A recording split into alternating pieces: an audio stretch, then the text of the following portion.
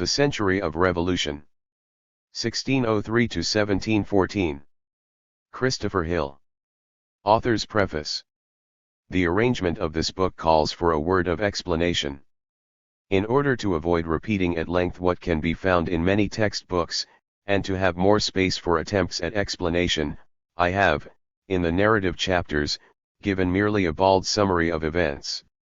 The reader should be patient when, for instance, he finds the cocaine project mentioned without explanation on p10. It is discussed at length on pages 34 to 5. The index indicates where definitions of technical terms are to be found, and gives biographical details of persons not fully identified in the text. Quotations from 17th century sources have been modernized. Dates are given in the old style. 17th century England was 10 days behind the new style used on the continent. But I have taken the year as beginning on January 1st, not on March 25th as most 17th century Englishmen usually did. The plan of this series did not allow full documentation.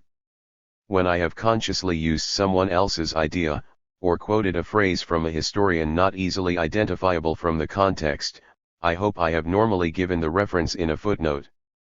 But I have taken so much from Sir G. N. Clarke, Professor W. Haller, Professor W. K. Jordan, Mr. E. Lipson, Mr. David Ogg, and Professor R. H. Tawney, that I can express only my general gratitude here.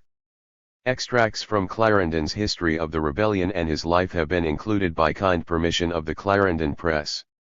I have taken advantage of hearing Professor F. J. Fisher talk about the cultivation of forests and wastelands, and of discussions with Dr. Eric Hobsbawm, Mr. A. L. Morton, and Mr. Lionel Munby.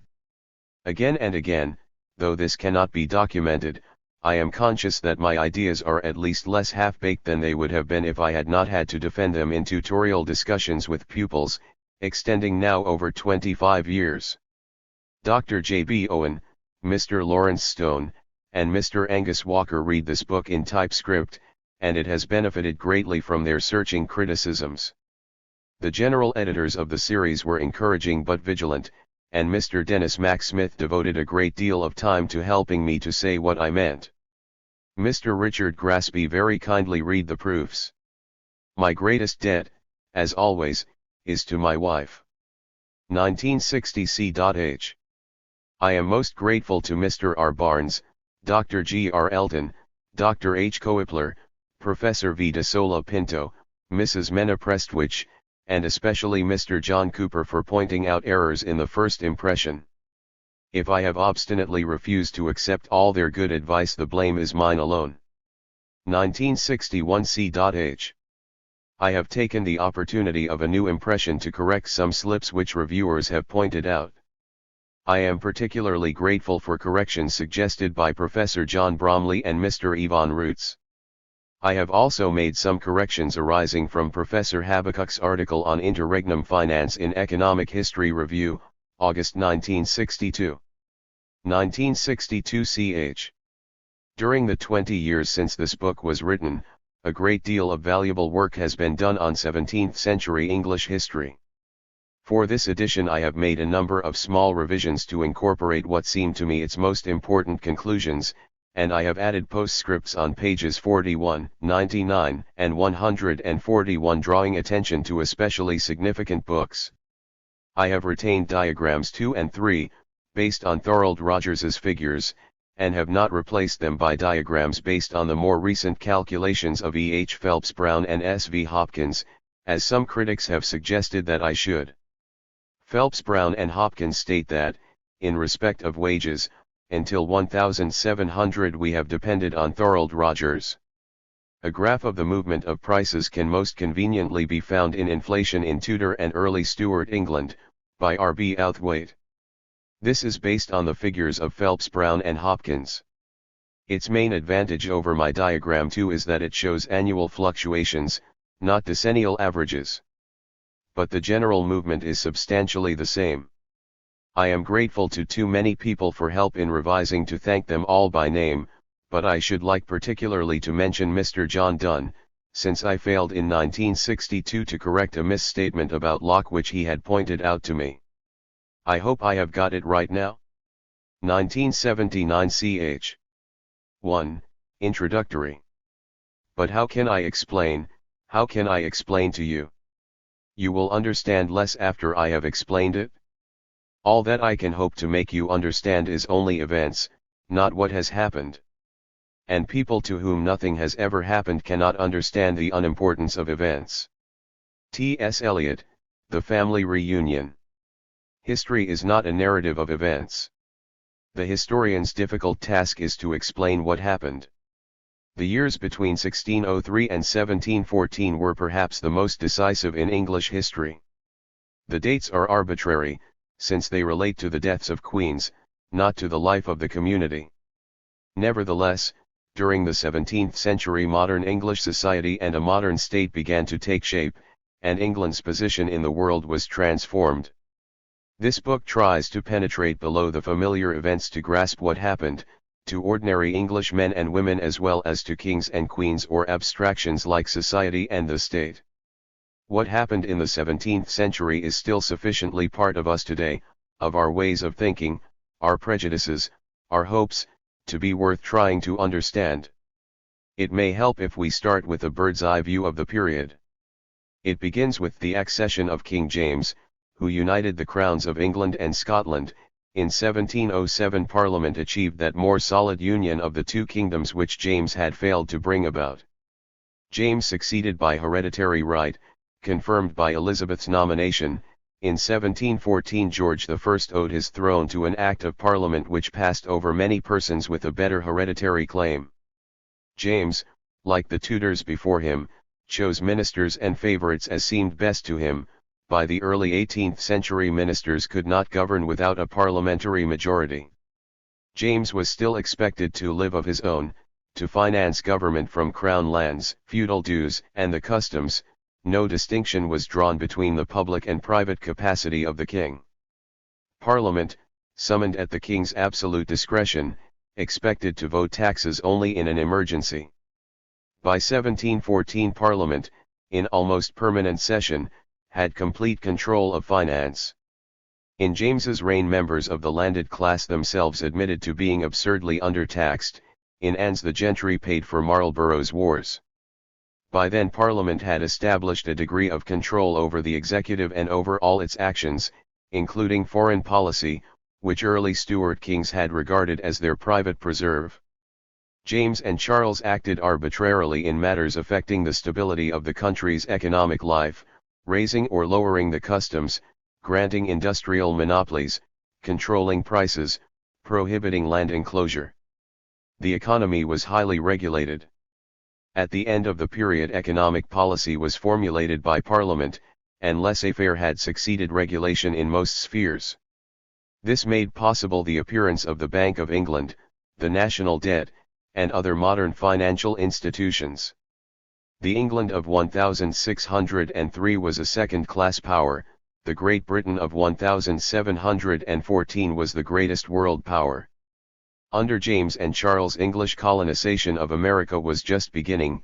Under Anne England held a large empire in America, Asia, and Africa, and colonial questions were decisive when policy was formulated. The East India Company was formed in 1601.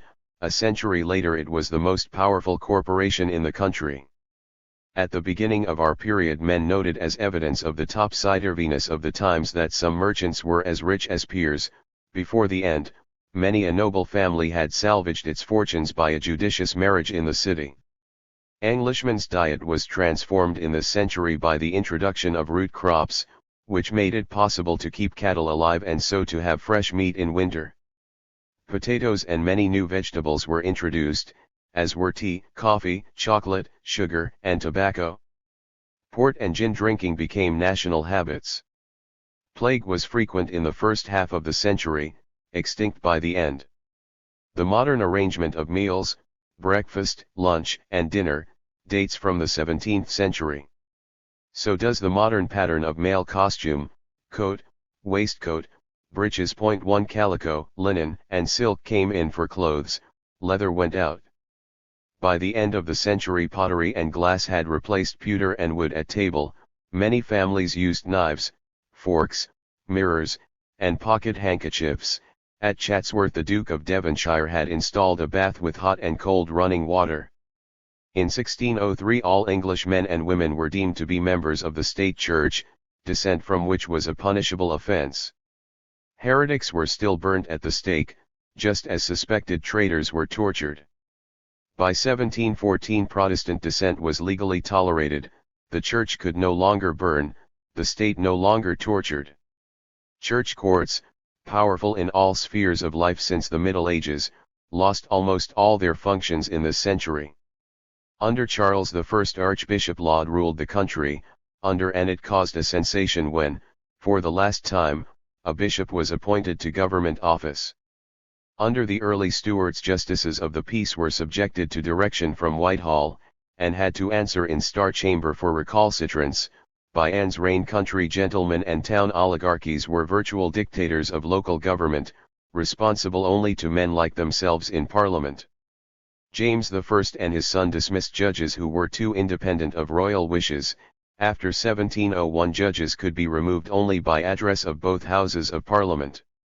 James I preached that kings ruled by divine right, and many political writers argued that subjects' property was at the king's disposal.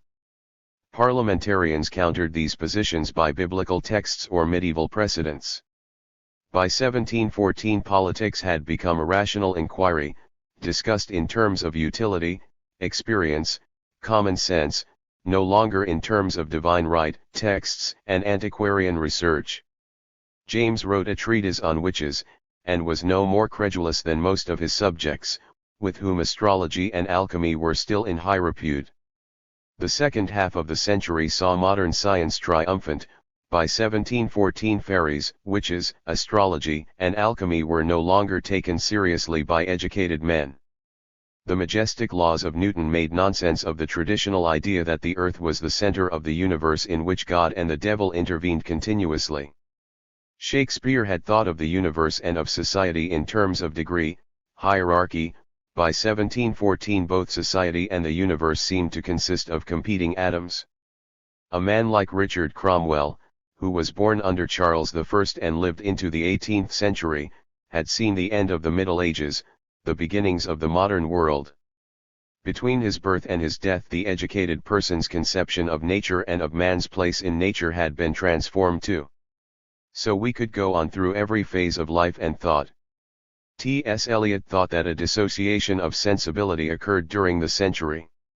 For the metaphysical poets, from Donne to Traherne, Eliot argued, thoughts were experiences which modified their sensibility. By Dryden's time poets had lost this ability to devour and digest any kind of experience. There were poetic subjects and there was poetic diction. The language became more refined, the feeling became more crude as we pass from the tortured doubt of Donne and Shakespeare's tragic period to the superficial certainties of Pope. Prose became less poetic as poetry became more prosaic.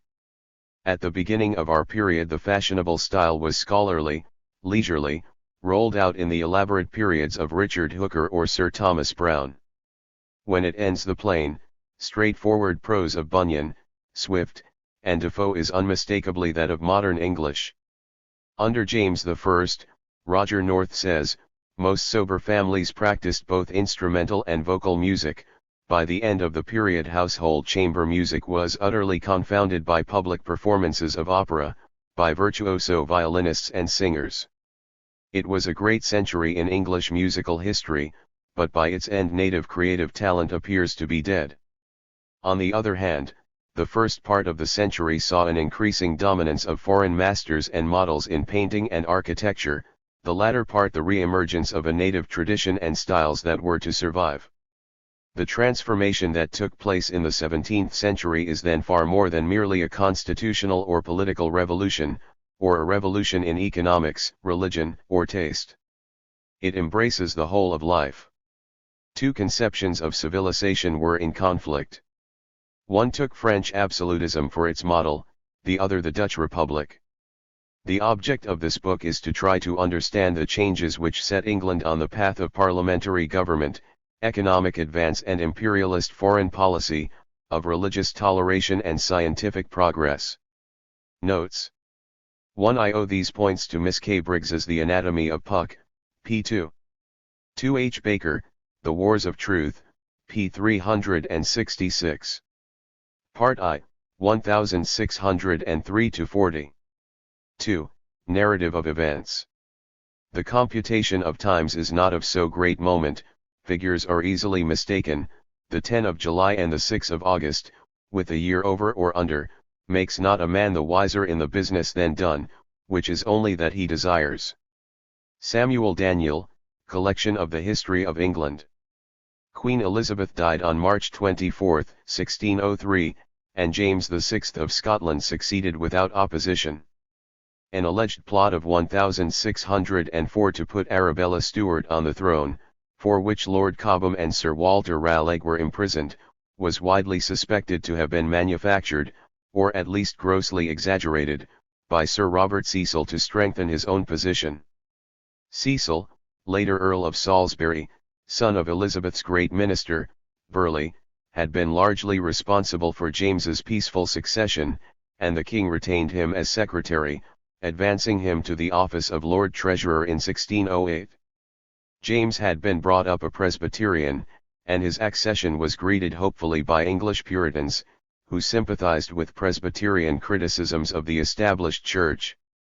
They presented him with the Milnary Petition, a very moderate request for changes in ceremonies, which was alleged to have been signed by 1,000 ministers. At the Hampton Court Conference James met the Puritans' representatives on some points, but the bishops failed to carry out his compromise policy. Many Puritan ministers were deprived of their livings in the years which followed, despite a shortage of preaching clergy. By concluding peace with Spain in 1604 James ended a war which had lasted 19 years. The revolt in Ireland led by Hugh O'Neill, Earl of Tyrone, which had begun in 1598, was finally suppressed in 1603. So James met his first parliament with no outstanding financial obligations except a debt of £100,000 inherited from Elizabeth. Nevertheless, relations were not harmonious.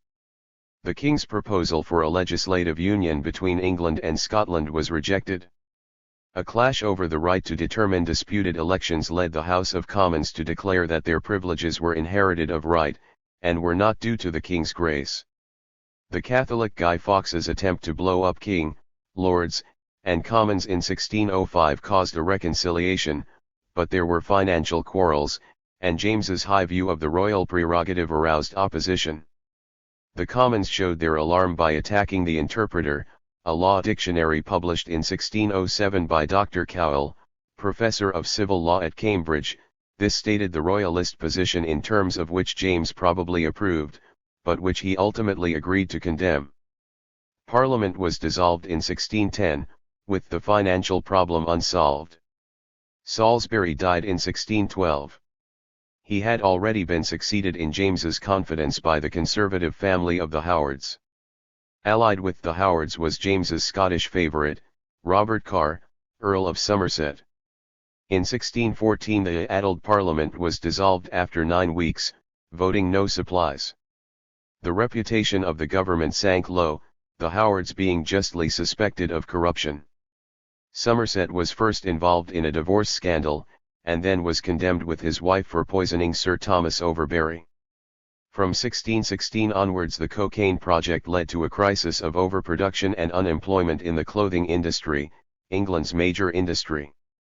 The handsome George Villiers succeeded Somerset as royal favourite, rising rapidly to become Duke of Buckingham, the first non-royal duke in England since 1572. In 1613 James married his daughter, Elizabeth, to Frederick, Elector Palatine, a leading German Protestant. In 1618 Frederick was invited by Czech Protestants to accept the crown of Bohemia, hitherto almost hereditary in the Catholic Habsburg family. Frederick accepted, and the war which followed lasted for 30 years. James disapproved of his son-in-law's action, and tried to mediate between him and the Spanish, Austrian Habsburg alliance. In London and among Protestants all over the country there was strong support for the Elector Palatine, which was expressed in the Parliament of 1621. The Commons were also critical of government economic policy, and impeached Lord Chancellor Bacon for bribery. With his disgrace, James lost one of his ablest counsellors. The House of Commons tried to make its vote of taxation conditional on a declaration of war on Spain, and in January 1622 James dissolved Parliament without obtaining supplies. Then followed the ridiculous expedition of Prince Charles and Buckingham to Madrid in an attempt to marry Charles to the King of Spain's daughter, and so seal an alliance by which James hoped to bring peace to Europe. After 6 months of negotiation, the scheme broke down humiliatingly, and Charles and Buckingham returned to England determined on war with Spain. In the 1624 Parliament they obtained financial grants in return for allowing the impeachment of Lionel Cranfield, Earl of Middlesex, the merchant financier who had come near to balancing James's budget. They also accepted the Statute of Monopolies, which made illegal all monopolies not granted to corporations. Buckingham had established himself securely in Charles's favor, and the two had wrested control of the government from the aging James, so his death in February 1625 made little difference. But the alliance with the Puritans did not last. Buckingham negotiated a marriage for Charles with Henrietta Maria of France, the price of which was English help to Louis XIII in suppressing the Protestant stronghold of La Rochelle, and the granting of liberty of worship to Catholics in England. There was strong opposition to these policies, and the Parliament of 1626, under the leadership of Sir John Eliot, directly attacked Buckingham. It was dissolved without voting supplies, not even the customs dues normally voted to every king for life at the beginning of his reign. But Charles continued to collect them, and also raised a forced loan. Refusals to pay led to the Five Knights case, in which the judges reaffirmed the principle laid down in 1591, that the king had the right to commit men to prison without cause shown. This produced the Petition of Right in the Parliament of 1628-9. The petition declared illegal both arbitrary imprisonment and the collection of taxes without parliamentary consent. It also prohibited beleaguering and martial law, for Buckingham was now engaged in war against France as well as Spain, and the troops levied to relieve besieged La Rochelle were a burden on the southern counties both before and after the disastrous failure of English intervention. In August 1628 Buckingham was assassinated. But his death altered nothing. Renewed quarrels led to the dissolution of Parliament and 11 years of personal government. Charles's chief minister in this period was William Laud, Bishop of London, though he never won the king's confidence in the way Buckingham had done. At the beginning of the reign Laud and the Puritan John Preston had competed for Charles's favor. Buckingham at one time appeared to favor Preston. But the king's personal predilection was for Laud, whose emphasis on the more traditionally Catholic ceremonial aspects of worship appealed to Charles no less than did the resolute championing of royal authority by Laud's protégés in the church. Laud made Jackson, Bishop of London, Lord Treasurer in 1636, and saw that men of his faction were promoted, in church and state. Charles's other outstanding servant was Sir Thomas Wentworth, who became Earl of Strafford in 1640. Wentworth had led a centre group in the Commons in the 1620s, and his acceptance of office and a peerage in 1628 was regarded as treachery by Pym and the more radical M.P.S. Wentworth was made President of the Council in the North, in 1632 Lord Deputy of Ireland. Black Tom Tyrant ruled Ireland with a heavy but efficient hand, reducing the Irish Parliament to submission and building up an army of papists which aroused apprehension in England.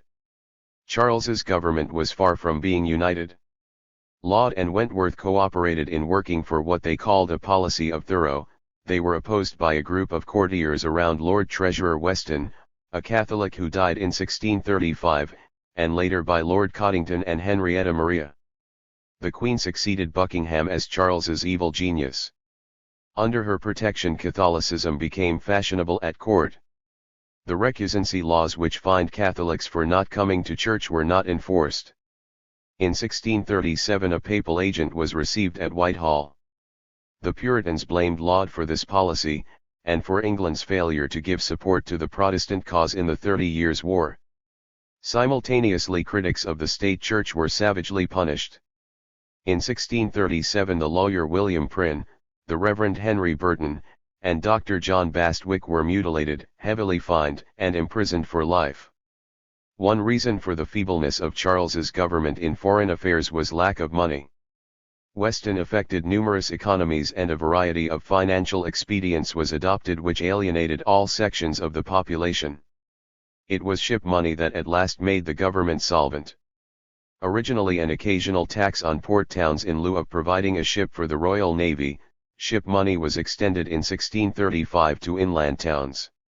Repeated in the next 3 years, it looked like becoming a regular tax not voted by Parliament. In 1637 John Hampden and Lord Say and Seal, in concert with a group of opponents of the government, brought a test case.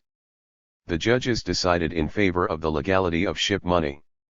But events in Scotland intervened to thwart Charles. Despite opposition, James had re-established episcopacy there. At the beginning of his reign Charles had tried to recover church lands from the nobles who had seized them, and so roused hostility.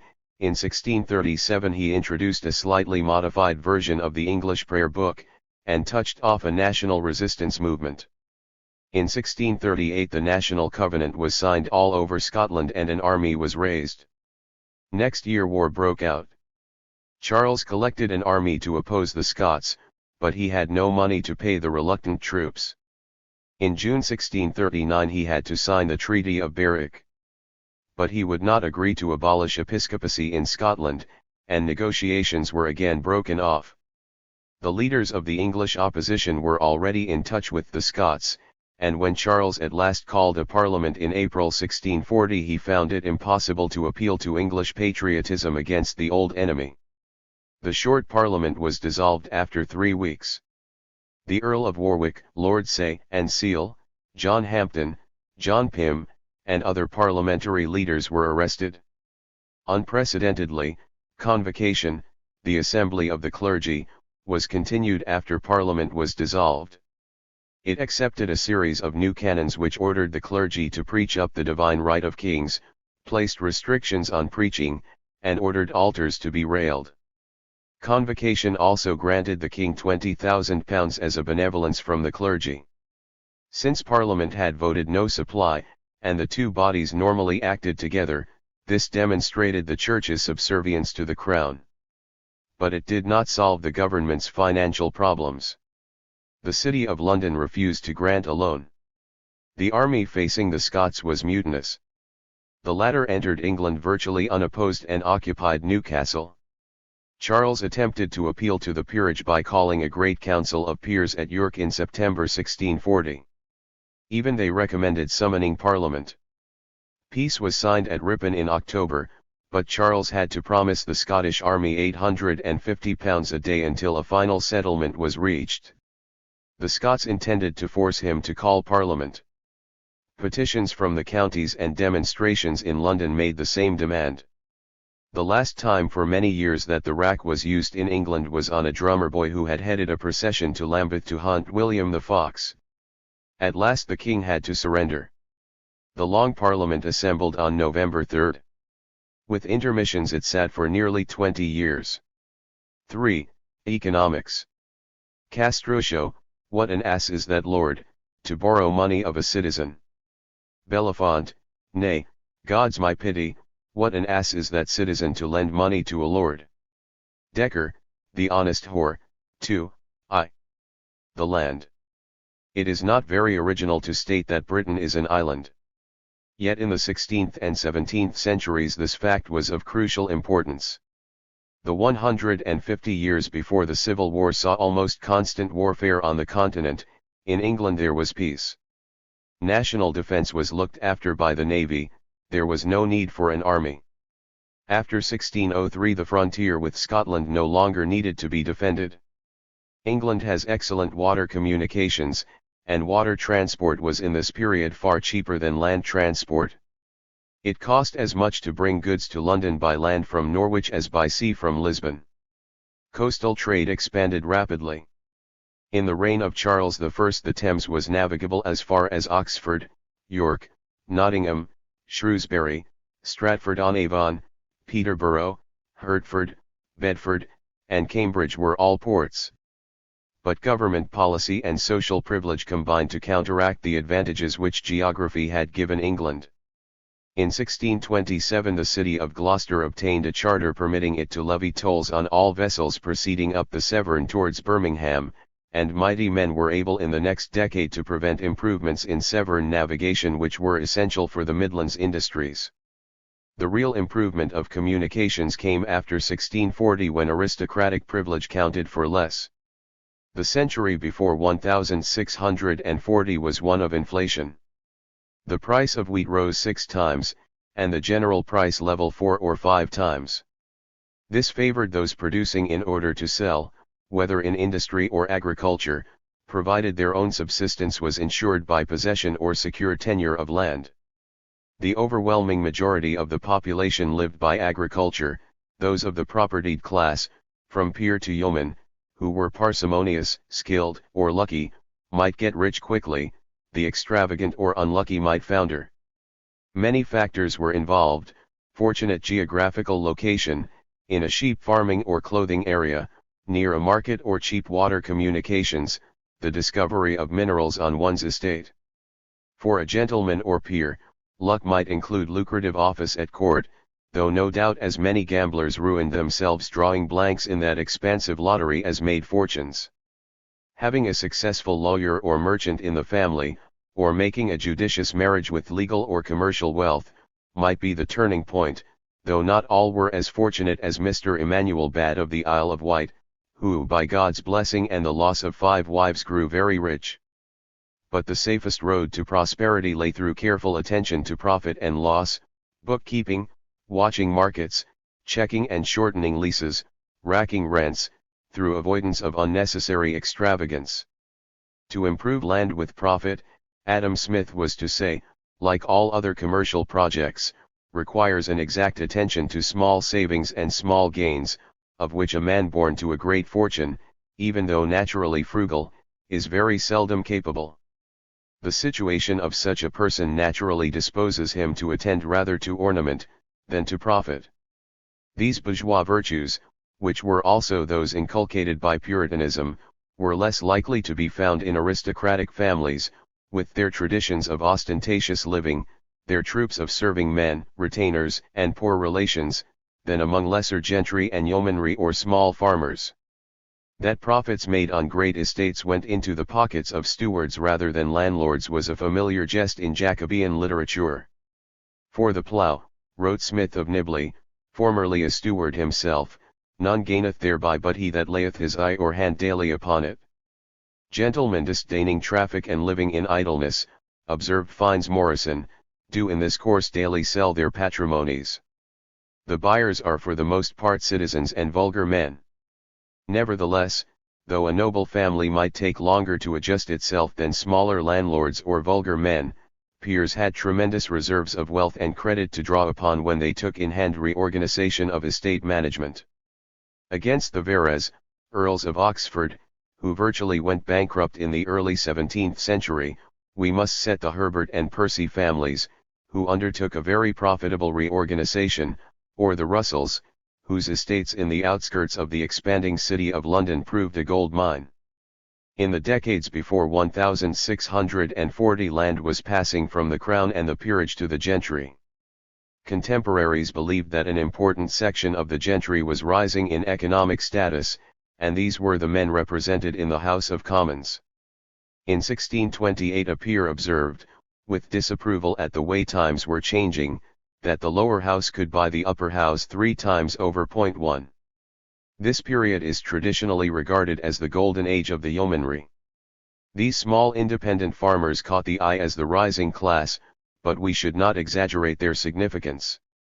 At the end of the century Gregory King thought that better freeholders amounted to some 5% of the population, and all freeholders and farmers to 30%. Provided they had capital behind them, freeholders owning their land, or farmers with long leases, might prosper as prices for their products rose. Smaller freeholders might keep their heads above water by producing their own food and clothes. The position was different for copyholders, men who held their land merely by copy of court roll. The heir was liable, on succession to a copyhold, to pay an entry fine normally fixed by custom, but which the landlord might try to raise arbitrarily. Copyhold was thus an insecure tenure, especially for those not rich enough to defend themselves in the law courts.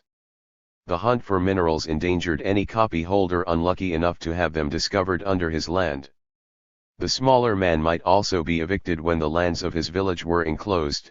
At least he risked losing his share of the commons and waste lands, so essential to provide fuel and maintain the animals and birds on which his subsistence depended. Enclosure meant that land held in scattered strips in the village open fields was consolidated into compact holdings, which the occupier might hedge about so as to protect them from other people's cattle. He was then free to experiment with rotation of crops, or to switch from arable to pasture. The great age of enclosure for sheep farming had perhaps come to an end by the 17th century, but enclosure and consolidation for improved arable farming, to feed the expanding industrial areas, was proceeding apace. Enclosure had long been attacked on the ground that it led to eviction of tenants and so depopulated the countryside. Tudor governments had tried, less and less effectively, to prevent it. 1597 saw the last Act of Parliament against depopulation. A proclamation of 1619 admitted that the laws for the protection of corn growing and peasant proprietorship hampered agricultural improvement. They were repealed by Parliament in 1624, and so one obstacle to capital investment in agriculture was removed. The Parliament of 1621 had seen the first general bill facilitating enclosure. From 1633 onwards, when the government was ruling without Parliament, depopulates were prosecuted.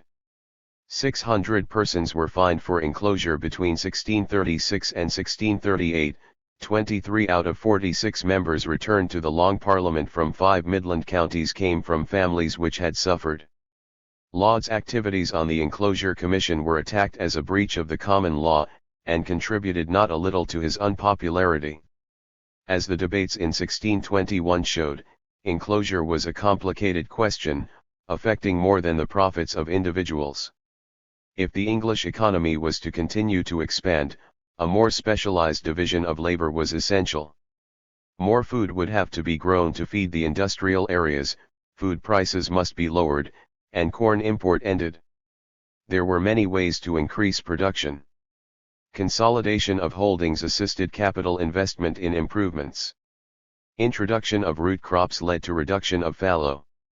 Outlying areas of England still awaited colonization, as the internal frontier moved north and west in Lancashire, Yorkshire, Cumberland, and Devon. But for the really significant extension of the cultivated area that was necessary, there were three main potential sources: commons, marshlands, and royal forests. England and Wales, showing places mentioned in the text.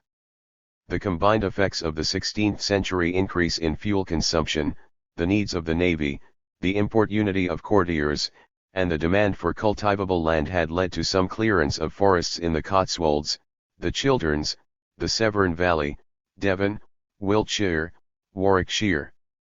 But in the 1630s the government's financial extremity caused it to reassert royal forest rights in order to find those who had encroached on them.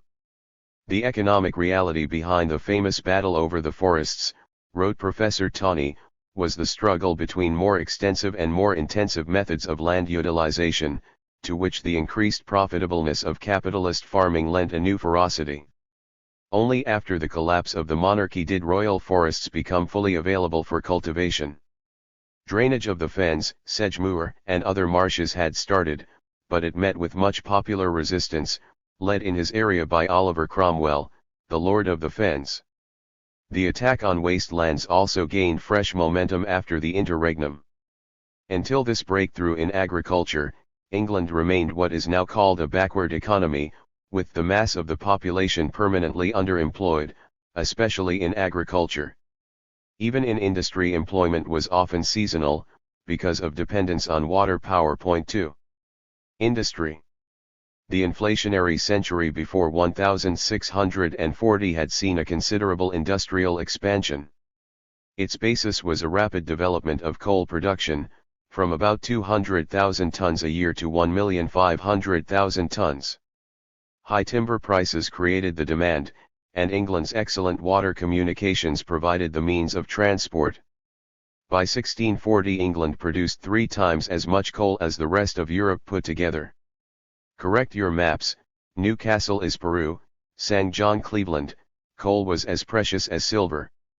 It was important as a domestic fuel, especially in London, whose dependence on coal imports from Newcastle was demonstrated in the Civil War. But coal was also used in new industries, like cannon founding, sugar refining, paper making, and for new techniques in old industries, like iron, steel, and copper. Iron production increased 5 times in the century after the Reformation. Shipbuilding expanded with internal and external trade. All these new processes called for heavy application of capital. Coal mining itself, as it advanced beyond the stage of open-cast mining, demanded ever-increasing outlays for digging, draining, and ventilating pits, for haulage above and below ground. So did other extractive industries, iron, tin, copper, and lead. A smelting works at Keswick employed 4,000 men on the eve of the Civil War. Anything up to £1,000 might be spent before a coal seam was reached, a sum which it would take an unskilled worker 100 years to earn. Use of coal in other industries, brick making, soap boiling, glass blowing, dyeing, salt refining, and brewing, called for heavy expenditure on furnaces, pans, vats. A London brewery in James I's reign had a capital of £10,000. Industry was ceasing to be primarily the affair of the small master craftsman and the free miner. The London capitalist and the enterprising landowner played an increasingly important part. Merchant middlemen bought lead, tin, coal in advance from the small miner, or made loans to wire drawers, pin makers, nailers. The Lancashire cotton industry was organised on a capitalist basis from the start. England's most important industry, cloth, was less highly capitalised, and here there were few significant technical advances, apart from the invention of the stocking frame, too expensive for the small master craftsman to buy. But the small producers were being steadily brought under the control of the London merchant or the gentleman clothier, from whom they hired looms and obtained raw materials on credit. Clothiers might employ up to 1,000 spinners and weavers. The handicraftsman, wrote Thomas Fuller, seldom attaineth to any very great estate except his trade hath some outlets and excursions into wholesale and merchandise, otherwise mere artificers cannot heap up much wealth. London profited most of all from these developments. Thanks to the Tudor peace, to the establishment of law and order and standard weights and measures, to good internal communications, the home market expanded steadily, though we have no statistics to measure it and so are apt to attach excessive importance to foreign trade. By 1600 London handled 7/8 of English trade, and its exports increased 5 times over in the next 40 years. London merchants slowly penetrated into spheres hitherto monopolised by local trading oligarchies. They competed with Leeds merchants for the purchase of cloths from the West Riding, with Shrewsbury and Oswestry merchants for Welsh cloth. Jealousy of London and its trading companies was shown in the Free Trade debate in Parliament in 1604, it may underlie the conflicts between Presbyterians and Independents in the 1640s. The privateering industry, which earlier in Elizabeth's reign had been run advantageously for themselves by the gentlemen sea dogs of Devon and Cornwall, was from the 1590s passing under the control of London capitalists who never went to sea at all. 3 London furnished most of the capital for industrial development, its rapidly expanding population offered a vast market for goods from the rest of England. The Midlands light industries, the West Midlands slitting mills, the nail-making and sword and dagger industry of the Birmingham area, producing a class of small capitalists, catered largely for the London market. London's consumption of corn more than doubled between 1605 and 1661, its demand stimulated a rapid development of market and dairy farming in the home counties. By 1640 most of the richest men in the land were city men. London's economic dominance of the country was unique in Europe. During the Civil War Charles I tried to develop both Bristol and Exeter as rival export centres. But London's pull proved too strong, and clothiers in the south and west preferred to risk sending their cloths across the fighting lines to the capital. The city's economic dominance was accompanied by political dominance. The royal court was ceasing to wander round the country, and settled for most of the year at Whitehall. The expanding administrative departments also remained there permanently. London's printing presses served the whole kingdom. London merchants established grammar schools and scholarships, or endowed preaching, in the counties where they had been born, and so helped to raise the intellectual and cultural level of outlying areas to that of the city. Richard Baxter noted of the handloom weavers of Kidderminster that their constant converse and traffic with London doth much promote civility and piety among tradesmen. More and more men look to London and Westminster for capital, for a market, for exotic imports from the East and West Indies, for political ideas and intellectual stimulus. The internal market for the products of the new industries came not only from the towns but also from increased expenditure by gentlemen, thriving yeomen, and craftsmen. A large part of England was rebuilt in the early 17th century as yeomen expanded their houses, and as others lower in the social scale replaced mud huts and wooden hovels with brick and stone cottages. From their wills we can see a separate kitchen appear, ground floor rooms are boarded over to create bedrooms, permanent stairs replace ladders, glass appears in windows. Glass and crockery replace wood and pewter in the household equipment, chairs replace benches, knives and forks become necessities rather than luxuries. Point 4. The poor. We have no reliable statistics about population. It seems probable that an increase during the 16th century was slowing down in the early 17th century, i.e. that the population curve moved roughly parallel to the price curve. Rising population led to pressure on the means of subsistence which could only have been met by an expansion of industrial production, and of the cultivated area, commensurate with the increase in population. Against this, as we shall see, early Stuart governments set their faces. So we can be quite certain that in this period England was relatively overpopulated, that the population was greater than the economy as then organized could absorb. But to contemporaries, struck by poverty and vagabondage, the overpopulation seemed absolute. Emigration to North America won land and freedom for those who survived the hardships of colonization. In England attempts were made to establish workhouses in which the poor could be set to work. The Puritans, for their part, emphasized the duty of working hard, and the need for discipline.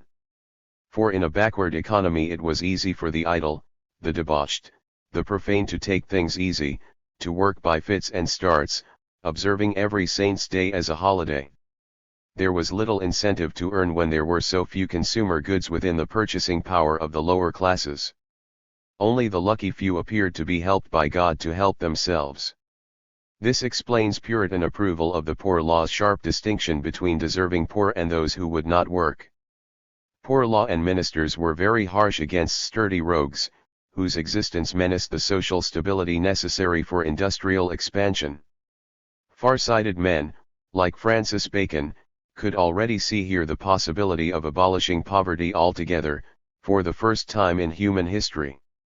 Wage laborers did not share in the profits of industrial expansion.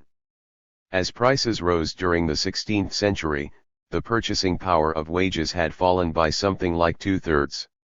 Since the numbers of those permanently dependent on wages was increasing, the number of those on the margin of starvation is likely to have increased too. This fall in real wages was catastrophic for those who sold or were evicted from their plots of land and became entirely dependent on earnings. The real earnings of a worker born in 1580 would never exceed half of what his great-grandfather had enjoyed. Real wages reached their lowest point in James's reign, after which they began to rise, very slowly. Ironically enough, much of the expanding internal demand for food and manufactured goods came from landless wage laborers, who though absolutely poorer had to purchase more because they no longer produced for themselves. Flatter not yourselves with the thoughts of long life, Baxter warned poor husbandmen. Bad harvests were frequent, as were famine, pestilence, and sudden death. There was no insurance. Prices were unstable, taxation, lay and ecclesiastical, fell heavily on the poor. Rye bread was the normal food of the lower classes, though for the very poor, and for others in famine years like 1631, bread was made from barley. Average expectation of life was not more than 35 years, and less for the poor. It is twice as much today. The percentage of the population under 15 was nearly double what it is today. Laboring life was short. Devon justices of the peace fixed wages for women between the ages of 18 and 30 only, as though no woman over 30 was likely to be capable of working in the fields. 5 When so many families lived on the verge of starvation, it was essential that their children should work in agriculture or domestic industry or both.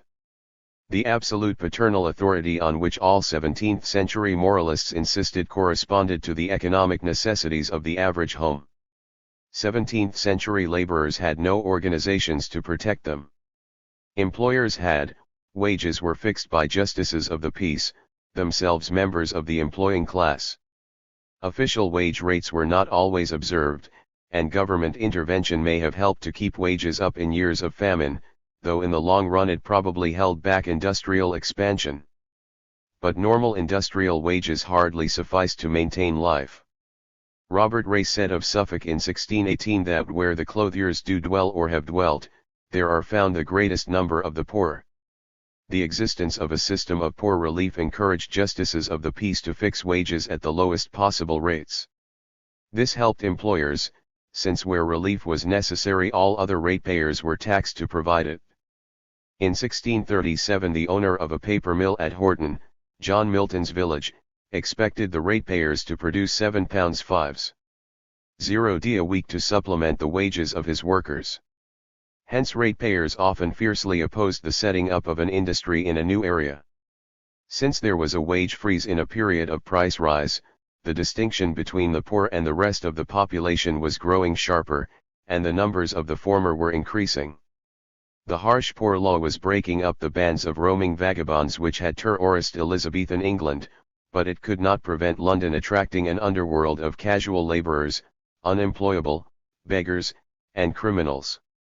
The prescribed penalty of whipping home unlicensed beggars checked freedom of movement, and detained a surplus of cheap labor in many rural areas. Fear of the social disorder to which vagrancy might lead, and the consequent emphasis on confining men to their own parish, meant that the real solution, absorption in expanding industry, was prevented. The Statute of 1563, which limited apprenticeship to sons of 40-shilling freeholders, excluded 3/4 of the rural population from the major English industry, clothing. A further Act of 1621 tried to prohibit the propertyless from coming to any city or town to dwell. In some areas justices of the peace refused to work the relevant clause of the Statute of Apprentices. In Suffolk it was reported in 1622 that 2/3 of the textile employees had not been apprenticed, and in Yorkshire and Lancashire the figure was probably higher. The poor were treated as utterly rightless. In 1618 100 young boys and girls that lay starving in the streets of London were shipped off to Virginia. In 1625 the monopolist Sir Hugh Middleton was authorized to conscript laborers from any part of the kingdom for his Cardigan's hire mines, and other monopolists received similar rights.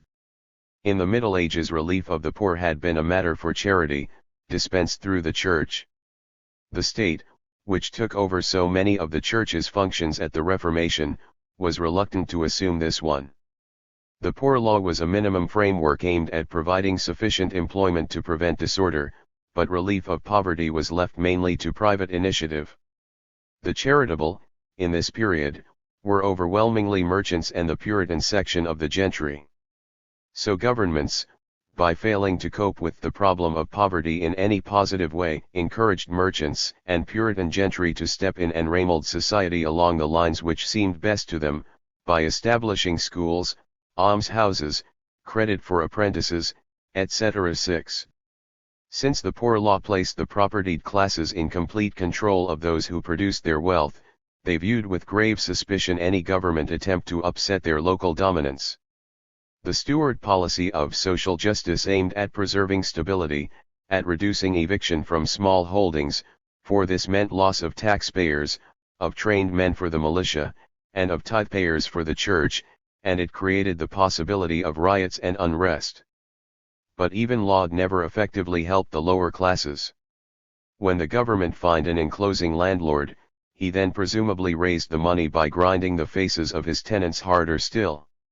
A great deal of nonsense has been talked about the good done to the poorer classes by Charles I and his ministers, whereas in fact the poor law was most efficiently administered in areas which were to support Parliament in the Civil War.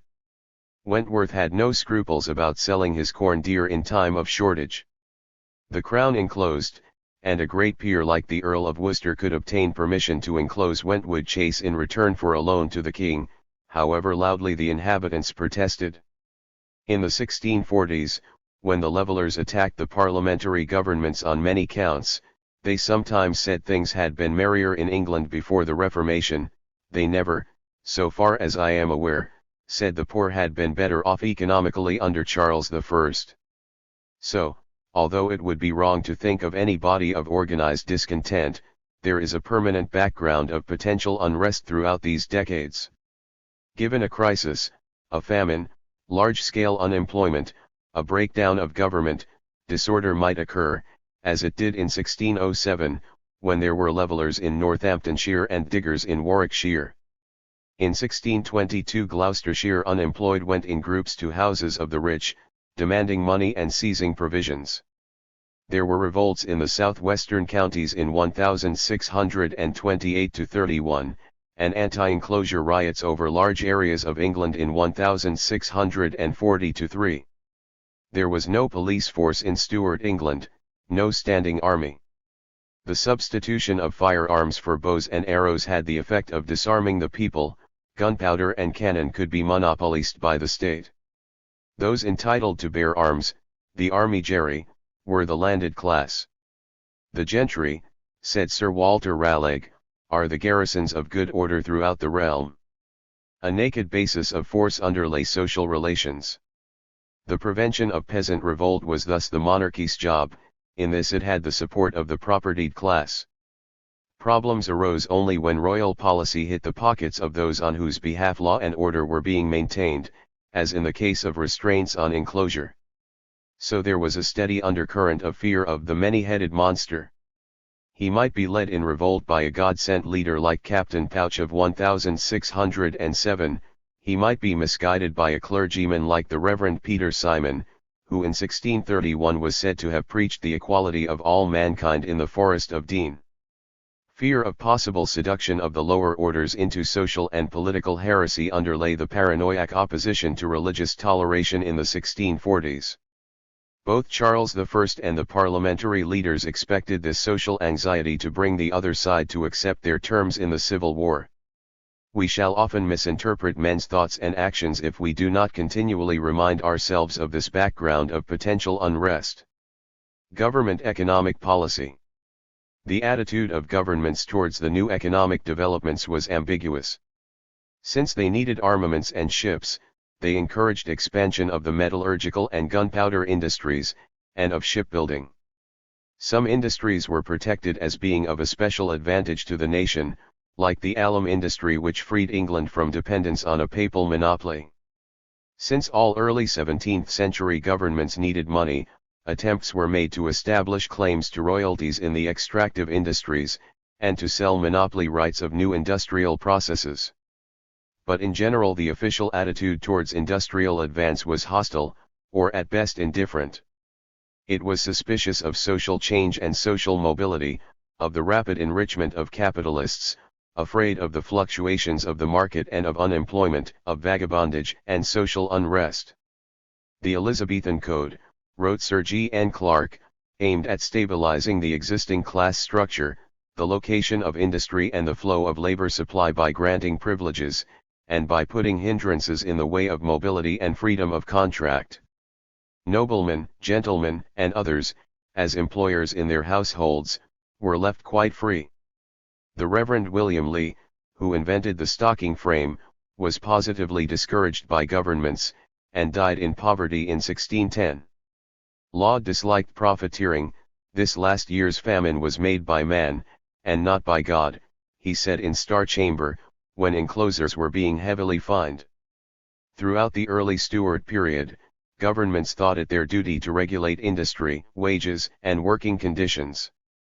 In times of dearth they ordered justices of the peace to buy up corn and sell it below cost price. They forbade employers to lay off workers whose products they could not sell.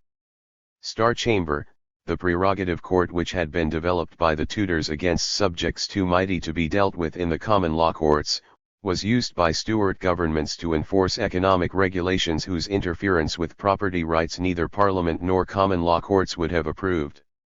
In so far as Stuart governments had anything which could be described as an economic policy, it was to support the monopoly London export companies against interlopers, to slow down industrial development and control it through guilds and monopolies, to suppress middlemen. The local monopolies of the trading oligarchies of Shrewsbury and Oswestry drapers were supported against intruding London merchants trying to deal direct with Welsh cloth makers. The gentlemen who had defended Shrewsbury's privileges in the 1620s were royalists in the Civil War. The Chester companies of shoemakers and glovers were supported by the Privy Council in their attempt to suppress unapprenticed rivals outside the city.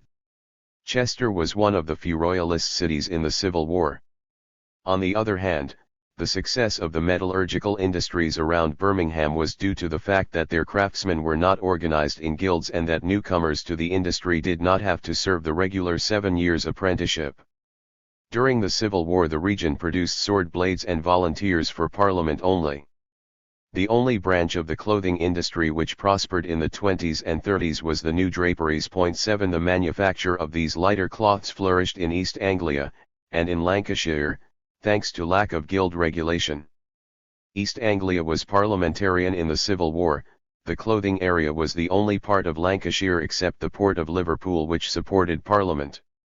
Preston and Wigan, corporate towns which had long opposed the growth of rural trade and industry, were royalist. The first half of the century saw intensified rivalries within London companies. As a small group of merchants grew richer, they began to squeeze the small masters out of control. The latter tried to force recognition for themselves. The journeymen had become so economically depressed, as real wages fell, that they had sunk to a mere appendage to the yeomanry of the small masters. The yeomanry of small masters wanted to throw off the control of mercantile capital and to obtain independent incorporation in new industrial companies. Charles I's government was prepared, for a price, to support them. The 30s saw the high watermark of the attempt of the small masters to secure economic independence through separate incorporation. 8 But, as with so much else under Charles I, the social purposes of the government were perverted by fiscal needs. It was not the mass of the rank-and-file producers who benefited. In 1638 Charles I set up a new company of beaver makers, separated from the felt makers, with a monopoly of making beaver hats. But the monopoly was dominated by 8 capitalists, and within a year the small master beaver makers were complaining that they were ruined by the new company which they were forced to join. The great majority of them must have been delighted when the monopoly was overthrown by the Long Parliament. There is no sign that the craftsmen of London offered Charles I any support in the early 1640s. The weakness of Stuart governments was that, unlike the French monarchy, they lacked a bureaucracy. Government regulations had to be enforced by professional informers, an unpopular and bribable class, and by unpaid justices of the peace, frequently themselves the employers against whom the regulations were directed. Moreover, the complex regulations often defeated their own objects. It were better to have fewer laws with better execution, the merchant Edward Miss Eldon grumbled in 1622. The government itself realized in 1616 that London could not be fed if distributors of dairy products were prosecuted as middlemen, and admitted in 1622 that manufacturers were perplexed and entangled by the multitude and contradictions of the laws in force. The right to break regulations was put up to sale like everything else. In 1619 James I established a commission to sell pardons to those who had evaded the obsolete apprenticeship laws. Officials known as the alnagers were supposed to guarantee maintenance of standards in cloth production, but under James the elaborate organization subsidized the Scottish Duke of Lennox and hampered the rise of the new draperies. All Niger's seals were publicly sold by the bushel, members of parliament said in 1624. Government regulation, insofar as it was enforced, rendered the English economy inflexible, less able to react to changes in demand than a free market would have been. In 1631 the Hertfordshire Justices of the Peace protested that this strict looking to markets is the reason why the markets are smaller, the corn dearer. Free trade would produce better results. The Dorset Justices agreed with them. Lancashire Justices refused in 1634 to cause unemployment by enforcing apprenticeship regulations, nor would they prosecute middlemen whose activities were essential for spinners and weavers of linen, who could not afford time off to go to Preston Market to buy flax.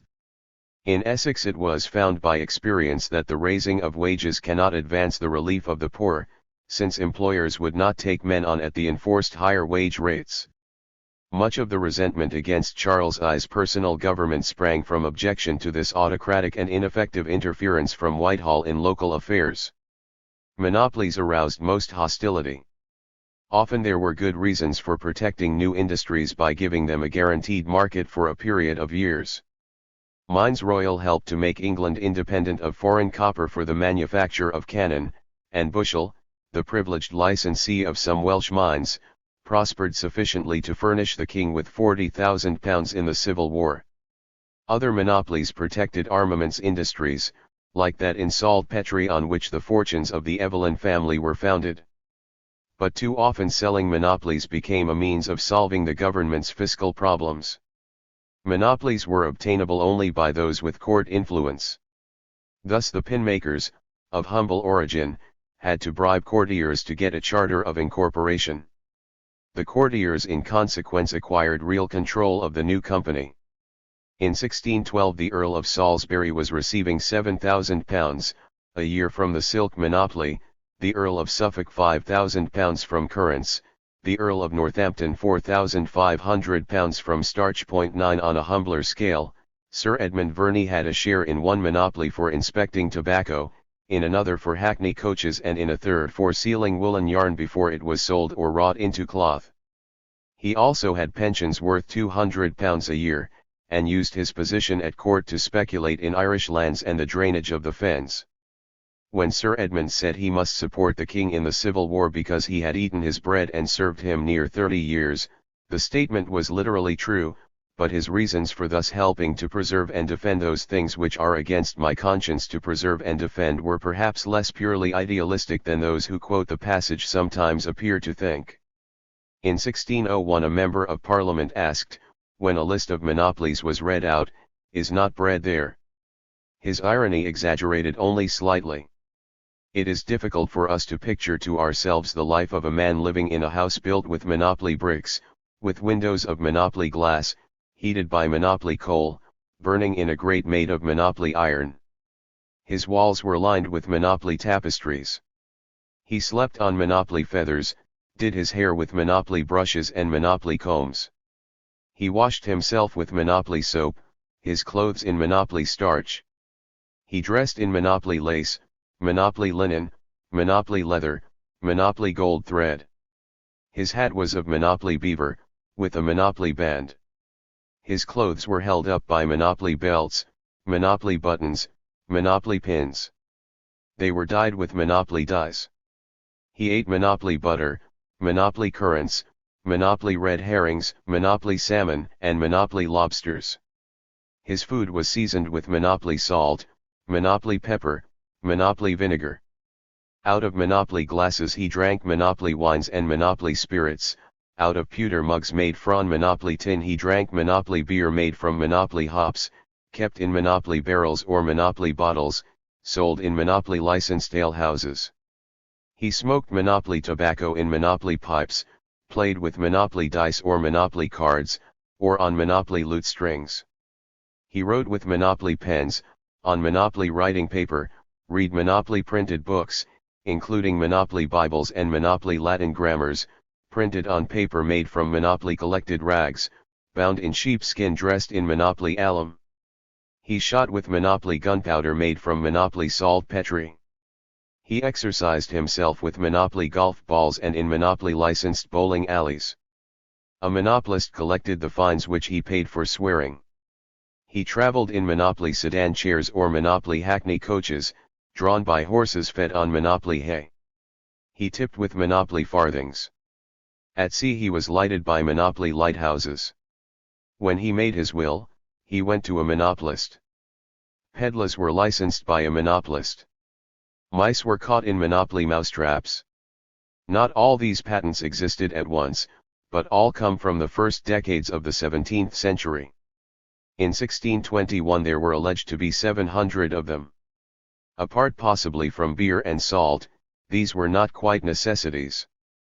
But monopolies added to the price of just those semi-luxuries which were beginning to come within the reach of yeomen and artisans whose standard of living was rising.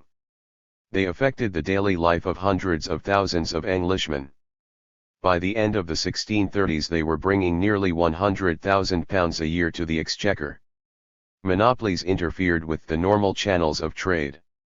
Merchants were prohibited from landing their cargoes at the most convenient port whenever a monopolist's right of search chanced to require their unloading elsewhere. By the late 1630s the economy was beginning to suffer. The clothing industry was hit by increased cost of soap and alum, and by the scarcity of potash caused by suppression of imports. The Greenland Company lacked oil. The salt monopoly embarrassed the Fishery Society. The rise in the price of coal hit nearly all industries. "No freeman of London," said a pamphlet of 1640, "after he hath served his years and set up his trade, can be sure long to enjoy the labour of his trade, but either he is forbidden longer to use it, or is forced at length with the rest of his trade to purchase it as a monopoly, at a dear rate, which they and all the kingdom pay for." Witness the soap business 10. Nor was the objection to monopolies only economic. Buckingham, the great monopoly monger, had popish connections.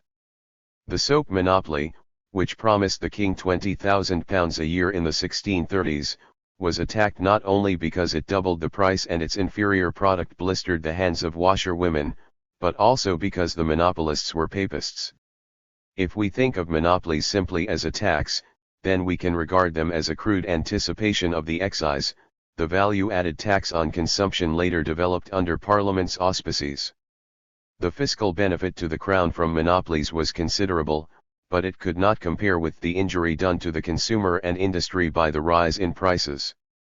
Every one's charged at the customs brought 10d into the exchequer, but one's increased cost to consumers by monopolies brought a bare 1/2d. To the exchequer, the soap monopoly brought less than 1/2d. The rest went into the pockets of patentees and courtiers. Since monopolies were enforced by the royal prerogative and the prerogative courts, they gave rise to constitutional conflicts. Parliament, the representative institution of the men of property, favoured greater industrial freedom. In 1624 Parliament declared that monopolies were opposed to the fundamental laws of this realm. Because of its invasion of the prerogative, this statute of monopolies was described by a contemporary as a bill against monarchy. Charles evaded it by disregarding the common law courts, and bringing cases affecting monopolies before Star Chamber, on the ground that his prerogative was being questioned. Sale of monopolies was the line of least resistance for governments in financial difficulties, and was extensively used in the 1630s. The knowledge that their patents would be attacked if Parliament ever met encouraged monopolists to aim at quick profits. Indeed, the king himself was not above selling the same patent twice over, so no patentee could be squeamish about consumers' interests. It was a vicious circle. There was thus a threefold objection to monopolies. First, they limited output. Secondly, they did not achieve the social objectives claimed for them, standards of production were not maintained, the interests of consumers and employees were not protected, on the contrary, insecure speculators used political privileges to get rich quick. Thirdly, the harm done to the economy was balanced by no adequate gain to the exchequer. Government industrial intervention could have even more disastrous effects. Take for example the cocaine project. This seemed a sensible scheme, aimed at recapturing England's position as dominant cloth exporter to the Baltic, from which we had been driven by the Dutch. In the early 17th century, 3/4 of London's total exports were cloth. All the great companies, except the East India Company, exported cloth, but by far the greatest exporters were the merchant adventurers. They sent unfinished cloth to the Netherlands, to be dyed and dressed there for re-export to Germany and the Baltic. Dyeing was the most profitable process in the industry. It seemed reasonable to insist that all cloths should be dyed and dressed in England before export.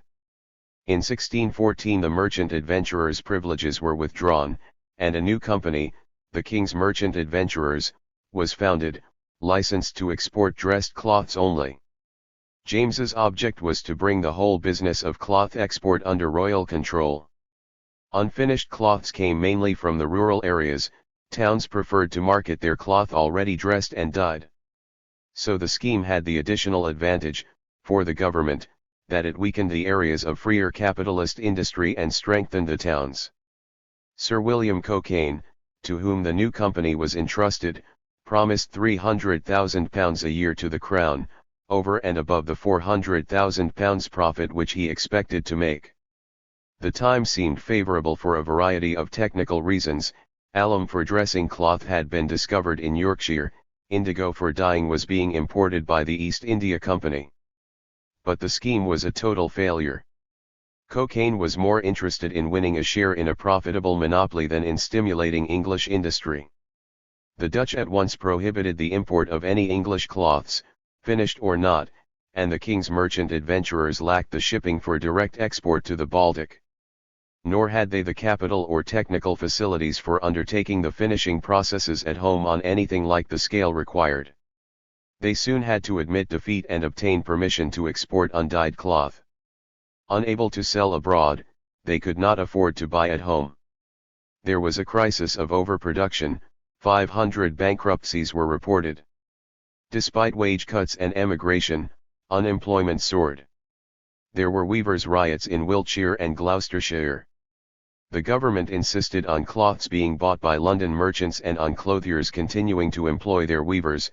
This intensified overproduction. In September 1616 Cockayne had told his society from James that the king's honour was at stake. Yet within a year the scheme had broken down.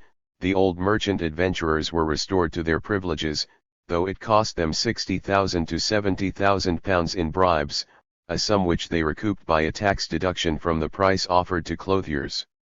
Some courtiers were skillful enough to be successively bribed by both the new and old companies. James had to issue an apologetic proclamation in which he declared, "We intend not to insist and stay longer upon specious and fair shows, which produce not the fruit our actions do ever aim at, which is the general good of this our state and kingdom." James recompensed himself for the gain which he had failed to secure from the Cockayne project. He laid new impositions on exported cloth, known as the Pretermit customs, which by 1640 were bringing in £36,512 a year. The defeat of the King's Merchant Adventurers was a great blow to royal prestige. The outbreak of the 30 Years' War meant that English cloth exports never again before 1640 reached the level of 1614. Dutch cloth exports expanded, and there was a boom in the Silesian clothing industry. The Cockayne fiasco was one of the reasons for angry criticisms of government economic and foreign policy when Parliament finally met in 1621. Already the English economy was too delicate a mechanism to be left to the well-meaning mercies of the royal amateur and his self-interested associates. 11. If such a system could have been maintained, Mr. Unwin wrote of Stuart economic regulations in general, the Industrial Revolution would never have happened. The inefficient administration of the system produced a confusion and dislocation which, in Professor Neff's view, was perhaps nearly as dangerous to industrial progress as the successful enforcement of the laws would have been. During the general slump of the early 20s, England was left saddled with a rigid, oligopolistic, high-cost economy, ill-fated to cope with a competitor who throve on low costs, adaptability, and up-to-dateness. 12. The slump shook the whole English economy, and recovery was slow. Difficulty in collecting rents helps to explain the extreme reluctance of the gentry to pay taxes, and so the breach between king and parliament. Unrest among the lower classes, leading up to the revolts of 1628–31, partly accounts for the more active policy of state economic intervention in the 1630s, which intensified friction between government and men of property. Trade, finance, and foreign policy. Long-term government policy preferred to concentrate trade in the hands of a few rich merchants. Trading in companies was agreeable to monarchy, said Francis Bacon, free trade to a republic. Companies were easy to control, they could be made to accept royal nominees on their governing bodies, with which governments frequently interfered. In 1604 a free trade bill supported by other ports against London companies failed, but in 1606 Parliament dissolved the Spanish Company, and declared all subjects free to trade with France, Spain, and Portugal. In 1624 Parliament threw the export of dyed and dressed cloth open to all. The merchant adventurers were not able to buy their monopoly back until 1634, under the king's personal government. Companies performed an essential function so long as the market for English cloth was restricted. They limited output, maintained standards of quality, and so kept prices high.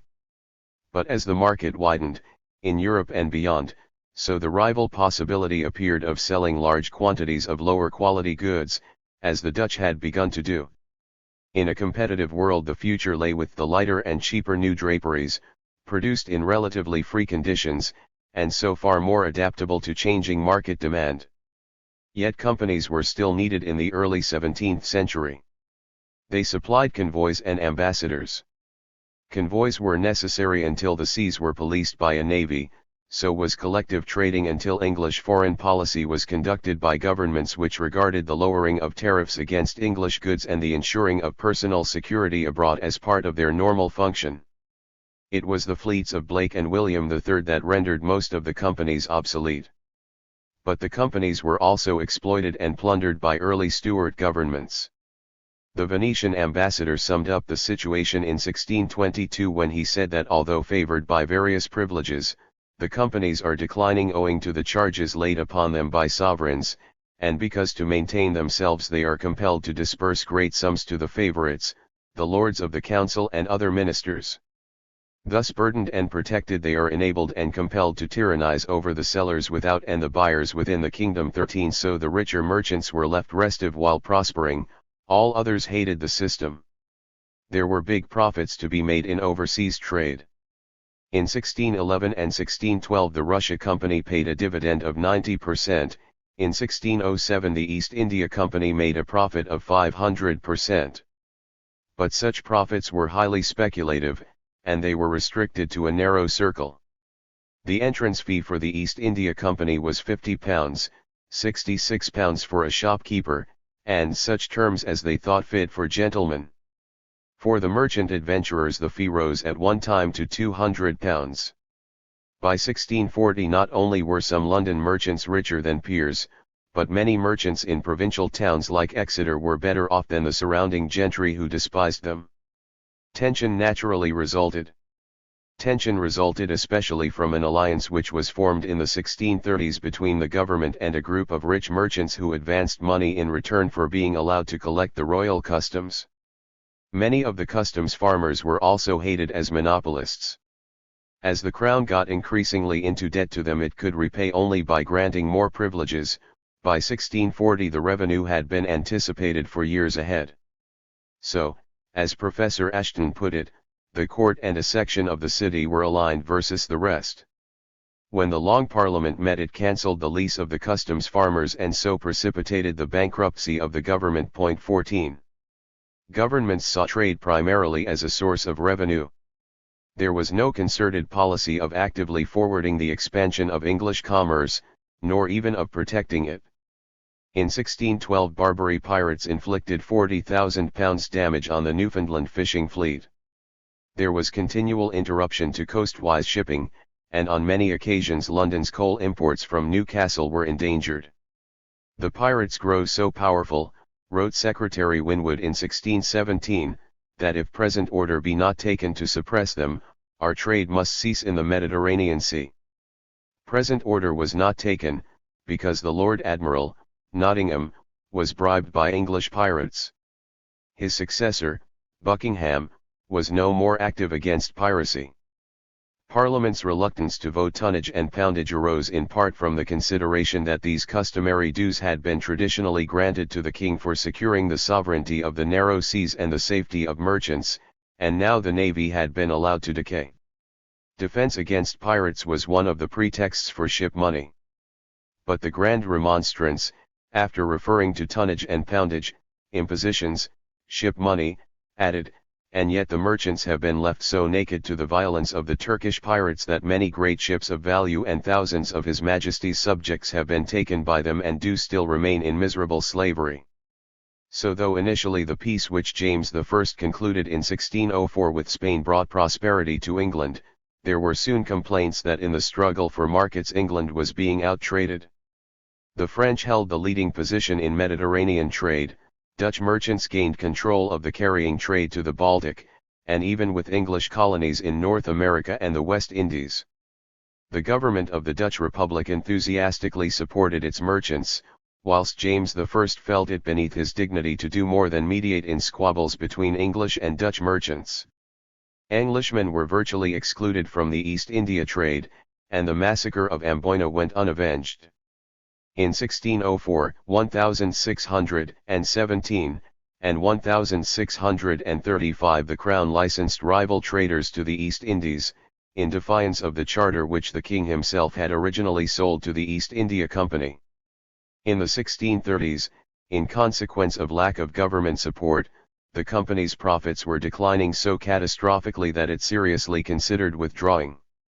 Only merchants selling new draperies took advantage of the peace of 1604 to develop exports to Spain and to penetrate the eastern Mediterranean. The fact that this was an area of relatively unregulated trade probably facilitated expansion. Those who profited by this trade were among the few who looked with approval on the government's policy of peace with Spain. But the presence of English merchants in the Mediterranean in increasing numbers created demands for naval protection there which early Stuart governments could not meet. Charles I went so far as to advise English merchants to stay out of the Mediterranean altogether. From the time of Hakluyt and Raleigh onwards many saw America as the future market for English cloth exports, or as a market for slaves bought in Africa with cloth. A memorandum of 1623 included the following reasons showing the benefit of planting in New England: it would offer employment for the starving unemployed and so rid England of the expense of maintaining them, it would create a market for cloths and other exports now unvendable, and it would give bankrupt gentlemen a chance to recover their fortunes. 15 Plunder war with Spain was a policy on which merchants could join hands with gentlemen anxious, with Sir Walter Raleigh, to seek new worlds. For gold, for praise, for glory. James's peace with Spain had accepted the exclusion of English traders from the American market. For the next 40 years governments tried to retain friendly relations with Spain, while many M.P.s clamoured for war. In 1617 James furnished Spain with full information about the size and destination of Raleigh's fleet bound for Guyana, and so ensured its defeat. Raleigh's execution in 1618 was the final act of appeasement of Spain which made his name a legend among the commercial and Puritan party. English colonies on the mainland of North America were founded by private enterprise, without significant government support or encouragement. Charles I indeed ceded Canada to the French in 1629, thus giving a foothold in North America to the power which was to be Britain's chief rival there for the next century and a half. In general, Charles tried to prevent colonies being run by merchant companies, and to subordinate them to courtiers in feudal dependence on the crown. But the actual financing of colonies still depended on merchants. The king often intervened in disputes over rival colonial patents, which ought to have been tried by the common law judges. Thus on behalf of his favorite Carlisle, in 1629, Charles simply expropriated rival claimants to the West Indies. Similarly Laud's Commission for Plantations decreed many forfeitures between 1634 and 1637. In 1638 the government was threatening to call in the Massachusetts Bay Company's patent. New England was saved only by the Scottish invasion of England in 1639. Colonial enterprises brought together the opposition leaders, Southampton and Sandys under James, Warwick, Say, and Seal, Pym under Charles. In the 1630s the Province Island Company was founded with the object of challenging the Spanish monopoly in the West Indies. Its treasurer was John Pym, and its personnel reads like a nominal role of the parliamentary opposition.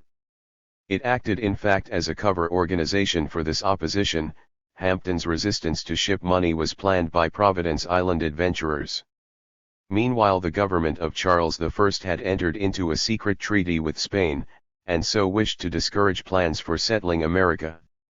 The policy of Hakluyt, Raleigh, and the Providence Island Company was not carried out until after the overthrow of the monarchy. Throughout the 17th century parliamentary critics were ambivalent in their attitude towards the Dutch. The economic and political benefits which the Dutch had won through their republic were specifically mentioned in the Act of March 21, 1649 declaring England a commonwealth. Good Protestants and allies against Spain or France, and a model of economic organization, Dutch merchants were yet our most dangerous rivals. It was said in the Commons in 1624 that English merchants were beaten out of trade by the Low Country men because the Dutch government could borrow money at 6 or 7% interest, the English only at 10%. Parliament reduced the English rate to 8%. It was only after 3 naval wars and the financial and military exhaustion of the Netherlands in William II's wars against Louis XIV that the Dutch accepted the position of junior partners. So there were many economic reasons for opposing the government. Industrialists, merchants, and corn growers wanted freer trade, less government regulation, no monopolies. Gentlemen wanted to escape from the burdens of wardship, feudal tenures 16 and forest laws, and to be given a freer hand to enclose and bring fresh land under cultivation. The existence of monopolies and exclusive trading companies, together with the social prestige attached to land, distorted the economy by diverting capital from productive investment into the purchase of real estate. Since the days of Elizabeth there had been many advocates of a larger and more powerful navy, which would police the seas, protect and forward the interests of English trade, fishing, and colonization, and in performing these nationally useful functions would give work to the unemployed. Economic developments were dissolving old bonds of service and obligation, writes Professor Stone, and creating new relationships founded on the operations of the market. The domestic and foreign policies of the Stuarts were failing to respond to these changing circumstances. 17. The spokesman of the propertied class on these economic issues, as on all others, came to be the House of Commons. At first sight it seems surprising that a house in which gentlemen preponderated should be so well informed on commercial matters. But nearly half the MPs in the early 17th century were shareholders in trading companies, and a majority of these MPs acquired their shares after sitting in Parliament. These investors were noticeably the most active MPs. 18. The leading stratum of the gentry was moving towards acceptance of a capitalist society, and Parliament was helping to educate it. Postscript. Since this book was written, new insights into 17th century society have been given by Dr. Thirsk and Professor Everett, who distinguish not merely between the lowland agricultural south and east, on the one hand, and the highlands of the north, southwest, and Wales on the other, but also in all areas between the open agricultural fields on the one hand and the forest and pasture regions on the other. In the latter, parishes were larger, control by parson and squire less effective. The forest areas offered a refuge for homeless wanderers, where with luck they could set up a hut out of sight or out of slavery, in Gerard Winstanley's words. Such squatters were dependent on the market for basic food, and so had to produce for the market to earn cash. They were the natural workers for new industries, of the type which Mrs. Thirsk has identified springing up all over England in the decades before the Civil War. These industries made survival possible for many cottagers in the bleak decades of the early 17th century. But such men had little to fall back on in time of economic crisis except the forests and wastes, hence it was vital for them that such land should not be enclosed in private ownership. 4. Politics and the Constitution. The state of monarchy is the supremest thing on earth, for kings are not only God's lieutenants on earth, but even by God himself they are called gods. James I. A king is a thing men have made for their own sakes, for quietness' sake. Just as in a family one man is appointed to buy the meat. John Selden. The liberties of the commons. Parliament in the 17th century represented almost exclusively the propertied classes. The House of Lords was composed of the biggest landowners, together with bishops. Under James I and Charles I the peerage was diluted by the barefaced sale of titles, but this increased rather than reduced the wealth of the upper house, though it diminished respect for it. We know so much less about the House of Lords than about the Commons in these decades that it is easy to underestimate its significance. Contemporaries still regarded it as the more important of the two houses. But the House of Commons also represented the wealth of the country. A county seat was an eagerly coveted social distinction, and the 90 county members were invariably drawn from the leading landed families below the rank of peer.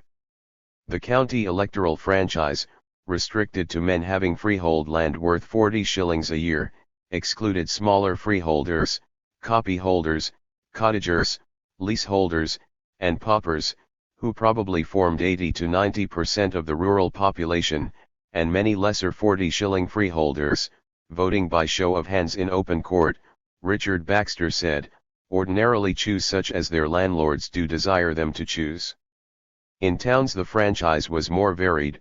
It might be vested in the corporation, in holders of certain properties, in all the freemen, in all ratepayers, or, in one or two cities like Westminster, in all male inhabitants. But in most towns the propertied minority had the decisive voice. By the 17th century even a borough seat in the Commons conferred social prestige. More towns were represented by gentlemen than by their own inhabitants. Since gentlemen also represented all the counties, Parliament represented a unified class.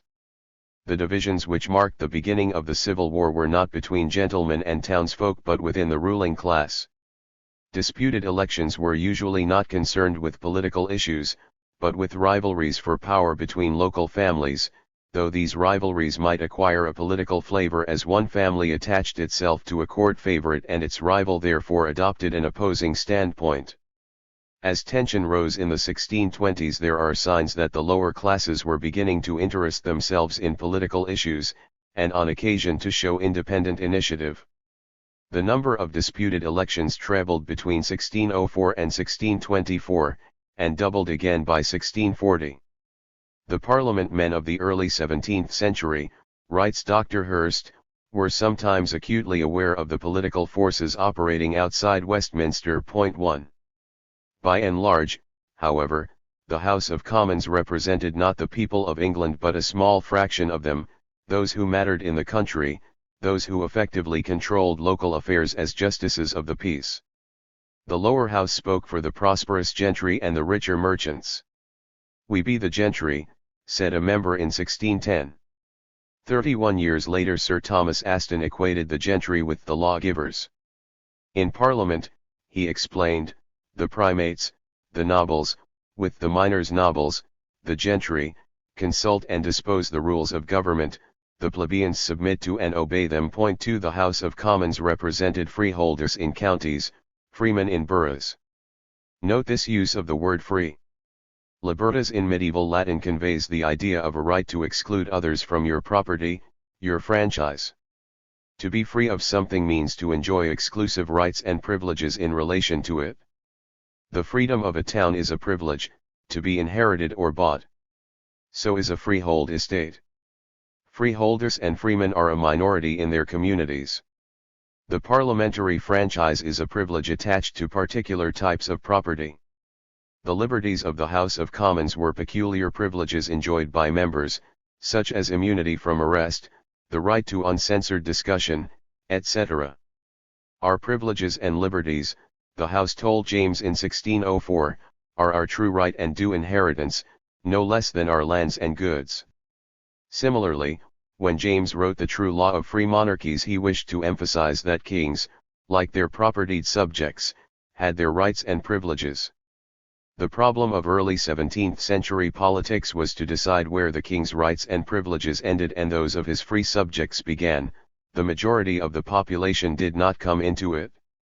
The words which Sir Thomas Smith had written in Elizabeth's reign still remain true: day labourers, poor husbandmen, ye merchants or retailers which have no free land, copyholders and all artificers, have no voice nor authority in our commonwealth, and no account is made of them, but only to be ruled. The common law was the law of free men. He that hath no property in his goods, said a member of Parliament in 1624, is not free. The gentry were exempt from the servile punishment of flogging. No goods, to be whipped was a frequent decision by justices of the peace in quarter sessions. The resentment which the Star Chamber sentences on Prynne, Burton, and Bastwick aroused sprang not so much from their savagery as because the savagery was employed against gentlemen, members of the three learned professions. Any justice of the peace daily imposed sentences of flogging and branding on the lower orders, and tried to get confessions from them by means which he abhorred when used by the prerogative courts against his own class. The unfree alone were liable to conscription. It seemed natural to Baxter that want of riches should keep men out of freedom in the Commonwealth. Words are deceptive because their meanings change. When members of Parliament spoke in defence of liberty and property, they meant something more like privilege and property than is conveyed by the modern sense of the word liberty. Mr. Ogg, who has some wise words on this subject, points out that the Act of 1711 was described as an act for securing the liberties of Parliament. The fundamental and vital liberties, Edmund Waller told the Short Parliament, are the property of our goods and the freedom of our persons. Nor were all Englishmen freeborn. My birth styles me as freeborn too, claimed Robert Heath in a poem published in 1650, since no peasant blood doth stain or chill my veins. Lodowick Mugleton called himself a freeborn Englishman because he was a freeman of London by birth. But in the mouths of levellers the liberties of Englishmen came to mean something very different and much more modern. Freeborn John Lilburne was to make a democratic slogan out of what had been a class distinction. Then Ireton was to assure the levellers that in a general sense liberty cannot be provided for if property be preserved. But before the Civil War no one was heard asking for liberty in a general sense, and so the antithesis between liberty and property was obscured. Financial and constitutional conflicts. The economic developments considered in Chapter 3 had far-reaching political and constitutional consequences. The country and especially the classes represented by Parliament were getting richer, the government was getting relatively poorer. Like all conservative landowners, the king had difficulty in reorganizing estate management to meet the rise in prices. Nor was it necessarily to his advantage to do so. For crown lands were not only a source of revenue, they were also a source of patronage and influence. Leases on favourable terms were a means of rewarding courtiers and royal servants without cost to the exchequer. So a drastic increase in rents from crown lands, though suggested from time to time, was always unpopular at court, and might have led only to increased expenditure in other directions.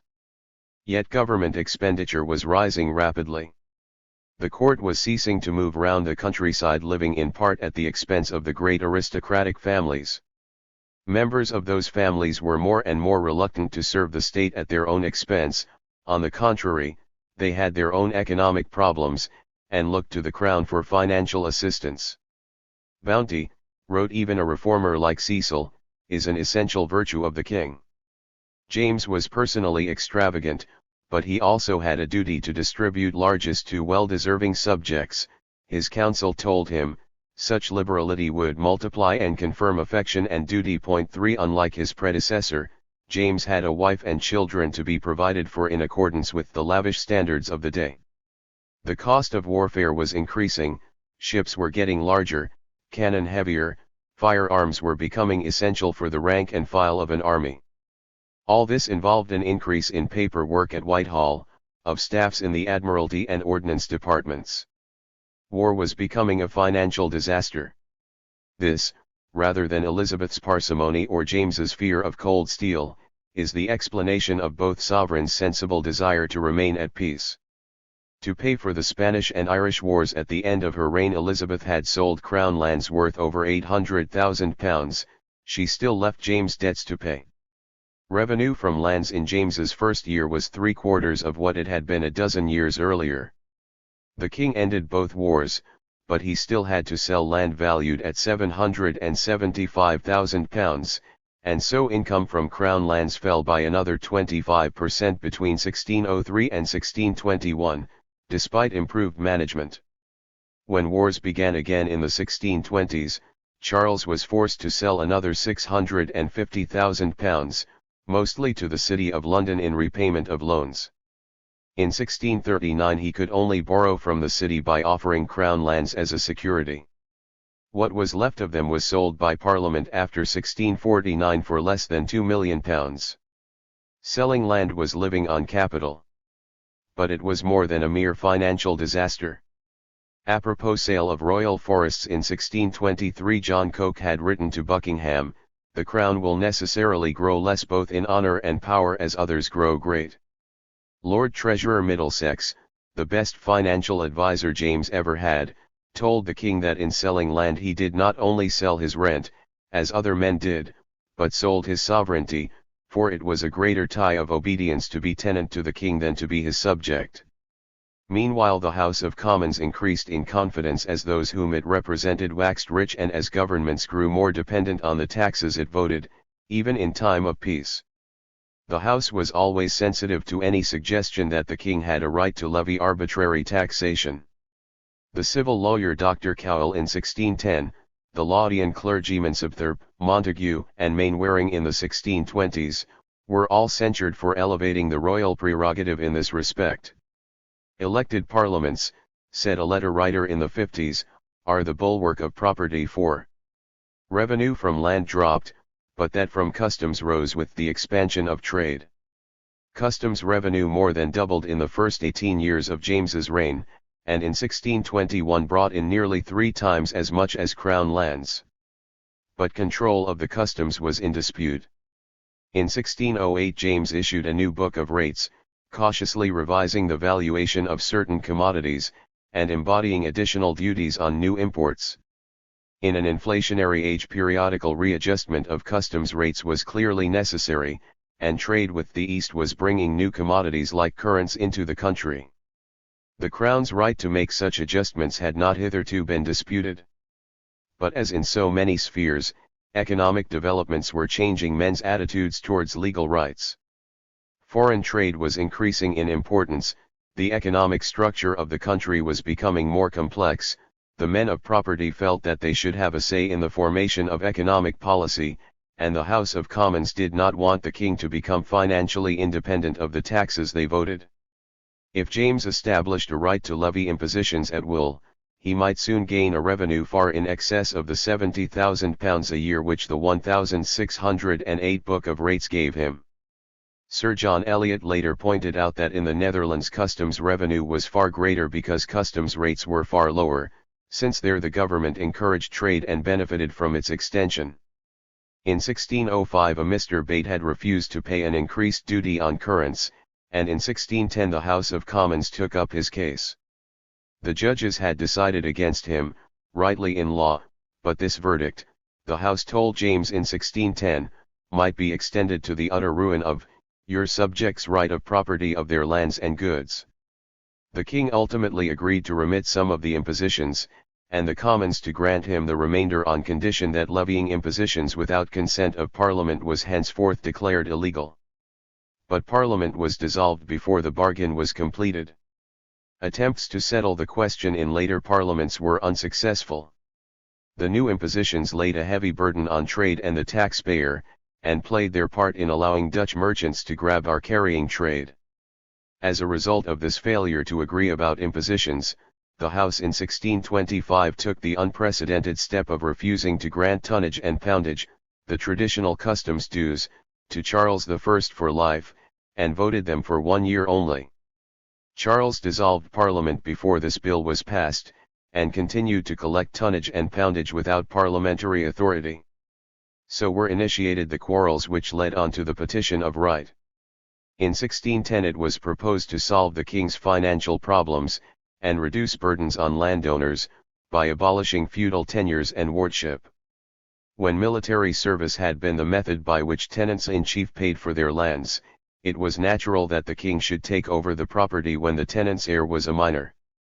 But feudal tenure had ceased to have any military significance by the 17th century. The right of wardship had become little more than an erratic system of death duties.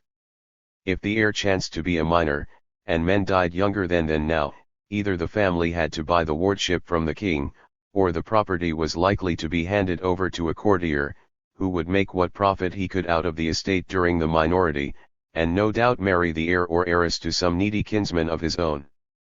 In those days of narrow margins, when continuous careful estate management was necessary to economic success, a minority might prove disastrous to a family's fortunes.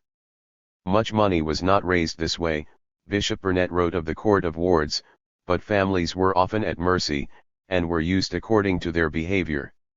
It became then a most exacting oppression, by which several families were ruined. Reviving tenures in capite, Wentworth thought, was the greatest means of drawing the subjects to depend upon His Majesty. The proposed Great Contract of 1610 would also have abolished purveyance, the right of the king to purchase supplies for his vast household below the market price. Purveyance arose in medieval times when the royal household moved around the country. It was an irritating anomaly now that production for the market had become a normal activity.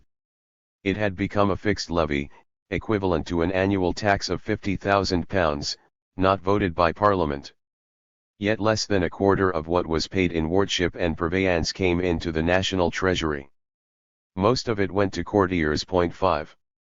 The proposal discussed in 1610 was that the king should be granted a regular income of £200,000 a year in place of wardship and purveyance.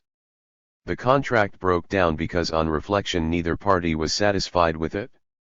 The Commons thought the price too high, and asked in addition for cancellation of all grants and pensions to courtiers, enforcement of the recusancy laws and abandonment of the royal claim to impositions.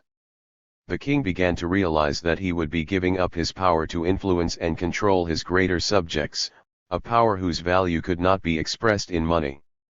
The abolition of feudal tenures, thought Sir Julius Caesar, James's Chancellor of the Exchequer, would facilitate a ready passage to a democracy, which is the deadliest enemy to a monarchy. 6. The failure of the Great Contract meant that the exact ions of the Court of Wards were increased. Charles I's exploitation of wardship during the 1630s was one of the main grievances of the landowning class. Feudal tenures were eventually to be abolished in 1646. But meanwhile the Great Contract had put into men's minds the idea that the prerogative might be for sale. Yet whilst the yield to the crown from traditional sources of revenue was proving difficult to expand, the wealth of the propertied classes in the country was increasing rapidly. The government made various ineffective attempts to tap this wealth, by increasing customs dues and by selling monopolies. But it proved essential to supplement the regular revenue still further by parliamentary grants. What was needed was a settled income, provided by regular taxation. But who was going to control collection and expenditure of the money voted? The government? Or the House of Commons, representing the taxpayers? If the government, then how could it be ensured that its policy did not clash with the economic interests of the country and of the propertied classes? In short, control of finance ultimately raised the question of control of the executive, the question of confidence. The problems of adjusting taxation to rising prices and expenditure were common to the whole of Western Europe. But in England the crown was in an especially weak position. In France the real value of royal revenue doubled in the century before 1640, in England it just kept pace with prices. The French gabelle in 1641 brought in about twice the total English revenue. In England no such tax could be established. In France something like 8s to 10s per head of the population was raised each year, in England about 2s. 60. And since in France the nobles were exempt from taxation, the disproportion was even greater than these figures suggest. Lower taxation of course contributed to England's prosperity as well as to the government's poverty. Under James two serious attempts were made to tackle the financial problem. The first was by Robert Cecil, who made peace in 1604, adopted an increased tariff, and farmed the customs, improved revenue further by the impositions of 1608, started to raise rents from crown lands, to increase profits from the Court of Wards, and then inaugurated the Great Contract. This attempt at an overall settlement was frustrated by a combination of courtiers with the House of Commons. Cecil's rule really came to an end with the failure of the contract, though he remained Lord Treasurer until his death in 1612. In the next few years, corruption and plunder were rampant. Cecil's successor as Treasurer appropriated £60,000 of public money, and though imprisoned apparently never repaid it. The last attempt at a total solution came with Cranfield, Lord Treasurer in 1621. He cut fees, pensions, and sinecures, and he stipulated that the king should make no grants without his consent. But the courtiers, with Buckingham at their head, allied with the Commons to overthrow him, the same combination as had defeated Cecil. After that there was no hope of the government's ever solving its financial problem by economies. In the 1630s Laud and Strafford fought a continual losing battle against what they called Lady Mora, the power of the privileged groups, now protected by Henrietta Maria. Lack of an efficient bureaucracy was also a handicap. The customs farmers naturally made what profits they could for themselves. Parliamentary taxes were assessed by the gentry in their counties, with the result that the richest families paid far less than they should have done. A gentleman worth £1,000 a year was assessed as though his income was only £20, said Cranfield in 1615. He himself was taxed on £150 in 1622, 2 years after he had estimated his total wealth at £90,000. The Duke of Buckingham was rated at £400, his income in 1623 was £15,000. In consequences, the parliamentary subsidy at fours in the pound of men's assessed incomes or salaries gradually shrank in value. At the beginning of Elizabeth's reign one subsidy brought in about £140,000, by 1628 this had fallen to some £55,000. In one part of Suffolk, 66 persons had been assessed in 1557 on £67 land and £454 goods, by 1628, only 37 persons were assessed, on £54 land and £23 goods. The average sum at which 78 Sussex families were assessed fell from £48 each in 1560 to £14 in 1626. So more subsidies had to be voted to raise the same sum of money, even without allowing for its depreciation in value. In an age innocent of economic theory, this contributed to the view of the average member of Parliament that he was being ruinously overtaxed, that the government was extravagant and must be brought to book. Ministers may have argued, with more reason, that their financial expedients were justified by this refusal of the landed class, the richest in the country, to pay a fair share of taxation. 7. Meanwhile another source of conflict had arisen. When the parliaments of 1625 and 1626 had been dissolved without voting supplies for wars into which the king felt they had encouraged him to enter, he tried to raise a forced loan. Those who refused to pay were imprisoned, men of humbler rank were impressed for military service under martial law, or had soldiers billeted on them. 5 knights who in 1627 were imprisoned for refusing to contribute to the loan sued out a writ of habeas corpus, to which a return was made that they were imprisoned by the special command of the king. The courts accepted this, and refused to bail the prisoners. The judgment was legally sound, but it placed impossibly wide powers in the hands of an unscrupulous government.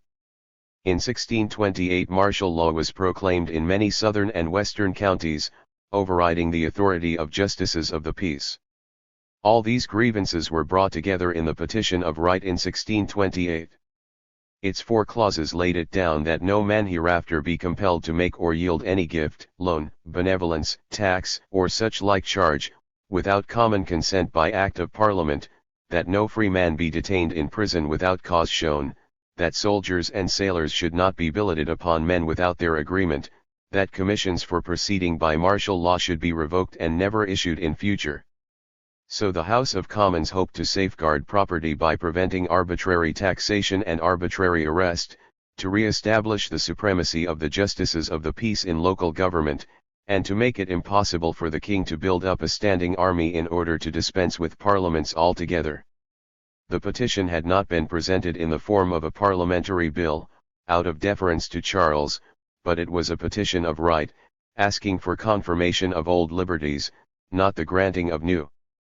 The king and the lords fought hard to obtain the insertion of a clause saying that the petition intended to leave entire the sovereign power or the royal prerogative. But this would have nullified the Commons' intention, which was, while ostensibly only stating the existing law, to redefine that law for the future. In words, the House of Commons got its own way here, as it did also in forcing Charles to accept the petition with the reply normally used for assent to a private bill. But more was required than verbal definitions. Charles continued to collect tonnage and poundage without parliamentary authorization, arguing that it was not covered by or such like charge in the petition, i.e. that the attempt to define the limits of the royal prerogative had not really defined anything. Merchants refused to pay, and when the Commons tried to come to their rescue in 1629, Charles decided to dissolve Parliament. In a revolutionary scene, the Speaker was held down in his chair whilst the House passed 3 resolutions. Anyone who advised or abetted the levying of tonnage and poundage, unless granted by Parliament, should be regarded as a capital enemy to the kingdom and commonwealth, so should any merchant who paid tonnage and poundage not granted by Parliament, or anyone who introduced innovation of religion. With this breakdown, the 11 years' personal government began. The ringleaders in this scene, Sir John Eliot, Denzil Hollis, and Benjamin Valentine, were imprisoned. Stuart governments always had to be fertile in financial expedients. James I created the rank of baronet in order to sell it. £100,000 was raised by this means. Peerages and offices were also sold. Forced loans were aimed especially against those newly rich who were thought to be under-assessed to taxation. In 1625, deputy lieutenants in Cheshire were careful to inform themselves of moneyed men, who employ the same in usury, and to tax them heavily. Sir Richard Robarts of Truro, whose father had made money by lending at interest, was told at his father's death that the king had the right to seize on all gotten by these usurious courses, but was content of his clemency merely to borrow £20,000 without interest. Robarts finally compromised for £12,000.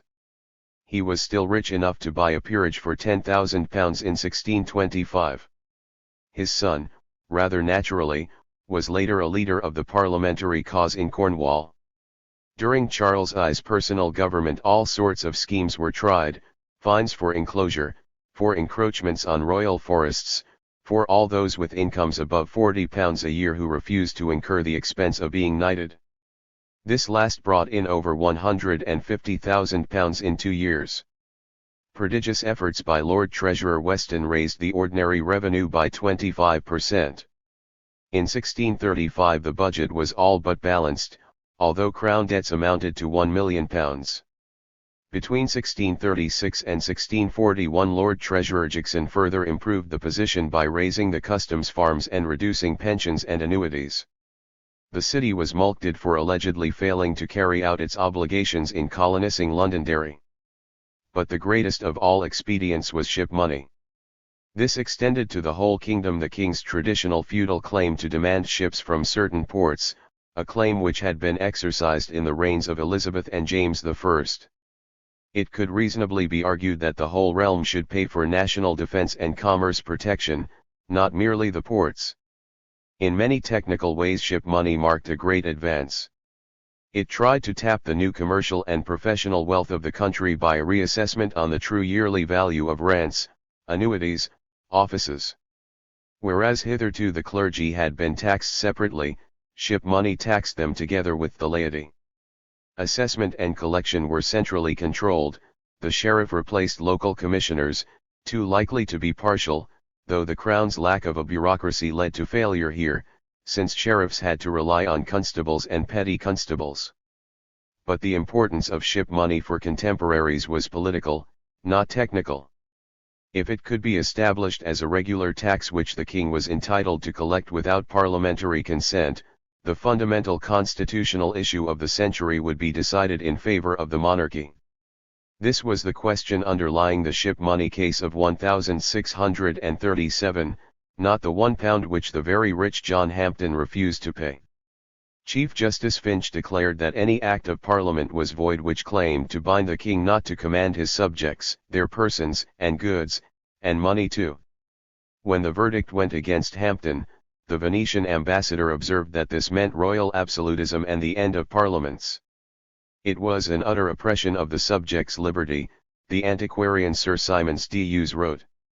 What shall freemen differ from the ancient bondsmen and villains of England if their estates be subject to arbitrary taxes? Legally the judges had a case, but politics proved stronger than law. The Crown obtained its verdict by the narrowest possible margin from a bench already subject to governmental pressure. The moral and political victory was with Hampden. As Hyde, later Earl of Clarendon, put it, when men heard this demanded in a court of law as a right, and found it by sworn judges of the law adjudged so, upon such grounds and reasons as every stander-by was able to swear was not law, they no more looked upon it as the case of one man, but the case of the kingdom. The judges' logic left no man anything which he might call his own, so men thought themselves bound in conscience to the public justice not to submit. Hyde was to be a royalist in the Civil War. Almost the whole propertied class united in opposition to ship money. In 1636, of the £196,600 assessed, only £7,000 odd, or 3.5%, failed to come into the exchequer. Next year the figure rose to 11%, but in 1638 when the Scottish troubles gave men the opportunity to resist, 61% was unpaid. When they could not balance their budgets, governments got into debt.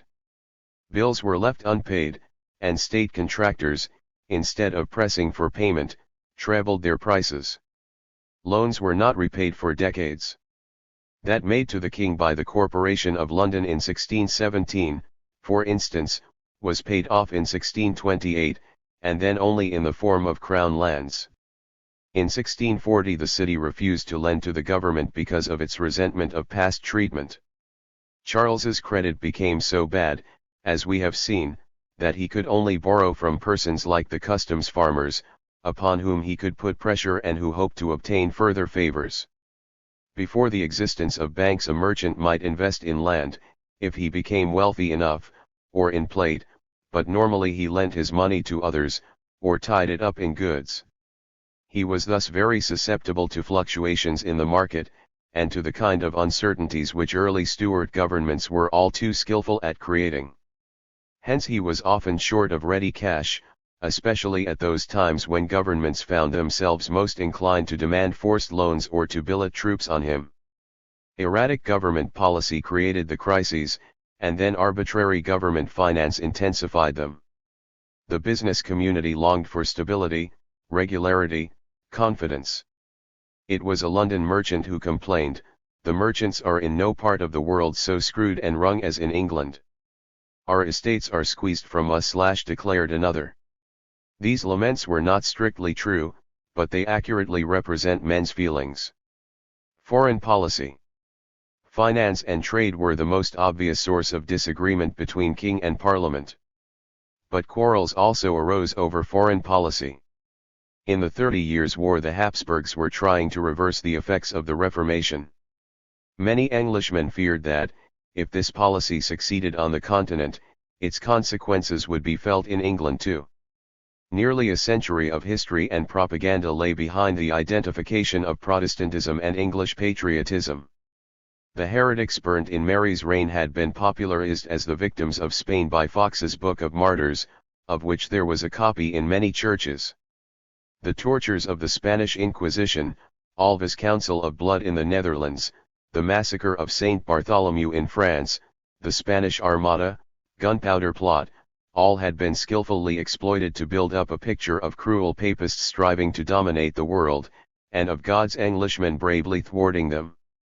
A papal victory, moreover, would threaten those who had acquired monastic lands at the dissolution of the monasteries, in England as in Germany. Protestantism, patriotism, and property were closely linked. The association of ideas was strong and popular. The danger from Catholicism was both real and imaginary. Few English Catholics were Spanish fifth columnists, and Cecil and Archbishop Bancroft had skillfully played on their divisions. Yet the Jesuits certainly wanted a forcible reconversion of England, and if the Catholic cause had prevailed in the 30 Years' War they might have got it. James was pacifically inclined, by temperament and from financial necessity. He disapproved of his son-in-law's acceptance of the Bohemian crown, since he regarded it as subversive of European order and of the rights of the Habsburg family. He, like Queen Elizabeth, had always thought of the Dutch Republicans as rebels against the crown of Spain rather than as Protestant heroes. James and Charles both admired the counter-Reformation monarchies of Spain and France. The Spanish ambassador Gondomar told James how to rule without parliament. He was very influential at court, and for long prevented English intervention in the 30 Years' War. James hoped by an understanding with Spain to restore peace in Europe, and so avoid having to call a parliament. This policy was strongly opposed. A Puritan group conducted vigorous propaganda in favor of English assistance to the Elector Palatine. In the Parliament of 1621 voices were raised in favor of war with Spain, on economic and strategic as well as religious grounds. When James dissolved it, Gondomar reported that this was the best thing that has happened in the interests of Spain and the Catholic religion since Luther began to preach heresy 100 years ago. The visit of Prince Charles and Buckingham to Madrid in 1623 to negotiate a marriage with the Infanta aroused the gravest apprehensions in England. These were justified, for the negotiations envisaged concessions to English Catholics which would have been utterly unacceptable to Parliament.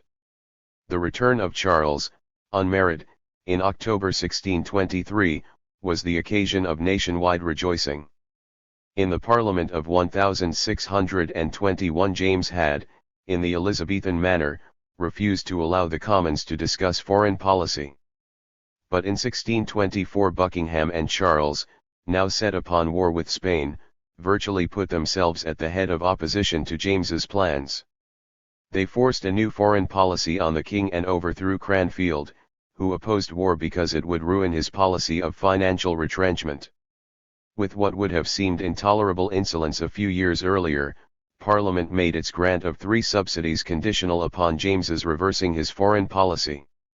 Upon your Majesty's public declaration of the utter dissolution and discharge of the 2 treaties of the marriage and palatinate, in pursuit of our advice therein, and towards the support of that war which is likely to ensue, we will grant, the greatest aid which was ever granted in Parliament to be levied in so short time. This grant, only a quarter of what had been asked, was to be paid into the hands of London citizens, nominated by Parliament, who were answerable to the House of Commons for its expenditure. Buckingham and Charles had given Parliament the right to initiate foreign policy, to control expenditure, and to displace ministers. James warned them that they were preparing a rod for their own backs. Their alliance with Parliament was short-lived. Mansfeld's expedition to the Palatinate in 1624 was a dismal failure. Buckingham thought, correctly enough in terms of power politics, that war against Spain necessitated an alliance with France. So Charles married Henrietta Maria, no less popish than the Infanta, and by secret agreement promised to make extensive concessions to English papists. Worse still, in 1625 England agreed to send ships to help Louis XIII to suppress the Protestants of La Rochelle. This was not the foreign policy for which Parliament had clamoured, and in this instance at least Parliament represented public opinion. The crews of the ships intended to be put at French disposal mutinied. Buckingham lightheartedly reversed his policy and declared war on France. Yet his failure to relieve La Rochelle in 1627 was the greatest dishonor that our nation ever underwent. Buckingham had finally lost the confidence of the political nation.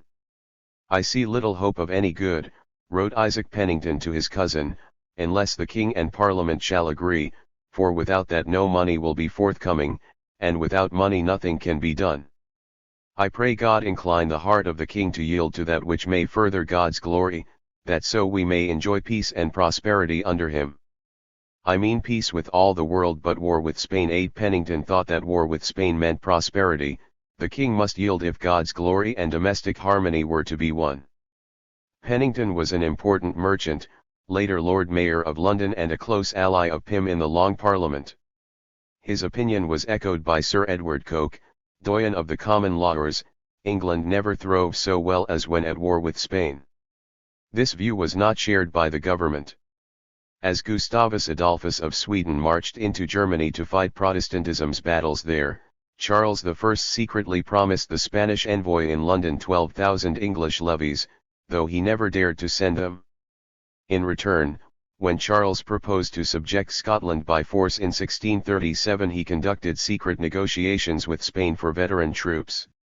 It was a natural reflection of the two different foreign policies that the Stuart kings always treated Catholics leniently, whilst Parliament was as determined to tighten up the collection of fines for breach of the recusancy laws. Parliament's motive was in part to finance the exchequer at the expense of its foes, partly to weaken what it thought an irreconcilably hostile group at home. Papists were mainly royalists in the Civil War. The queens of both James and Charles were Catholic, and especially in the latter's reign there were numerous conversions of politically important figures: Buckingham's mother, Lord Treasurer Portland, Secretaries of State Calvert and Windibank, Chancellor of the Exchequer Coddington, and many great court ladies. A papal agent was received at court in 1637 for the first time since the reign of Bloody Mary. We know now that Laud opposed the papist trend at court, and refused a cardinal's hat. But to contemporaries his policy seemed to be approaching popery, and after all the Pope thought the offer worth making. The accusation of popery was damaging just because of the close association between Protestantism and English patriotism. Parliament's Grand Remonstrance of 1641 saw behind royal policy a malignant and pernicious design of subverting the fundamental laws and principles of English government, of which the actors and promoters were the Jesuit papists, the bishops and the corrupt part of the clergy, such councillors and courtiers as for private ends have engaged themselves to further the interest of some foreign princes or states. Certainly there were courtiers who took Spanish bribes, but the Grand Remonstrance was also a propaganda statement. "We charge the prelatical clergy with popery to make them odious," observed Selden, "though we know they are guilty of no such thing." Sovereignty.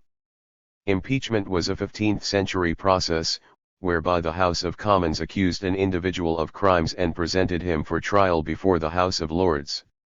In 1621 Sir Giles Mompesson had been impeached as a monopolist, and Lord Chancellor Bacon for bribery. Buckingham had been prepared to sacrifice Bacon to win popularity. In 1624 he organised the impeachment of Lord Treasurer Cranfield. As James had predicted, Buckingham's turn came in 1626. He was accused of monopolising offices of state. This was not a crime, but the clumsy process of impeachment was the only way in which the Commons could register lack of confidence in a royal minister. It was the first step on the way to establishing responsibility of ministers to Parliament. The years 1604 to 1629 have been described as those in which the House of Commons won the initiative. 9 By a series of procedural devices, control of debates was taken from the Privy Councillors, who were the King's agents in the House. Extended use of committees reduced the formality of debates and enabled private members to make their influence felt. The Speaker was invariably a royal nominee, whose duty was to manage debates in the government's interest. The invention of the Committee of the Whole House enabled the Commons to replace the Speaker by a chairman of their own choosing. Longer sessions gave experience and the habit of working together. Leaders began to emerge who were not courtiers and whom the House would follow rather than privy councillors. In 1604 the House successfully opposed James's attempt to refer to the Court of Chancery a disputed election in Buckinghamshire, and so won the right henceforth to decide election disputes. though James's action had had good Elizabethan precedent. In 1614 there was so great an outcry in the Commons over allegations that the government had tried to manage the House through undertakers that Parliament had to be dissolved after 9 weeks of contentious inactivity. The experience of this addled Parliament made governments much more cautious in future. In 1621 James rebuked the Commons' claim to discuss foreign policy, asking, "What have you left unattempted in the highest points of sovereignty in that petition of yours, except the striking of coin?" He added that the privileges of the House were derived from the grace and permission of our ancestors. The House replied in a protestation, which the angry king tore from the journal of the House: "The liberties, franchises, privileges and jurisdictions of Parliament are the ancient and undoubted birthright and inheritance of the subjects of England. The arduous and urgent affairs concerning the king, state, and defence of the realm and of the Church of England, and the maintenance and making of laws, redress of mischiefs and grievances, are proper subjects and matter of comment and debate in Parliament, in discussing which speech should be free." The resolutions of 1629 were a similar assertion of the Commons' rights. The Speaker had to be held down in his chair whilst they were passed. But in 1642, when Charles I came to arrest 5 members of Parliament, Speaker Lenthal said to him, "I have neither eyes to see nor tongue to speak in this place, but as the House is pleased to direct me, whose servant I am." So the revolution was completed, by which the Speaker ceased to be the King's servant and became the servant of the Commons. It is important to be clear what winning the initiative meant. Constitutional historians sometimes write as though members of Parliament valued their liberties and privileges as things in themselves, as though they revived extinct procedures like impeachment out of pure antiquarianism. There were devoted antiquarians in the House, but all these procedural devices, old and new, were means to an end. Nor do we need to postulate the existence of a revolutionary party in the House of Commons. There were diverse sources of conflict in finance, religion, and foreign policy. The Constitution was the sphere in which attempts were made to adjust divergent views. Men argued in terms of precedent because they could not accept that they were facing novel problems. Those which the economic changes of the 16th century forced on governments were fully understood neither by ministers nor by MPs. As men fumbled and clashed, the Commons gradually organized themselves to wrest the initiative from privy councillors, not from any conscious desire to usurp state power but because MPs wanted different policies to be pursued. Point 10. In this the Commons were acting on behalf of those whom they represented. Although debates were supposed to be secret, the text of important speeches circulated in the country, and already members were appealing to the bar of public opinion in a way that was to be deliberately extended during the Long Parliament. The remonstrance of 1629 declaring tonnage and poundage illegal, for instance, was intended to encourage merchants to refuse payment. Looking back, we describe the early 17th century conflicts as a struggle for sovereignty. Who was to be the boss, the king and his favorites, or the elected representatives of the men of property? Contemporaries did not see it in this light. Only royalist thinkers had a clear theory of sovereignty. Parliamentarians agreed with Pym in denying sovereign power to our sovereign lord the king, but they did not claim it for Parliament. The most remarkable case is that of Sir John Eliot. After the dissolution of 1629, Eliot was imprisoned by the king, and deliberately allowed to die in the Tower of London. He could have obtained his release by grovelling. He did not do so. He was a man of principle and of courage.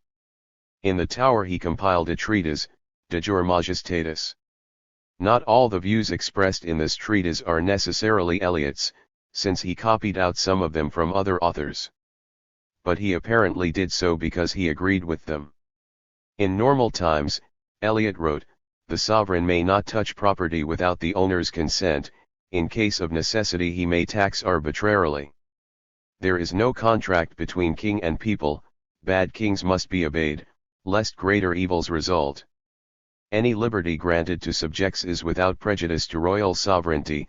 Charles had vainly tried to get this stated in the Petition of Right.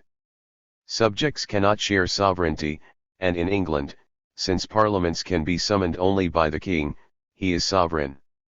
So Eliot, slowly being done to death in prison for acting on the principle that Parliament's authority must prevail over the king, appears to have been unable to express this idea in theoretical form. Nor was he the only one of the parliamentarian leaders who had a stop in the mind at this point. It may help us to understand Wentworth's acceptance of royal office in 1628, although he had previously opposed the court. Pym and his fellows regarded Wentworth as a time-server who had betrayed his principles. He did indeed profit greatly in the royal service. But was he not in fact acting on Eliot's principle in deciding that, now Buckingham's rashly bellicose foreign policy had been abandoned, His Majesty's government must be carried on? In this light James I appears not unreasonable. Historians are apt to castigate him as a tactless Scot, who did not understand the English constitution, and who by putting forward extreme claims on behalf of the monarchy roused members to make counter-claims for Parliament. But in fact James was a shrewd, conceited, lazy intellectual, who before he succeeded to the English throne had been a great success at the difficult job of governing Scotland. His ideas on the prerogative or divine right were no more extreme than those of Elizabeth had been. James expressed them more often, and more forcibly, but there were perhaps reasons for this. Parliament was already challenging the royal authority by the end of Elizabeth's reign, but in theory and practice the position of the Crown was much the stronger. The king had been the focus of law and order in Tudor England. The emotional loyalties of Protestant Englishmen centered on the head of their church. Shakespeare's historical plays illustrate the Elizabethan sense that a strong monarchy was essential to defend national unity against foreign invasion and domestic anarchy. The danger from the monarchy's point of view was that the position might go by default. It was to James's advantage to define his position and dare Parliament to challenge it. The stop in the mind ensured that the furthest that his critics could go was to speak of the sovereignty of king in Parliament, or more often of a mixed monarchy, a balanced constitution. In case of conflict it was difficult, historically, legally, and emotionally, for anyone to deny the ultimate authority of the king. And much that seems offensive to us in James's way of expressing the theory of divine right would not have shocked contemporaries. A privy councillor said in Star Chamber on one occasion, apropos of a gentleman who had sued a village constable, the lowest official in the hierarchy, "Let all men hereby take heed how they complain in words against any magistrate, for they are gods." To call a right divine in the 17th century meant no more than that you attached importance to it. James's theory of the royal prerogative had much to commend it in law, logic, and common sense. All agreed that the king had certain prerogative rights, such as the right to mint coin or to create peers. What James and Charles also claimed was an absolute prerogative right to take any action outside the law which they thought necessary for national defense or national security as defined by themselves. This prerogative the House of Commons and the common lawyers denied to the government, but it is a right which Parliament exercises today. It is the ultimate right of sovereignty, which in any state some authority must exercise. Parliament and common lawyers did not deny the existence of the royal prerogative, but since it was being used to meet novel problems, they rightly thought that the king and his favorites were stretching it unprecedentedly. From the king's point of view his critics seemed to be acting in a merely negative and obstructive way, and to justify their position they were forced to resort to unconvincing legal fictions. Hence the legal antiquarianism of Sir Edward Coke and so many of the leaders of Parliament. If they had been able to recognize that they faced a situation without precedent, then they could have said, "We wish to force such and such acts upon the government because we believe them to be in the interests of the country, and because we, the taxpayers' representatives, are strong enough to insist that our views prevail."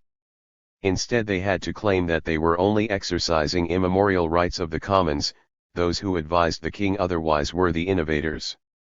So the Long Parliament kept Sir Symonds D'Ewes as its tame antiquarian, sending him off to the archives in the Tower every now and then to search for precedents which would justify what the House wanted to do. The sad day came when Sir Symonds reported that he could find no precedent. This did not stop the House from acting as it wished, but it helped men to overcome the stop in the mind and evolve a theory of sovereignty which countered that of the divine right of kings. The balanced or mixed constitution was one theory put forward to evade the issue of sovereignty.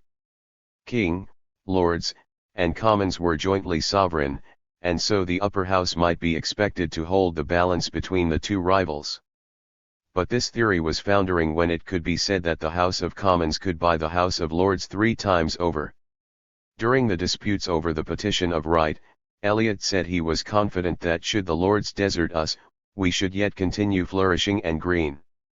Moreover, the issues which drove a majority of the Commons into opposition also divided the upper house. In 1621, writes Mr. Manning, the Earl of Southampton was the real leader of the opposition in the lower house. In 1626 the Earl of Pembroke was behind the parliamentary attack on the Duke of Buckingham. The 11 years' personal rule was an affront to the Lords no less than to the Commons. The Crown could rely on the Lords only because of the solid block of episcopal votes there. It was with reference to the theory of the balanced constitution that Harrington made his famous remark, "A monarchy divested of its nobility has no refuge under heaven but an army." Wherefore the dissolution of this government caused the war, not the war the dissolution of this government. Another anti-sovereignty theory was the concept of fundamental law. Somewhere, in the breasts of judges, in Magna Carta, or in the liberties of Parliament, were laws so sacred, and so essential to social stability, that no government could override them. The beauty of the concept of fundamental law lay precisely in its vagueness and in the assumption that it was self-evident. All could agree about the importance of something that was never defined. In 1641 Strafford was impeached, among other charges, for subverting the fundamental laws of the kingdom. The Commons were just about to vote the charge when the witty and malicious Edmund Waller rose, and with seeming innocence asked what the fundamental laws of the kingdom were. There was an uneasy silence. No one dared to attempt a definition which would certainly have divided the heterogeneous majority, agreed only in its view that for Strafford stone dead hath no fellow. The situation was saved by a lawyer who leapt to his feet to say that if Mr. Waller did not know what the fundamental laws of the kingdom were, he had no business to be sitting in the House. That was all right for the time being. The theory of fundamental law was the Commons' only answer to royal claims to absolute prerogative, so long as they could not claim sovereignty for themselves, and adherence to fundamental law increased the impossibility of thinking in terms of sovereignty. So far we have discussed the constitutional conflicts with little reference to the common law. This would have seemed incomprehensible to the men of the 17th century, whose difficulty in grasping the issue of sovereignty sprang largely from the fact that they thought in legal terms. A statute declared what law was, it did not create it. Parliament was a high court. The problems of the day were seen as matters calling for adjudication between rights and privileges, liberties and prerogatives. Sir Edward Coke, a professional lawyer who became a leader of opposition in the Commons, liked to think it was the task of the common law judges to act as ultimate court of appeal in constitutional matters, as a supreme court. The law itself was sovereign, and the judges alone understood its mysteries. Under Coke the common law judges tried to hem in the royal prerogative, to restrict the jurisdiction of prerogative and ecclesiastical courts which derived their authority direct from the crown.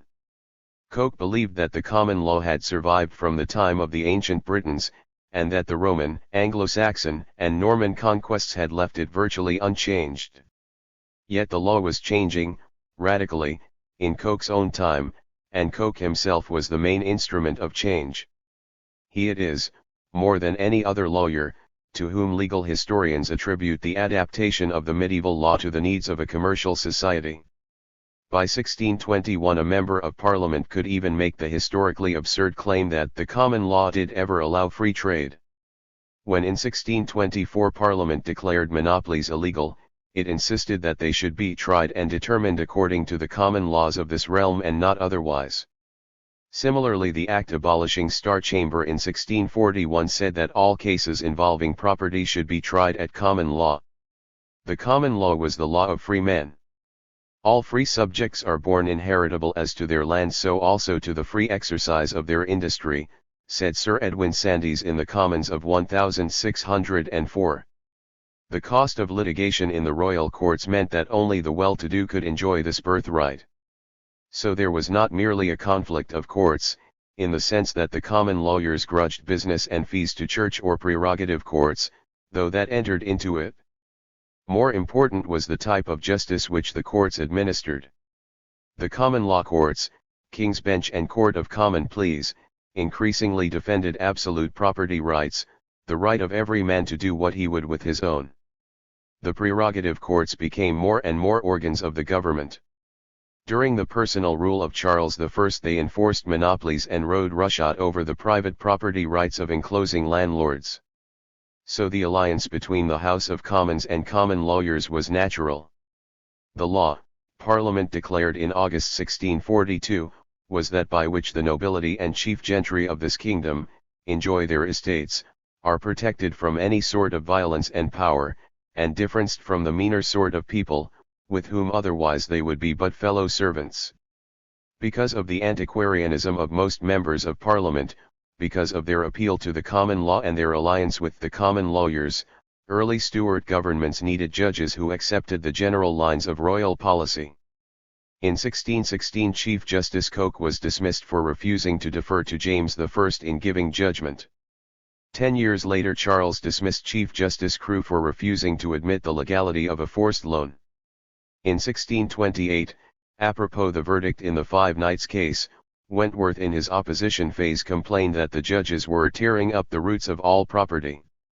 During the personal government of Charles I repeated dismissals reduced the judges to a state in which they enforced monopolies, abandoned Coke's attempt to restrict the jurisdiction of church courts, and declared ship money legal. But the loss of reputation which the bench suffered in consequence probably did the government more harm in the long run. Court and country. Throughout this period we are conscious of a growing divergence between the standards of the court and those of the mass of the propertied class. James I was a pedantic and undignified person with gross and unseemly personal habits. He distributed wealth and honors with a lavish hand, first to Scottish favourites, then to the upstart tribe of the handsome George Villiers. The drunkenness of the court, the sordid scandals of the Essex divorce and the Overbury murder, reflected on the king personally since the Countess of Essex was divorced to marry a royal favourite, the Earl of Somerset. Such goings-on outraged the sense of decency of the increasingly Puritan gentry and merchants. Under Charles I the court's outward behaviour improved, but the continued domination of Buckingham offended the old aristocracy, the influence of his Catholic relations shocked Puritan opinion, and after his assassination in 1628 the party of Henrietta Maria was more ostentatiously Catholic than Buckingham's had been. In 1640 nearly 1 in 5 of the peers was a papist. The better moral tone of the court was accompanied by the ascendancy of Laud, whose theological innovations seemed no less shocking, and whose henchmen were lordly prelates raised from the dunghill, equal commonly in birth to the meanest peasants. The bishops, adds Hyde, no enemy to episcopacy, by want of temper or want of breeding did not behave themselves with that decency in their debates towards the greatest men of the kingdom as in discretion they ought to have done. And so they incurred the universal envy of the whole nobility. In 1640 the Root and Branch petition denounced the encouragement of ministers to despise the temporal magistracy, the nobles and gentry of the land. Many Londoners signed it. So there were deep divisions between court and country. This had constitutional consequences, since those who were asked to pay taxes felt that the money largely went to pay for court luxury and extravagance. In 1610 a member of Parliament said he would never consent to take money from a poor frieze jerkin to trap a courtier's horse withal. Catholic influences at court meant failure to fine recusants as the law demanded.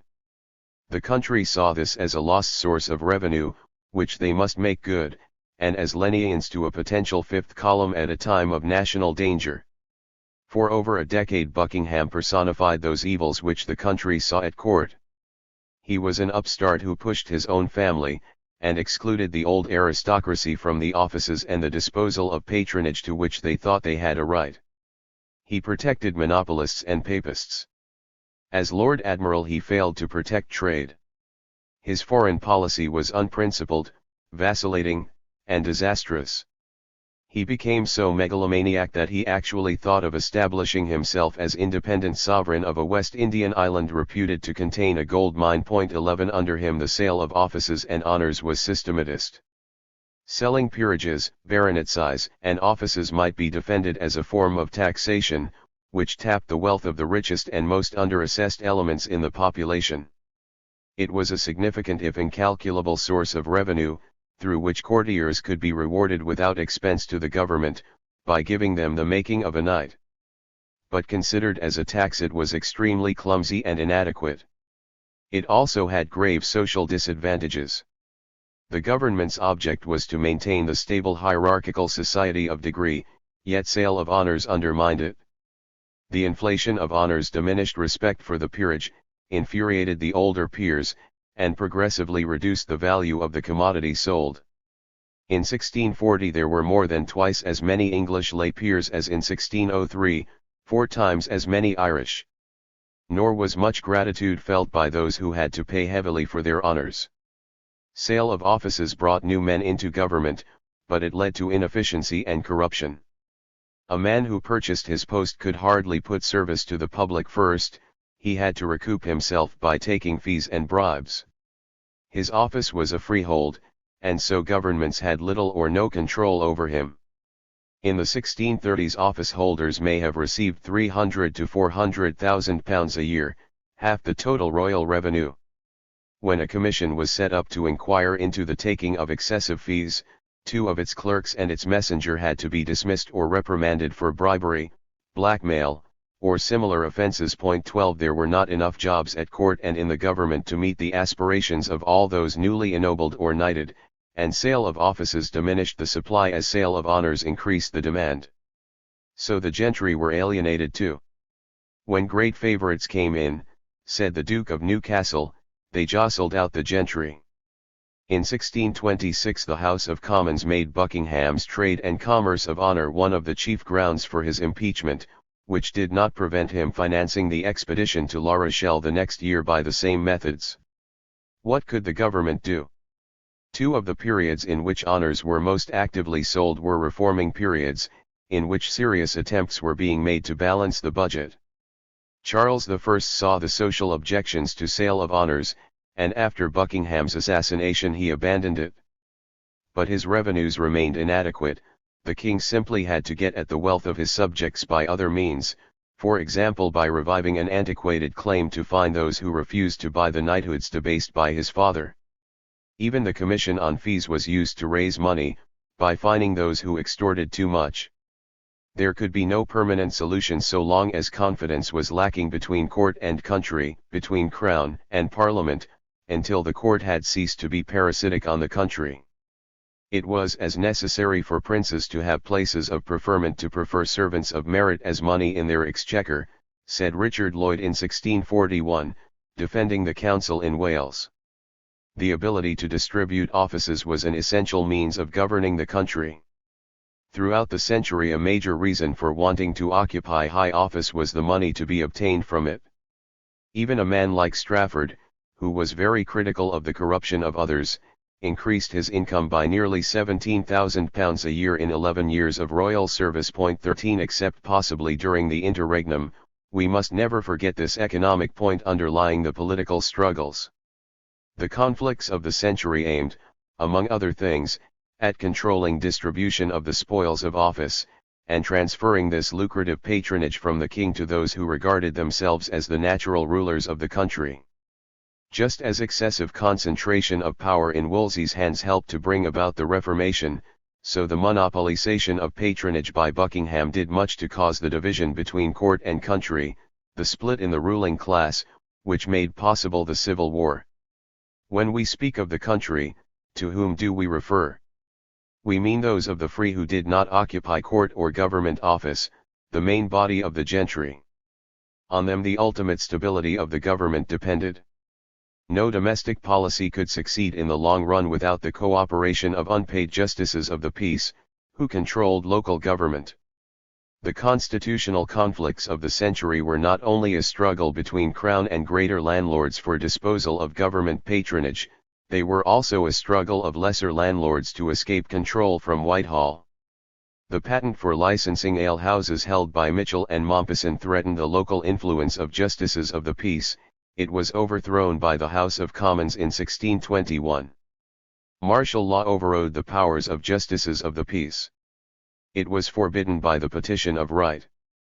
In the 1630s the Privy Council tried to impose a stricter policy of economic regulation and poor relief on justices of the peace. In 1640-1 they hit back. Similar challenges to the local authority of the natural rulers of the countryside, made later by levellers, by Cromwell's major generals, and by James II, were similarly overthrown. Justices of the peace enjoyed real power and patronage in their localities, and had the opportunity to impose and maintain the type of social discipline that seemed best to them. British freedom as established by 1714 meant, among other things, the unimpeded right of the JP to regulate in minutest detail the lives of his social subordinates. The reigns of the first two Stuarts thus taught a number of lessons to those Englishmen who counted in politics.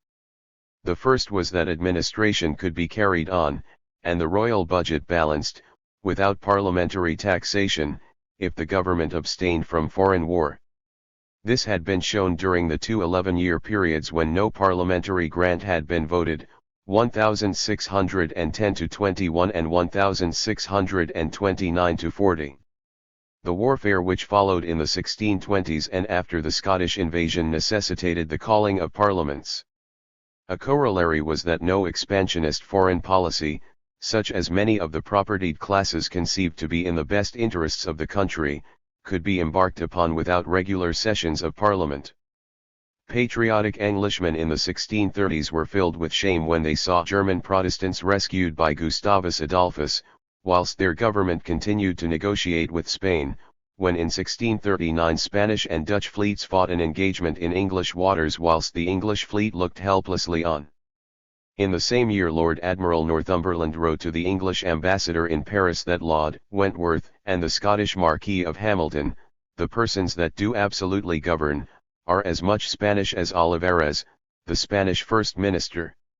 A second and more sinister lesson was that by control of the judicial bench the king had secured, in ship money, a source of regular taxation, which in time might enable him to dispense with parliaments, and that in Privy Council and Star Chamber he possessed the means for enforcing the government's will. Only the exceptional circumstances of the Scottish invasion in 1639, in agreement with an important section of the English opposition, broke the power of the government. A third lesson, or rather apprehension, was that in order to dispense with parliaments altogether and establish a monarchy on the French pattern, an army would have to be built up. Englishmen in the 17th century were very conscious that representative institutions were coming to an end all over Europe. The French Estates General met in 1614 for the last time before 1789. What once were voluntary contributions in Naples and Spain have become due and certain, said a member of the Parliament of 1625, arguing that the same might happen to tonnage and poundage. England is the last monarchy that yet retains her liberties, added Sir Robert Phillips. Charles rubbed the point home by telling his next Parliament that parliaments are altogether in my power for the calling, sitting, and dissolution. Therefore, as I find the fruits of them to be good or evil, they are to continue or not to be. Britain's insular position had allowed the country to prosper in peace during the century and a half before 1640. It also meant that the Crown had no independent military force which it could use against its subjects. It could act only in agreement with the gentry who ruled the localities. A navy is no use for internal repression. But in the 1630s Wentworth, as Lord Lieutenant of Ireland, was believed to be building up an army which could be used in Britain, an army composed largely of papists. Here again Scottish intervention was decisive, since it supplied the opposition with an organised military force before the Irish army could be used. The gravest charge against Strafford in his impeachment was probably the report of his words in the Privy Council, You have an army in Ireland which you may employ here to reduce this kingdom. Strafford argued that this kingdom meant Scotland, not England. But that was little better. For if the Scottish revolt had been suppressed by military power, there would have been small prospect of a Parliament's meeting in England. Among the causes of the Civil War we must include the character of Charles I. Much stupider than his father or his eldest son, Charles was governed first by the disastrously vain and incompetent Buckingham, and then by the disastrously popish and arbitrary Henrietta Maria. He never gave his full confidence to the men who served him best, Laud and Strafford. His readiness to permit the Laudian party to dominate the Church of England no doubt derived from sincere religious conviction, but it was politically disastrous. It added conscientious Puritans to those alienated by other aspects of his personal rule. Bacon thought that Puritans were a majority of the subjects. If one shares Charles's prejudices, it is possible to argue that he was actuated by devotion to principles so noble that they override ordinary moral considerations. If one does not share these prejudices, it looks more like the petulant obstinacy of the weak man. In any case, the king's high idea of his own station, his rigid inability to compromise in time, and his transparent dishonesty, made it impossible for him ever to have functioned as a constitutional monarch. Time after time in the 1640s he demonstrated that his word could not be relied on. His execution became, in words doubtfully attributed to Oliver Cromwell, a cruel necessity. 5. Religion and ideas. Archbishops and Lord Bishops have claimed their calling immediately from the Lord Jesus Christ, which is against the laws of this kingdom. The root and branch petition. The State Church. The Civil War used to be called the Puritan Revolution. The tendency of historians recently has been to emphasize its social and political causes, sometimes almost to the exclusion of religion. Yet questions of religion and church government loomed large for contemporaries, even in spheres which today we should not regard as religious at all. Professor Tawney's Religion and the Rise of Capitalism, which every student of the period should read, suggests that Puritan ways of thought contributed to the development of a capitalist outlook. Most historians would agree that there is some connection between the Puritan and the bourgeois virtues. The very idea of a Puritan revolution is more complex than we used to think. There is not any man of the Church of England, wrote its most subtle defender, Richard Hooker, but the same man is a member of the Commonwealth, nor a member of the Commonwealth which is not also a member of the Church of England. The Church played a much larger part in the lives of all English men and women in the 17th century than it does today. Everyone had to attend services in his parish church every Sunday, and was liable to legal penalties if he did not. He had to pay tithes, 1/10 of his produce or his profits, to a clergyman whom he had no say in choosing, and of whom he might heartily disapprove. He was liable to the jurisdiction of church courts, which punished him not only for heresy, non-attendance at church, or sexual immorality, but also for working on Sundays or saints' days, for non-payment of tithes, sometimes even for lending money at interest. Church courts were no less an irritant because their censures were often ineffective. The rich could buy themselves off, but many people had to waste time and money attending them. In the isolated villages the parish was a real social unit. For all except perhaps the very poorest the church was the center of public life and amusement as well as of local administration and taxation. Faint survivals of this still remain in the notices which can be seen fluttering in church porches. Military training went on in the churchyard, military stores and evidences of title to property were kept in the church. Parish officials were local government officials, responsible for poor relief and the poor rate, and for flogging vagrants until his or her body be bloody. The pulpit was used for making government announcements, and ministers were frequently instructed by the government to preach sermons slanted in a particular way. Thus in 1620 James I ordered the Bishop of London to instruct his clergy to preach against the insolency of our women and their wearing of broad-brimmed hats, pointed doublets, their hair cut short or shorn. A fortnight later a newsletter records, "Our pulpits ring continually of the insolency and impudency of women." Under Charles I, positive attempts to dictate the contents of sermons were more frequent. For instance, in 1626 the clergy were instructed to preach that refusal of financial support for the king was sinful. In days before the existence of newspapers, with no radio or television, we can scarcely exaggerate the influence of the parson in forming the political, economic, and moral outlook of his parishioners. Books were strictly censored, and the censorship was in the hands of the bishops. Education was an ecclesiastical monopoly. Fellowships at Oxford and Cambridge were with few exceptions restricted to clerics, and in the 30s Laud was tightening thought control in the universities. No person might teach in a school or private family unless licensed by his bishop. The parson was likely to be the best educated man in his parish, with the possible exception of the more remote squire. Moreover, Christianity was the real belief of almost everyone. The Bible was universally believed to be an inspired text, offering guidance on all life's problems. Therefore the unchallengeable opinions of the accredited expounders of Christianity carried infinitely greater weight with their illiterate hearers than, say, those of press lords with their readers today. Competition had not yet reduced men's opinion of the value of the commodity supplied. In the 40s the radicals attacked, in the same breath, the merchant adventurers' export monopoly, the stationers' printing monopoly, and the church's monopoly of preaching. Politicians fully appreciated the political significance of the church. People are governed by the pulpit more than the sword in time of peace, said Charles I. Religion it is that keeps the subject in obedience, Sir John Eliot agreed.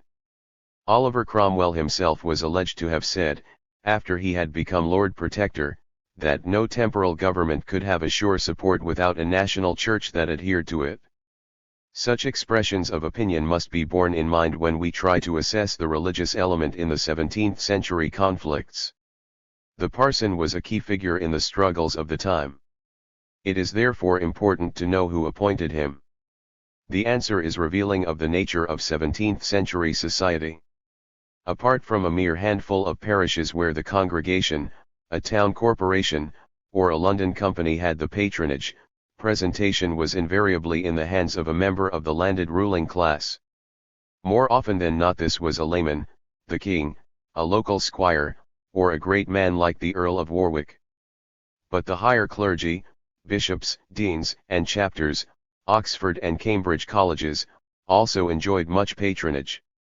The Bishop of Lincoln's 150 livings were mostly very poor ones, but they made him a power in the land.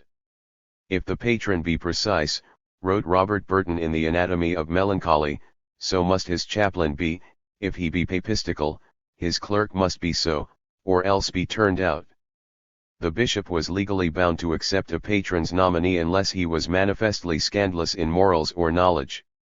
John Earle, later a bishop, could take it for granted that for the humble villager his religion is a part of his copyhold, which he takes from his landlord and refers it wholly to his discretion. Patronage thus produced a majority of ministers whose political outlook, if they had one of their own, was conservative. No bishop, no king, no nobility. This version of King James's famous epigram was recorded by a bishop. The three stood or fell together. Puritan patrons might appoint Puritan ministers, but their Puritanism would be moderate. When real religious radicalism appeared in the 1640s, it was among men who rejected the patronage system altogether, and refused to pay tithes to ministers who, they thought, should be elected by their congregations. A social revolution was involved in this apparently simple point of conscience. So before 1640 the demand for democracy in the church was as unable to make itself heard as the demand for democracy in the state. Only a tiny minority of sectaries who had sought refuge in the Netherlands or New England were able to attack the concept of a state church as such. The conflicts before the Civil War raged between rival views of what the national church should be. Bishops gave the Crown 26 safe votes in the House of Lords. Convocation taxed the clergy separately from the laity, and was much more generous in its subsidies than the House of Commons. It legislated, independently of Parliament, for laity and clergy alike.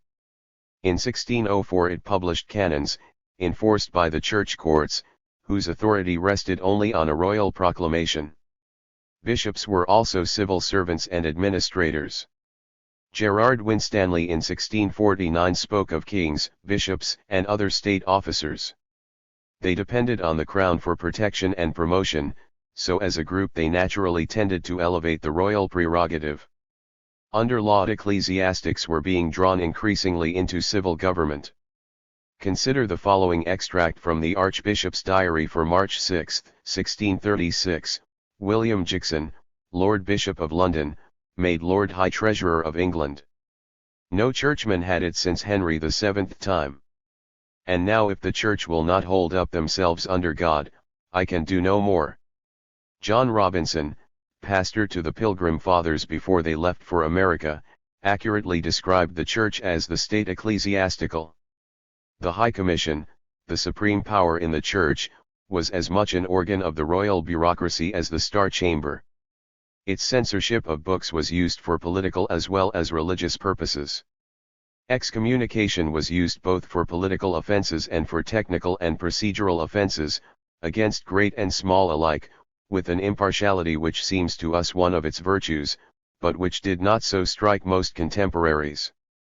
What was it, the Presbyterian divine Thomas Edwards asked in 1646, that ruined the bishops and that party, but their grasping and meddling with all at once, church and commonwealth both, provoking also all sorts of persons against them, nobility, gentry, city, ministers, common people. This fusion of the secular and ecclesiastical civil services led to a union of oppositions, and gave a political significance to what seemed on the surface purely religious questions. Many good churchmen, like Pym and Sir Symonds d'Ewes, allowed ancient and godly bishops, but disliked their baronies and temporal honours and employments. Parliament in 1610 asked for drastic curtailment of the powers of the High Commission, and restrictions on the activities of ecclesiastical courts. Church courts were nominally supervised by bishops, but in fact run by their lay officials. These courts were an impersonal part of the state machine, bitterly resented for their delays and extortionate fees. Many Puritans wanted to replace them by a parochial discipline, administered in a more paternal and intimate way by the minister assisted by elders elected from the congregation. It was assumed that elders would normally be drawn from the propertied class. The Puritan scheme of discipline had supporters among the well-to-do laity, who saw themselves playing a larger part in the control of the church, and replacing the nominated officials of the bishops' courts who owed everything to hierarchy and crown.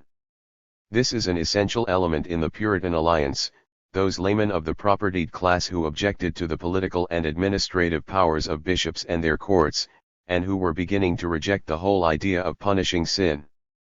The Protestant emphasis on the individual conscience as opposed to external ceremonies, on penitence rather than penance, also worked against the church courts. Such men disliked church courts for the same sort of reasons that they disliked prerogative courts. They wished to subordinate them to Parliament at the centre, and in the parishes to elders from the class which Parliament represented. This lay element might express its views in either Puritan or Erastian form, that is, it might emphasize either reforming the church or subordinating it to the state. It was always strongly represented in the House of Commons. Again, this is more than a mere conflict of courts.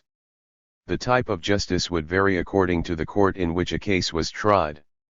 A jury of tithe-paying neighbors in a common law court would be more sympathetic to a man accused of evading tithe payments than the bishop's commissary would be. It was thus a matter of some consequence when, under James, Chief Justice Coke began to try to draw all tithe cases into the common law courts, by the issue of prohibitions to stop church courts dealing with them. In the 30s, church courts tried to insist that men should pay in tithe a fair 10% of their produce. The common law courts held that if it could be proved that less had been accepted in the past, the full amount need not be paid. So Laud's determined attempt to bring the common law courts under government control was crucial for the success of his policy. Resistance to it was part of the natural rulers' determination to be left alone to run their own localities in their own way. Puritanism. The full Puritan program for the Church involved an administrative revolution with far-reaching consequences for the state. The abolition of bishops, or their removal from the House of Lords, and the abolition of deans and chapters and church courts, would have ended the dependency of the Church upon the Crown which, Charles I told his son, is the chiefest support of regal authority. At the Hampton Court Conference in 1604, although the demands put forward by the spokesmen of the Puritan ministers were very moderate, James smelled underneath them the Presbyterian system from which he had suffered in Scotland. This, he thought, as well agreeth with the monarchy as God and the devil. Then Jack and Tom and Will and Dick shall meet, and at their pleasures censure me and my council and all our proceedings. James exaggerated the democratic element in Presbyterianism, but there was sense in his remark to the bishops, if once you were out, and they in place, I know what would become of my supremacy. This encouraged the bishops to sabotage the sensible concessions which James had been ready to make. As in the sphere of political theory, James here was merely stating the principles upon which Elizabeth had acted. In the light of subsequent history, who shall say that he was wrong? No bishop, no king, no nobility proved true. Monarchy and House of Lords were abolished in 1649, 3 years after episcopacy. Under Elizabeth an attempt to capture the Church for a Presbyterian form of organization had been defeated, and savage repression in the 1590s had broken the Presbyterian party. But Presbyterianism, with its special emphasis on the equality of ministers, is a clerical theory. What survived its suppression was a broader, looser brand of Puritanism, which appealed to the laity no less than to the clergy. The school associated with the name of William Perkins supplied the main body of Puritan clergy in the early 17th century. It had great influence on an important section of laymen who had been to Cambridge or had received some legal education at one of the Inns of Court. Perkins's school has been studied in Professor Haller's The Rise of Puritanism. I shall use the word Puritan in the sense given it by Haller. The essence of Puritan teaching was the distinction between the sheep and the goats. The former cooperate with God's purposes and strive to bring about his kingdom, the latter serve the world. The former are the serious, conscientious minority, the attitude of the latter is irresponsible. The Puritans saw a cosmic drama being played out around them. On the continent God's cause was being endangered by the advance of Catholicism, and England was failing to play its part in this great battle because the royal advisers were at best supine, at worst popish or Armenian, the name given to the Laudians who rejected Calvinist theology. At home there was insufficient preaching, particularly in the imperfectly Protestantized areas of the north, the southwest, and Wales, insufficient attempt to educate and discipline the mass of the population. The Puritans had high ideals of integrity, of service to the community. Their preachers taught a doctrine of spiritual equality. One good man was as good as another, and better than a bad peer or bishop or king. If men honestly studied the scriptures, honestly searched their consciences, they could not fail to agree about God's will. No effort, no sacrifice, would then be too great to bring about God's wishes. Nothing else mattered, literally nothing else in the world. This was, as Professor Haller says, a doctrine which gave men courage to fight tenaciously, if necessary alone. Puritanism supplied a superb fighting morale. It appealed to men with social consciences, to those who felt that the times were out of joint and that they could and therefore must help to set them right.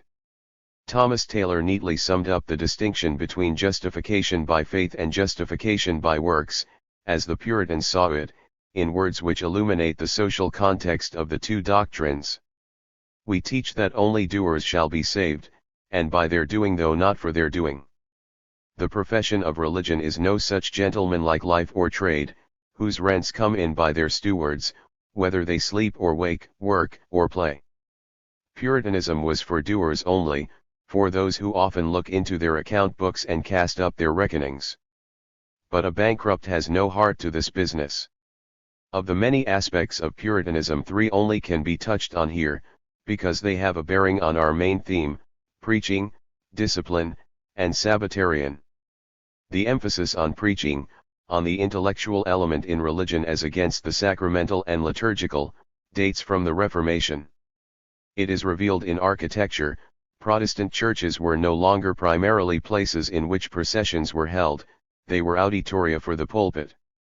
Nonconformist chapels are often indistinguishable from lecture halls. The sermon was directed to men's understanding, music, and ritual to their emotions. Hence the dislike which many Puritans felt for anthems, polyphony, and organ music in church. Congregational singing of psalms, with music as merely an edifying accompaniment to the word, was different. The object of worship was to rouse men to think and act about the problems of this world. Preaching of the word, Stephen Marshall told the House of Commons in November 1640, was the chariot on which salvation came riding into the hearts of men. A royalist like the Duke of Newcastle disagreed.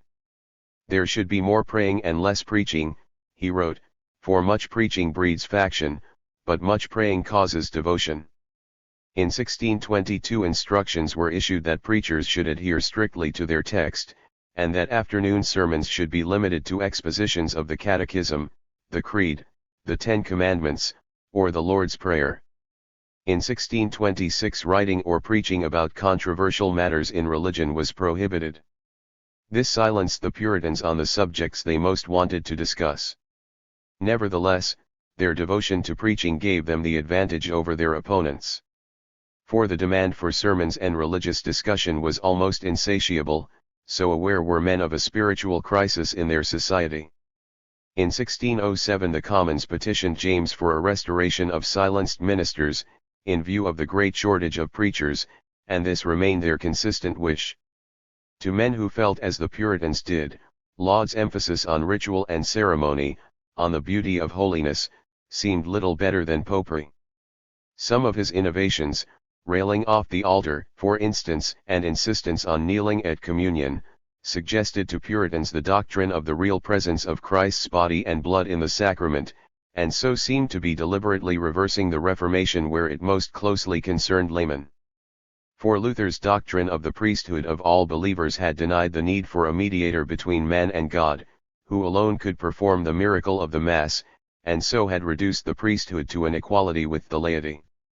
Restoration of priests to a position of privilege and power in society, which Laud certainly intended, was popery for most lay Englishmen.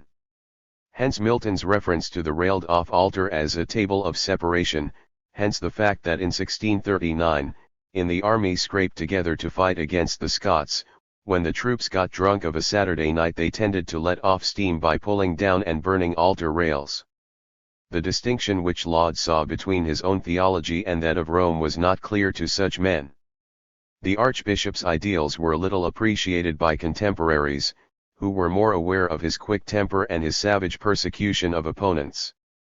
Thanks to Protestantism and especially Puritanism, the well-to-do were becoming more sensitive to the age-old problem of poverty. On the relation of Presbyterian discipline to the possibility of overcoming poverty altogether, I will limit myself to two quotations.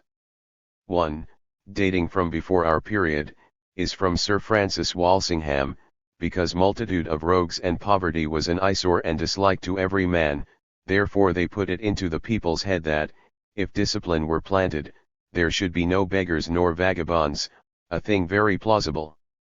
The other is from a sermon which Hugh Peter, brought back from New England by the outbreak of the Civil War, preached before Parliament and the Assembly of Divines in 1645. I have lived in a country, he told them, where in 7 years I never saw a beggar, nor heard an oath, not looked upon a drunkard.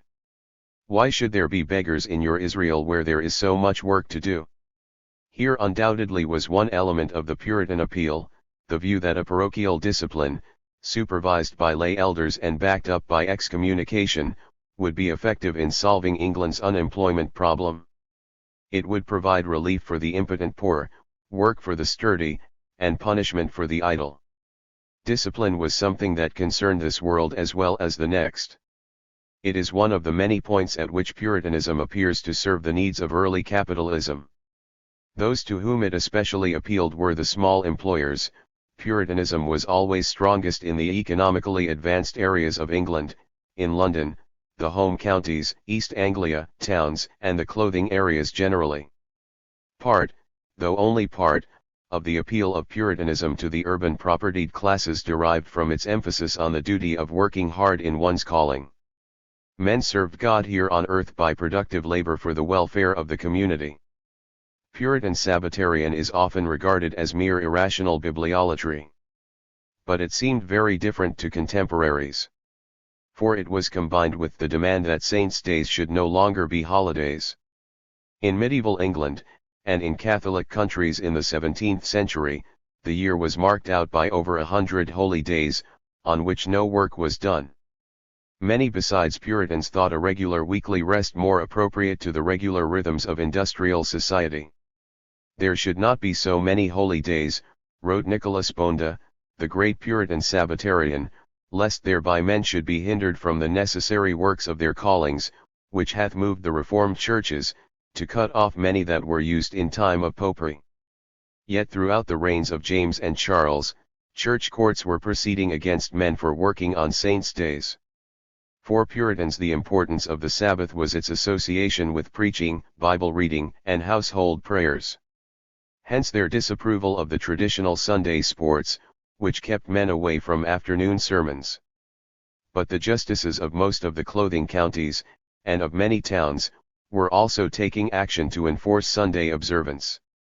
James I in 1618 and his son in 1633, by authorizing Sunday sports, were flying in the face of respectable middle-class opinion, appealing to all that was unregenerate, undisciplined, and popish in men.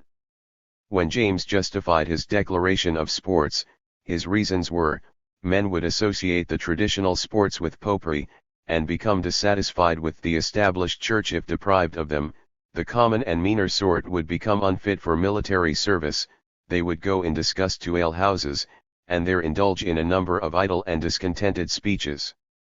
The Laudian Bishop Pearse, a few years later, added a fourth objection: if men had no sports to occupy them on Sundays, they might meet for illegal religious discussion. Pearse was notorious for putting down sermons because they hindered church ales, the riotous jollifications at which money was raised for parish funds. William Kiffin tells us how he and his fellow apprentices had no opportunity to converse but on the Lord's Day. They used to meet before 6 o'clock in the morning for religious discussion. The government feared that unoccupied men would talk sedition, whether it was in alehouses or in conventicles.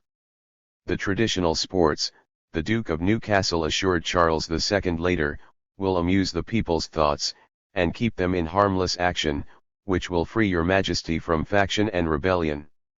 So employers who wished for regular labor, prentices who wanted a chance to talk theology and politics, justices and judges who disliked the brawls and bastards produced by church ales, could all unite with Puritans who took the Bible literally. When ministers were ordered to read Charles's declaration of sports, one followed it by reading the 10 Commandments, and told his congregation, "You have heard now the commandments of God and man. Obey which you please." Encouragement of Sunday sports by bishops and the court, the official historian of the Long Parliament tells us, made many not very godly men see unsuspected virtues in Puritanism, and increased the divergence between court and country. Economic problems of the Church.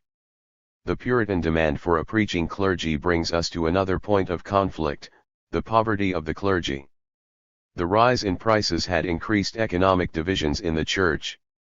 Some rectors, obtaining their full tithe in kind, were relatively better off in 1640 than their predecessors 3 generations earlier. Many vicars, especially those in towns where the full 10% of merchants' and craftsmen's profits proved impossible to collect, were much worse off. But since the Reformation the parson was allowed to marry, and might have a family to sustain, lay standards of living for the middle and professional classes had risen. If educated men were to be attracted into the ministry, its rewards must be enhanced. A sense of the urgency of this problem was common to hierarchy and Puritan alike, but their solutions were different.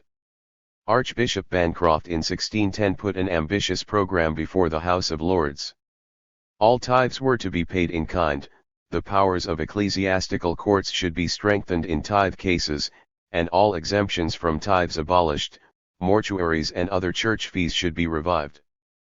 3,849 parishes were impropriated, that is, the right to tithes and patronage was held by laymen. Bancroft wanted a fund to be raised, by parliamentary taxation, to buy out these laymen, and the right of presentation to be given to bishops. If this was not possible, bishops should be authorized to compel impropriators to increase payments to vicars. This vast program would have solved the Church's economic problems. It would have given incumbents something like a fair tenth of the produce of the country, and so have made possible the payment of stipends adequate to attract a learned ministry, and the abolition of pluralism. But it would have involved a frontal attack on the property rights not only of nearly 4,000 impropriators, strongly represented in Parliament, but also on the vested interests of almost every tithe-payer, that is, every man of any property in the country. The scheme was dropped. The hierarchy continued to authorize pluralism. By this means a privileged minority of the clergy, including most bishops, enjoyed handsome revenues, but at the cost of leaving some congregations totally unprovided for, or with only a miserably paid non-preaching curate.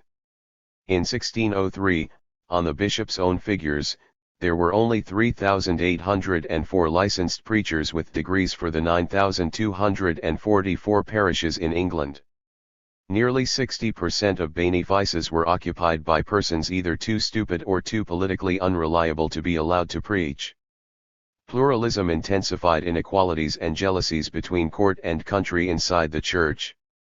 The worst pluralists were the bishops and the cathedral, university, and court clergy. It was over a case in which the king had licensed a bishop's pluralism that Coke was dismissed from his judgeship in 1616.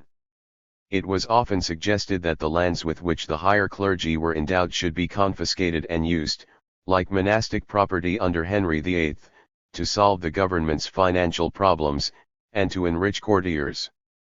The Puritans wanted the revenues of bishops and deans and chapters to finance a preaching ministry in every parish, and so to abolish pluralism, as well as to establish schools and endow poor relief. Alliance between the godly and the land grabbers seemed possible when in 1624 the Puritan leader, John Preston, urged on Buckingham the confiscation of dean and chapter lands, and the favourite, who had other reasons for flirting with the Puritans at the time, considered the idea seriously before rejecting it. In every parliament in this period proposals were put forward for increasing the revenue of ministers, usually at the hierarchy's expense. The bishops managed to defeat them, but no alternative policy of theirs had a chance of passing through Parliament. And meanwhile the poverty of ministers continued. Careful study of the New Testament by Puritans failed to reveal any justification for the type of inequality which prevailed among the clergy of the Church of England. None of the apostles was called my Lord. The Presbyterian movement was in part an egalitarian movement among the lower clergy. Failing achievement of their full program, the Puritans tried piecemeal solutions. A group of 12 feffies was established in London to collect money to buy impropriations. In 8 years they raised over £6,000, as well as having impropriations bequeathed to them. By 1633 they had installed at least 18 ministers in livings of which they owned the patronage, and their activities were expanding. They tended to appoint men of radical religious views, and, ominously, they specialized in supplying preachers for boroughs represented in the Commons. Laud was frightened. He thought the feffies intended to overthrow the church government by getting to their power more dependency of the clergy than the king and all the peers and all the bishops had. So the feffies were suppressed and their assets confiscated. Laud, Prynne observed, would rather keep people in ignorance than see them instructed with the gospel's light. Laud thought the feffies were spreading political opposition rather than the gospel's light. Reconstruction of the church raised the whole issue of power in the state. Both sides agreed that reform was necessary. Neither side could allow the other to secure the vast accession of political strength which would come from reform on its own terms. Nevertheless, since Laud was more successful at frustrating others than at carrying out his own plans, Prynne's accusation struck home. Laud's suppression of the scheme forced men who wanted a well-paid preaching clergy to look to Parliament for it. Meanwhile there were two other piecemeal solutions which the Puritan laity could adopt. One was to augment stipends by voluntary contributions. This inevitably tended to give congregations, or their richer members, power over their ministers. Donations could be withheld if contributors did not like the minister's theological or political outlook. In 1625 Sir John Eliot wrote to his bishop asking him to present a named individual to a living in the parish in which Sir John Eliot resided. The stipend belonging to it is small, and not worthy of a scholar, or able to maintain him without helps. But these helps have heretofore been added by some particulars and I believe will be still to a man of their affection and choice. So in effect the parish chose its own minister, for the bishop had to agree.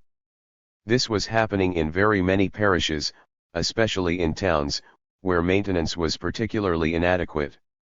It was a big step towards congregational independency. It was a practice which Laud did his best to discourage. Congregations could also get the type of preaching they wanted, in spite of the hierarchy, by establishing lectureships. A lecturer was paid a salary for preaching an agreed number of sermons a year.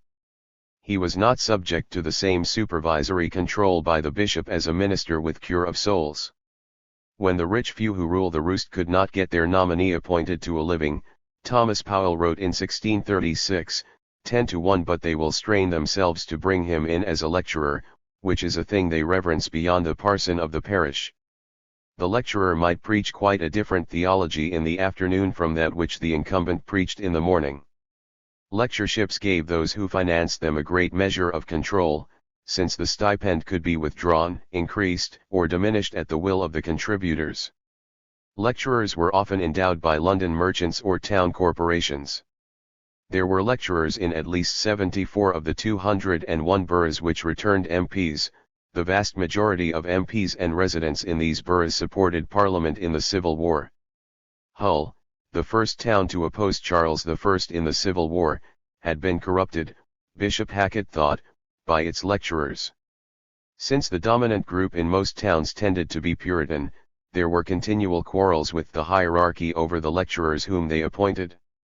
Lecturers were especially important in London, where 3/4 of the parochial livings were in the gift of ecclesiastics, peers, and the crown. Looking back after 1660, Archbishop Sheldon thought that nothing had spoiled the late king's affairs so much as the credit that the factious lecturers had in all corporations, because of their influence on parliamentary elections. It was necessary, he assured Charles II, in order to the having a good parliament that all the clergy should be hearty conformists. Lecturers, said Laud in 1629, by reason of their pay are the people's creatures and blow the bellows of their sedition. Under his influence the government made desperate attempts to put an end to lectureships altogether. By 1638 this policy had very largely succeeded, especially in London. Many lecturers had been forced to emigrate, some taking their congregations with them. In parishes up and down England, especially in towns, there must have been a rueful feeling that men could never get the preaching they wanted, even by paying for it, so long as the hierarchy retained its power. Lord Falkland, no Puritan, a royalist in the Civil War, said in the Commons in February 1641 that the bishops had cried down lectures, either because other men's industry in that duty appeared a reproof of their neglect of it, or with intention to have brought in darkness that they may the easier sow their tares while it was night. Laud put down lecturers.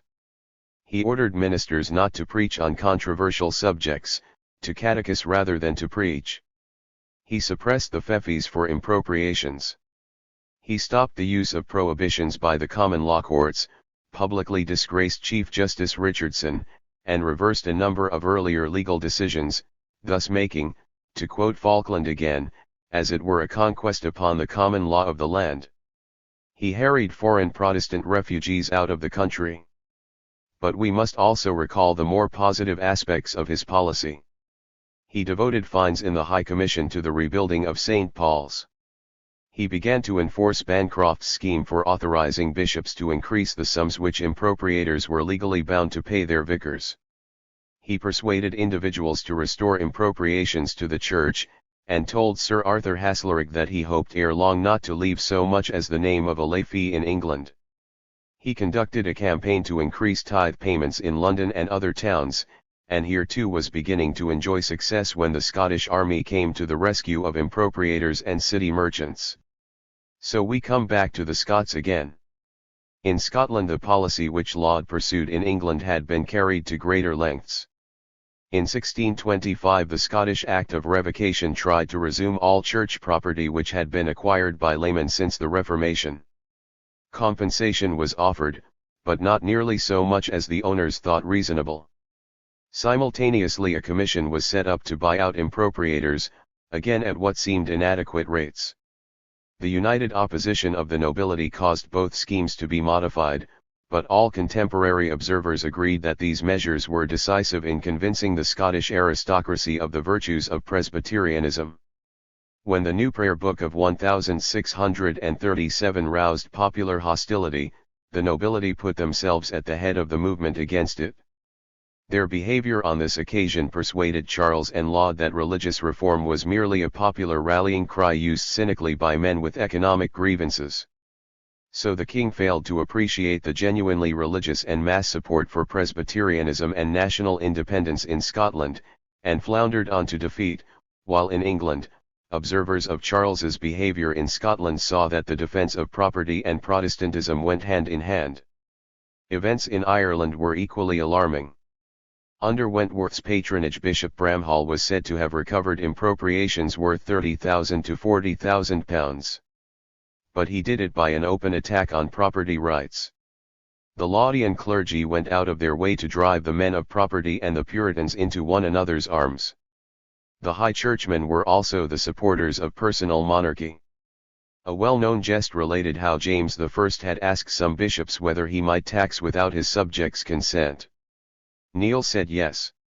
Lancelot Andrews said James might take Neil's property, since he consented.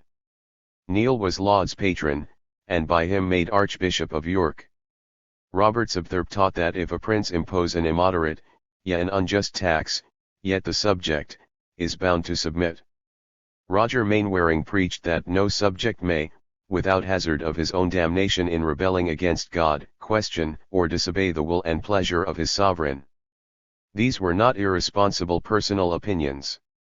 Subthorpe was promoted by Charles I. Mainwaring, though condemned by the House of Commons, became a bishop under Laud, and was an eager defender of his policy. Canons voted by convocation in 1640 ordered that once a year every minister should explain to his congregation that the most high and sacred order of kings is of divine right. A supreme power is given to this most excellent order by God himself. The Commons resolved in November 1640 that these canons contained many matters contrary to the fundamental laws and liberties of the realm, to the right of parliaments, to the property and liberty of the subjects. One of the few occasions in 1641 on which the House of Commons was unanimous was in formulating the charge against Laud. Protestantism and science. Protestant ways of thought had influence far outside the circle of religious ideas. Protestant divines insisted on the duty of actively serving God, mankind, the commonwealth, by working faithfully in one's calling. The idea is wholly traditional. Degree is preserved, we are kept in our proper stations. But hard work in the 16th and 17th centuries led some men to prosper. This, surely, was a sign of divine favor, of God's reward for diligence. As men prospered, however, they tended to rise above the station into which it had originally pleased God to call them. So divine sanction was given to a certain amount of social mobility. The Protestant doctrine of the calling ceased to maintain degree and became its opposite, a doctrine of individualism. Calvinism liberated those who believed themselves to be the elect from a sense of sin, of helplessness. It encouraged effort, industry, study, a sense of purpose. It prepared the way for modern science. Historians have noted the Protestant origins of many of the early scientists. Puritan preachers insisted that the universe was law-abiding. The Reverend George Hakewill published in 1627 an apology or declaration of the power and providence of God in the government of the world. This raised the standard of the moderns against the ancients, and argued that scientific observation was more important than traditional authority. It was man's duty to study the universe and find out its laws. This would help to restore the human mind to the primitive vigor which it had enjoyed before the fall. Within a year of publication, Haeckel's book was set as a subject for disputation in Cambridge, and provoked a Latin poem from the 20-year-old John Milton, who of course was on the side of the moderns.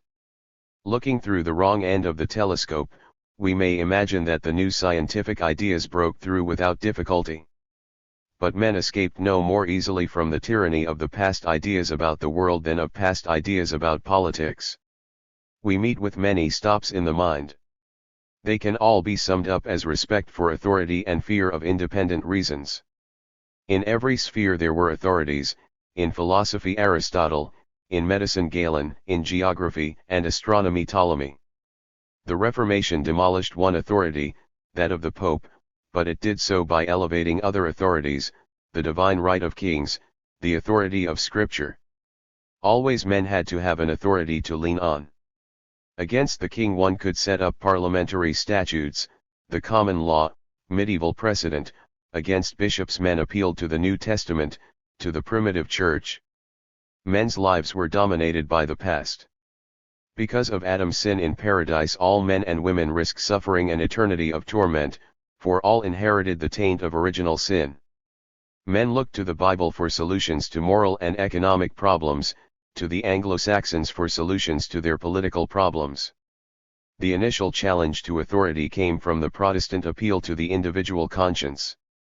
"Here I stand, so help me God, I can no other," cried Luther, though he refused to allow Anabaptists, whom he regarded as antisocial heretics, to appeal to their consciences against Lutheranism.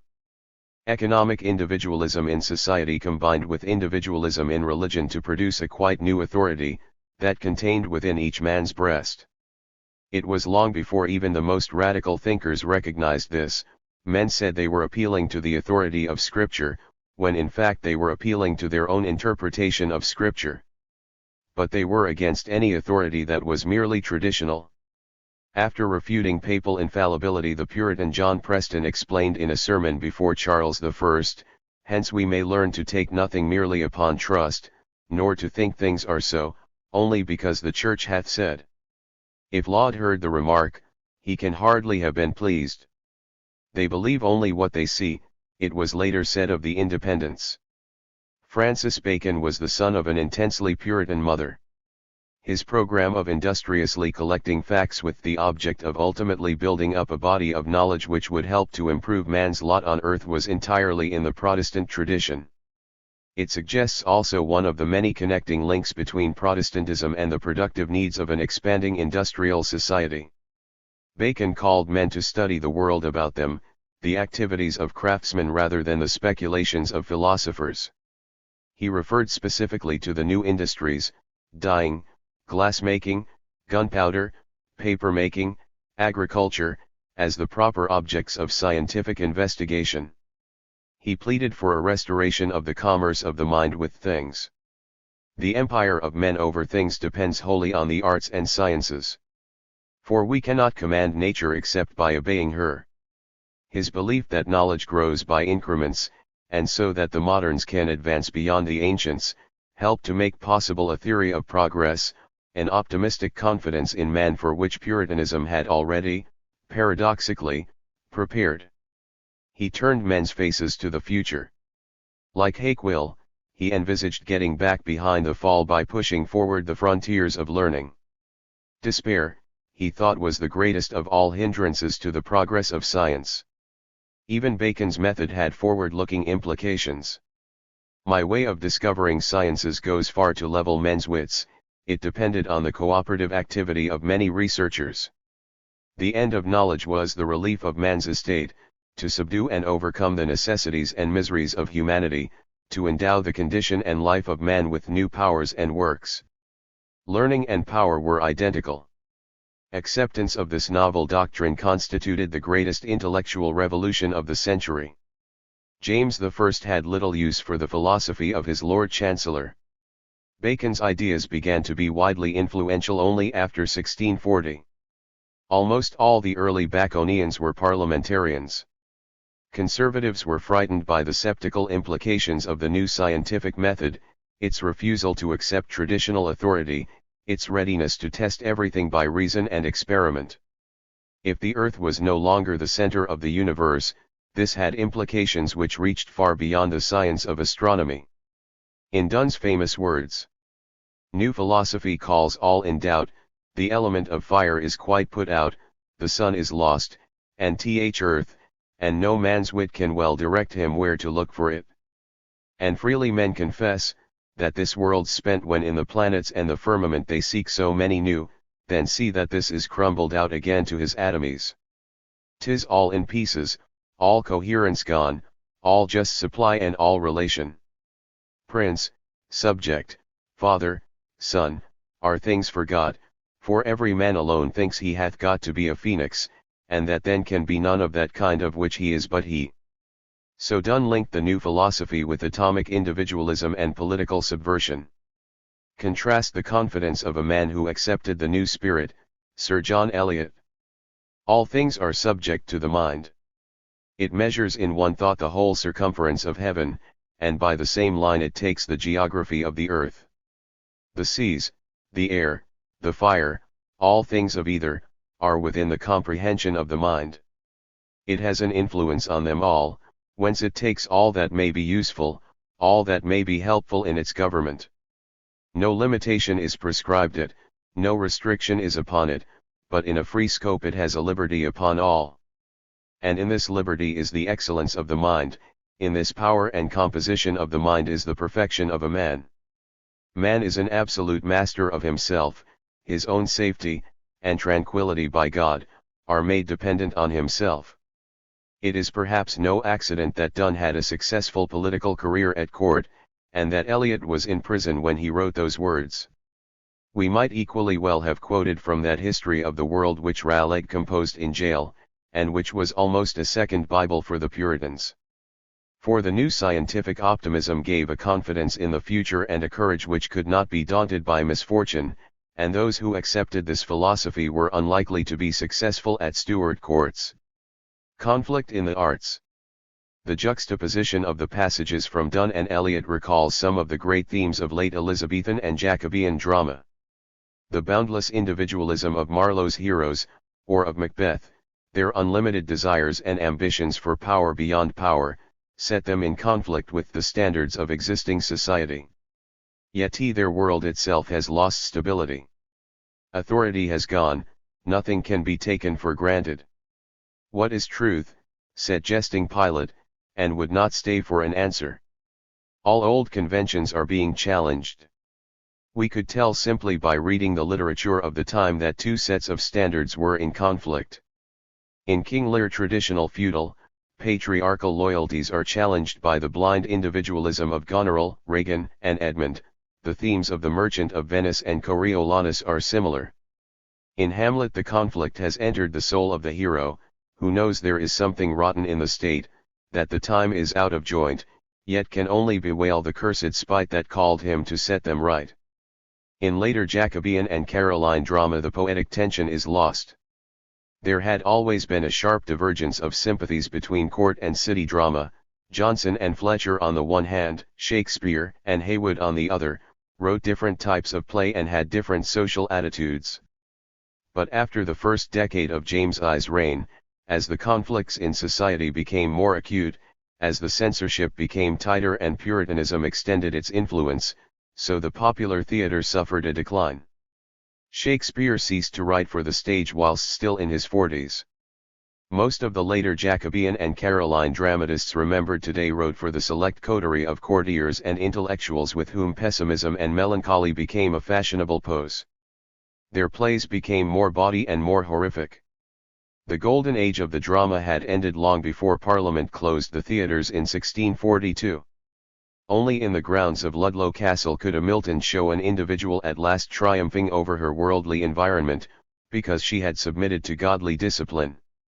Harnessing the turbulent force of individualism was not the least important social function of Puritanism. In 1611 the authorized version of the Bible was published, the most popular and influential book of this or any century. It drew on many previous translations into English, and did much to standardize popular speech and ways of thought. The need for a new translation had been pointed out by the Puritans at the Hampton Court Conference, and Puritan divines played a large part in the work alongside members of the hierarchy. So in many ways the authorized version, together with Shakespeare's retirement from playwriting at the same time, may be taken to symbolize the last moment of national unity. As the conflict came home to men's bosoms, as it became too intensely personal to be played out on the censored stage, it was more and more expressed in what we call metaphysical poetry.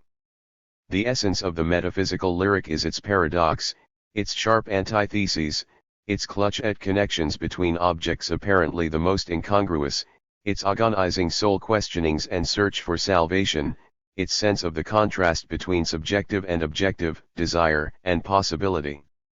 Done called on God. Take me to you, imprison me, for I, except you enthrall me, never shall be free, nor ever chaste, except you ravish me. George Wither, another man who suffered imprisonment under the Stuarts, but who survived to fight for Parliament, wrote, "But, O my God! Though grovelling I appear upon the ground, yet in my desire to that which is above me I aspire." Henry Vaughan, a native of one of the outlying areas, like so many of the Cavalier poets, saw the same contrast. Here in dust and dirt, oh here, the lilies of his love appear. So did marvel. Oh who shall, from this dungeon, raise a soul enslaved so many ways? A soul hung up, as 'twere, in chains of nerves and arteries and veins, tortured, besides each other part, in a vain head and double heart. The decades immediately before the Civil War were years of a literary as well as an economic divide. George Herbert and Nicholas Ferrer saw the coming storm, and sought shelter in retirement from public life. Burton anatomized the melancholy that was characteristic of intellectuals in his society. Milton, church outed by the prelates, touched on the conflicts obscurely in Comus and Lycidas. Only in 1641 could he freely denounce this impertinent yoke of prelaty, under whose inquisitorius dunkery no free and splendid wit can flourish. The censorship, Wither agreed, brought authors, yea the whole commonwealth and all the liberal sciences into bondage.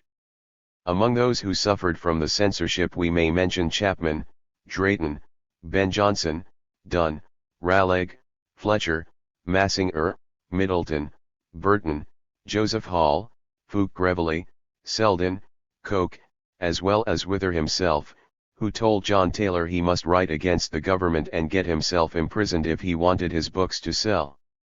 The idea that court patronage benefited literature under Charles I is a ludicrous travesty. The censorship was tightened as the Revolution approached. In 1633 the Master of the Revels even laid it down that old plays being revived should be recensored, since they may be full of offensive things against church and state, the rather that in former times the poets took a greater liberty than is allowed them by me. 2 All plays had to be licensed twice, for performance and for the press. Until 1641 the publication of home news of any sort was a legal offense. There were no printed newspapers, only privately circulated newsletters, which none but the well-to-do could afford. This added to the political importance of the pulpit. In 1637, by decree of Star Chamber, the number of authorized printers in London was reduced to 20, and savage corporal penalties were pronounced against illegal printing. All foreign books imported were to be vetted by the bishops before they were put on the market. John Lilburne, later the Leveller leader, was flogged through the streets of London for breaking this regulation. No book was to be reprinted, even if previously licensed, without a new license. Laud was alleged to have refused licenses to print Luther's Table Talk, Fox's Book of Martyrs, Bishop Jewell's Woe Rks, and Bishop Bailey's Practice of Piety.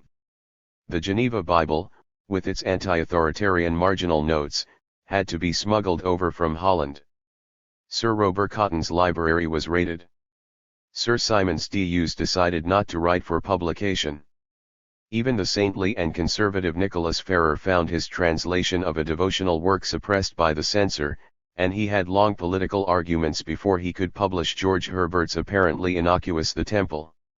"Were the press open to us," said Bastwick in The Pillory, "we would scatter kingdom." He proved right. There were similar conflicts in other arts. In music, the golden age of Byrd, Bull, Morley, and Orlando Gibbons was coming to an end by the 1620s. The Church was still the greatest patron of music, and a new enthusiasm for polyphony was the stylistic accompaniment of Laudianism. This reinforced trends towards intellectualism and complexity fashionable in court circles.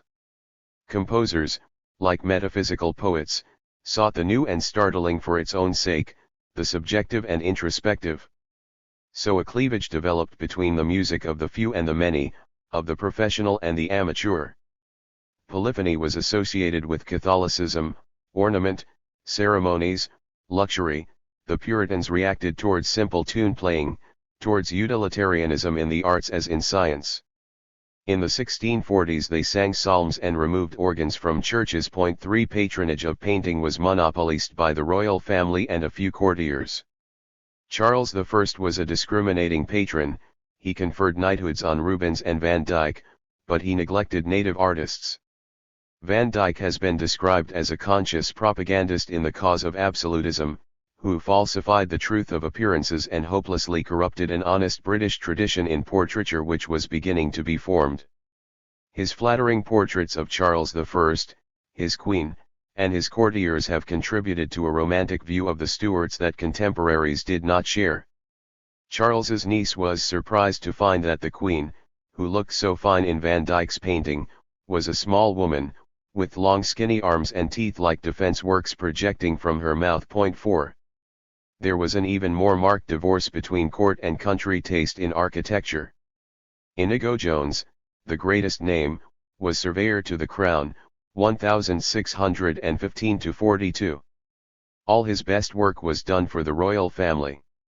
He introduced Italian styles of building into England, and in the late 1630s was employed to design a palace whose general conception reflects clearly enough the absolutist ideals of the king. The fine imposed on the city for its failure to colonize Londonderry was intended for this project. Fines in the prerogative courts helped to pay for Jones's repair of St. Paul's. It is a reflection of the cultural as well as political divisions in English society that Charles's most ambitious projects were financed by abuses which made their contribution to the causes of the Civil War. Court patronage meant that the first architect of his day had to spend much of his time on routine work as surveyor, or in designing sets and machinery for ephemeral court masques. In consequence of this isolation, Inigo Jones, like Van Dyck, was the greatest but not the most influential artist in his field. English building proceeded at its own pace and, quite independently of Inigo Jones, drew influences from abroad and incorporated them in a style which not only outlasted Jones's surveyorship and enjoyed a mild triumph during the Commonwealth, but persisted till the last quarter of the century. 5. Postscript. Since 1961 our understanding of 17th-century thought has been vastly enriched by a series of studies of the place of magical ideas not only in the life of the common people but also in the chemical philosophy which was almost an alternative to Baconianism, favored especially by religious and political radicals. I am thinking particularly of K. V. Thomas, Religion and the Decline of Magic, F. Yeats, Giordano Bruno and the Hermetic Tradition and the Rosicrucian Enlightenment, C. Webster, The Great Instauration, Science, Medicine, and Reform, 1626–1660 and A. G. D. Buss, The Chemical Philosophy, Paracelsian Science and Medicine in the 16th and 17th centuries, 2 volumes. 6. Conclusion, 1603–40. Mista, Religion and Liberty they urge, which like the bills of subtle mountebanks, filled with great promises of curing all, though by the wise passed by as common cowsenage, yet by th unknowing multitude they're still admired and flocked unto. King, is there no way to disabuse them? Mista, all is now too late. Sir John Suckling. The Tragedy of Brennerald, 3, I. In the three preceding chapters our arbitrary division between economics, politics, and ideas continually broke down. Monopolies have constitutional and political implications. Foreign policy involves economic and religious considerations, as well as political. The Church is a political as well as a religious organization and a great landowner. Disputes over tithes involve religious, legal, and economic questions. Baconian science is linked with the ideas of Puritanism, and with the needs of the expanding economy. Its supporters were mainly parliamentarians. This impossibility of shutting off religious, constitutional, and economic causes of the Civil War corresponds to the complexity of life in 17th century England, and to the confusion in the minds of men who lived in it. Commercial concepts like contract and balance abound in political and even religious as well as economic thought. The Root and Branch Petition, listing the manifold evils occasioned by the prelates and their dependents, sandwiched monopolies and ship money between the growth of popery and the use of popish agents to defend episcopacy. We must be very careful not to force our later categories of analysis on 17th century events. The 17th century English Revolution is often, and fruitfully, compared with the French Revolution of 1789. But there is one important difference. In France, economic and political divisions roughly corresponded with social. The unprivileged third estate opposed aristocracy and monarchy. The aristocracy took no part in trade and industry. But in England, wool, cloth, and agricultural production for the market split the ruling class itself. Many gentlemen and even peers engaged in economic activities which would have been impossible for a French noble. The landowner living on the profits and rents of commercial farming, concludes Professor Tawney, and the merchant or banker who was also a landowner, represented not two classes but one. Patrician and parvenu both owed their assent to causes of the same order. Judged by the source of their incomes, both were equally bourgeois.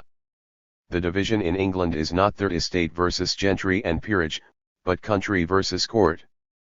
Court and government offered economic privilege to some merchants, and perquisites to many members of the landed class. On the other hand, those gentlemen and merchants excluded from economic privilege, and they included some of the richest and most go-ahead members of these social groups as well as the middling men, thought that greater freedom of economic development would be of advantage to themselves and the country.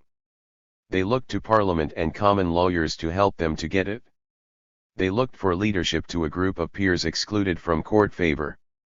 In 17th century France, sale of offices diverted capital away from productive investment, thus delaying the development of trade and industry and widening the gap between nobility and bourgeoisie. Similar social consequences might have resulted in England if the old regime had survived. But the cleavage between court and country was more than merely a matter of access to economic privilege. Under the Tudors, the landed class had won a position rare in Europe.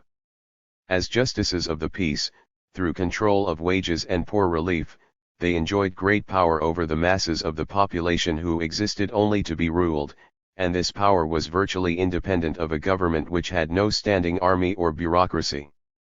The Stuarts never had sufficient power to hold the capitalist sector of the economy in check, to reduce it to central regulation and control. Attempts to manage local government from Whitehall only exasperated the natural rulers of the country, many of whom felt that government interference, even if well-intentioned, had a detrimental effect on the economy. Merchants and gentry in 10 counties voluntarily contributed £500,000 between 1601 and 1630 to schemes, which they devised and controlled, for relieving poverty. They fought tooth and nail against any attempt to lay a local rate on them for this purpose, so that in no year prior to 1660 was more than 7% of all the vast sums expended on the care of the poor derived from taxation. Similarly, they would contribute generously to a lecturer whom they appointed, and violently resist attempts to increase legally enforceable tithe payments. The efforts of Laud and Wentworth to impose their program on such men was a hopeless failure. The structure of sovereignty in England had crumbled well before the convention of the Long Parliament. Merchants and Puritan gentry, by endowing schools, scholarships, assistance for apprentices and the other charities studied by Professor Jordan, were building up a society in which careers were much more open to the talents than in the traditional hierarchical society which Crown and Laudian clergy wished to preserve. Power, Professor Jordan concludes, as history has so often demonstrated, flows inevitably to those unafraid to assume the burdens of responsibility. One, the instrument of the transmission of power in the Civil War was the new model army, an army of the career open to the talents. Even reformers like Laud and Wentworth were pursuing a policy which outraged wide sections of the population. They dispensed with Parliament, and clearly would by preference have called one only when the king had made himself financially independent, perhaps after Wentworth's army in Ireland and the remodelling of corporations in England had deprived Parliament of any independent power. A moral gulf was widening between the court and the mass of respectable Protestant Englishmen. The government protected monopolists and prosecuted enclosures, tried to increase the revenue of the church and to enhance the powers of the clergy, suppressed Protestant nonconformists while not discouraging papists, in its foreign policy alienated potential Protestant allies and neglected to push the interests of English trade. So when Parliament finally met in 1640, the propertied class was almost totally alienated from the government. The weaker faction in court did strive always to pull down the stronger by a parliament, the Duke of Newcastle noted. As in the revolt of the Netherlands and the French Revolution, revolution in England was precipitated by a revolt of the nobles. Revolution happens only when the government has lost the confidence of an important section of the ruling class. But in France in 1789 the aristocracy quickly rallied to the crown once the Third Estate put forward revolutionary demands. In England the House of Commons was split, and even in the Lords there was a considerable minority which carried opposition to the point of civil war. The difference can partly be explained by the importance of questions of religion and church government in the English Revolution. There were thus three contestants in all the spheres we have been looking at. Court-favoured monopolists were attacked by free traders who looked to Parliament and common law, but below them was the mass of consumers and craftsmen, who also opposed monopolies but had little else in common with London merchants and gentlemen clothiers. Again, there was rivalry between those who profited by and those who suffered from the Court of Wards, between enclosing landlords and the government which fined enclosers, but below this was the mass of tenants who wanted stability of tenure for their holdings and the throwing open of all enclosures. In yet another sphere, there was rivalry between prerogative and church courts on the one hand, common law courts looking to Parliament on the other, but spokesmen for those who existed only to be ruled will soon appear, declaring that the law itself is the enemy. In religion there was rivalry between Laudians and moderate Puritans who wished to subordinate the church to Parliament and elders, but below them were sectaries inheriting a tradition of hostility to any state church, a tradition which goes back at least to 15th century. Lol RD.2 There was rivalry between those who wanted to preserve a static hierarchical society and those who were busy shaping a more fluid society in which men of ability and means would be able to make their way to the top. Below both groups were those whose poverty prevented them, in normal times, even conceiving the possibility of altering the world in which they lived. In short, there was a quarrel between two groups of the ruling class, but looking on was the many-headed monster, which might yet be Tertius Gaudens. Once the unity of the parliamentary class was broken, social revolution would be possible. That is why responsible leaders on both sides were so anxious to get what they wanted without war. When the men of the Long Parliament wanted a shorthand phrase to sum up their cause, they said they were defending religion, liberty, and property. We can now see how widely these words extend. Religion could cover the various emotions linking Protestantism and patriotism, the strategic anxieties roused by the 30 Years' War, the desire for an expansionist anti-Spanish foreign policy. It could cover the traditional fear for the safety of monastic lands, and the newer anxieties caused by Laud's economic activities. It could cover dislike of bishops in state office, of the High Commission's savage sentences, of the multifarious inquisitorial activities of church courts. It could cover intense study of the scriptures, and the appeal to the Bible to criticize existing institutions and practice. It could cover the Puritan sense of spiritual equality and human dignity, and the appeal to the individual conscience with all its anarchist possibilities. It could cover the demand for greater freedom of speech, publication, assembly, and discussion. Mrs. Hutchinson, wife of a colonel in the Parliamentary Army, illustrated the possible meanings of the word Puritan. If any were grieved at the dishonour of the kingdom, or the griping of the poor, or the unjust oppressions of the subject by 1,000 ways invented to maintain the riots of the courtiers and the swarms of needy Scots the king had brought in like locusts to devour the plenty of this land, he was a Puritan. If any gentleman in his country maintained the good laws of the land, or stood up for any public interest, for good order or government, he was a Puritan. In short, all that crossed the interests of the needy courtiers, the proud encroaching priests, the thievish projectors, the lewd nobility and gentry, all these were Puritans. Newcastle coal exporters referred to London merchants who opposed their monopoly as Puritans. Above all, religion was a useful rallying cry. We must not exaggerate its intrinsic importance. In the Parliament of 1621, of 105 bills prepared, only 10 dealt with religious matters, 40 dealt with trade.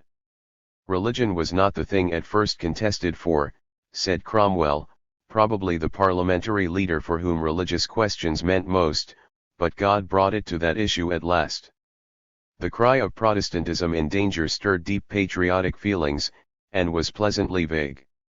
Many could agree in denouncing Laudianism as popery who were to disagree violently when it came to putting something in its place. I can tell you, sirs, said Cromwell to 2 fellow MPs, what I would not have, though I cannot, what I would. Selden was more cynical and more intellectual than most of the parliamentarians. But his words show that some at least were quite conscious of the use to which religion might be put. The very arcanum of pretending religion in all wars is that something may be found out in which all men may have interest. In this the groom has as much interest as the lord. Were it for land, one has 1,000 acres, and the other but one, he would not venture so far as he that has 1,000. But religion is equal to both. Had all men land alike, then all men would say they fought for land. Liberty and property were also words with wide meanings.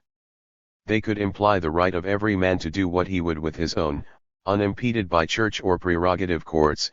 They included the possibility of freer trade, of industrial and agricultural expansion. They could imply the supremacy of a liberalist common law and parliamentary control of the economy, in place of incompetent royal interference and the corruption of favorites and monopolists.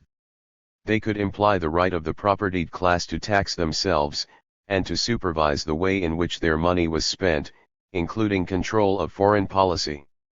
They could imply freedom for justices of the peace and corporations to run local affairs as they thought best, undisturbed by Privy Council or Star Chamber. The personal government of Charles I broke down after 11 years in which it had every chance of succeeding. It broke down because it lost the confidence of the propertied classes. There were no safe investments under the English Ancien regime.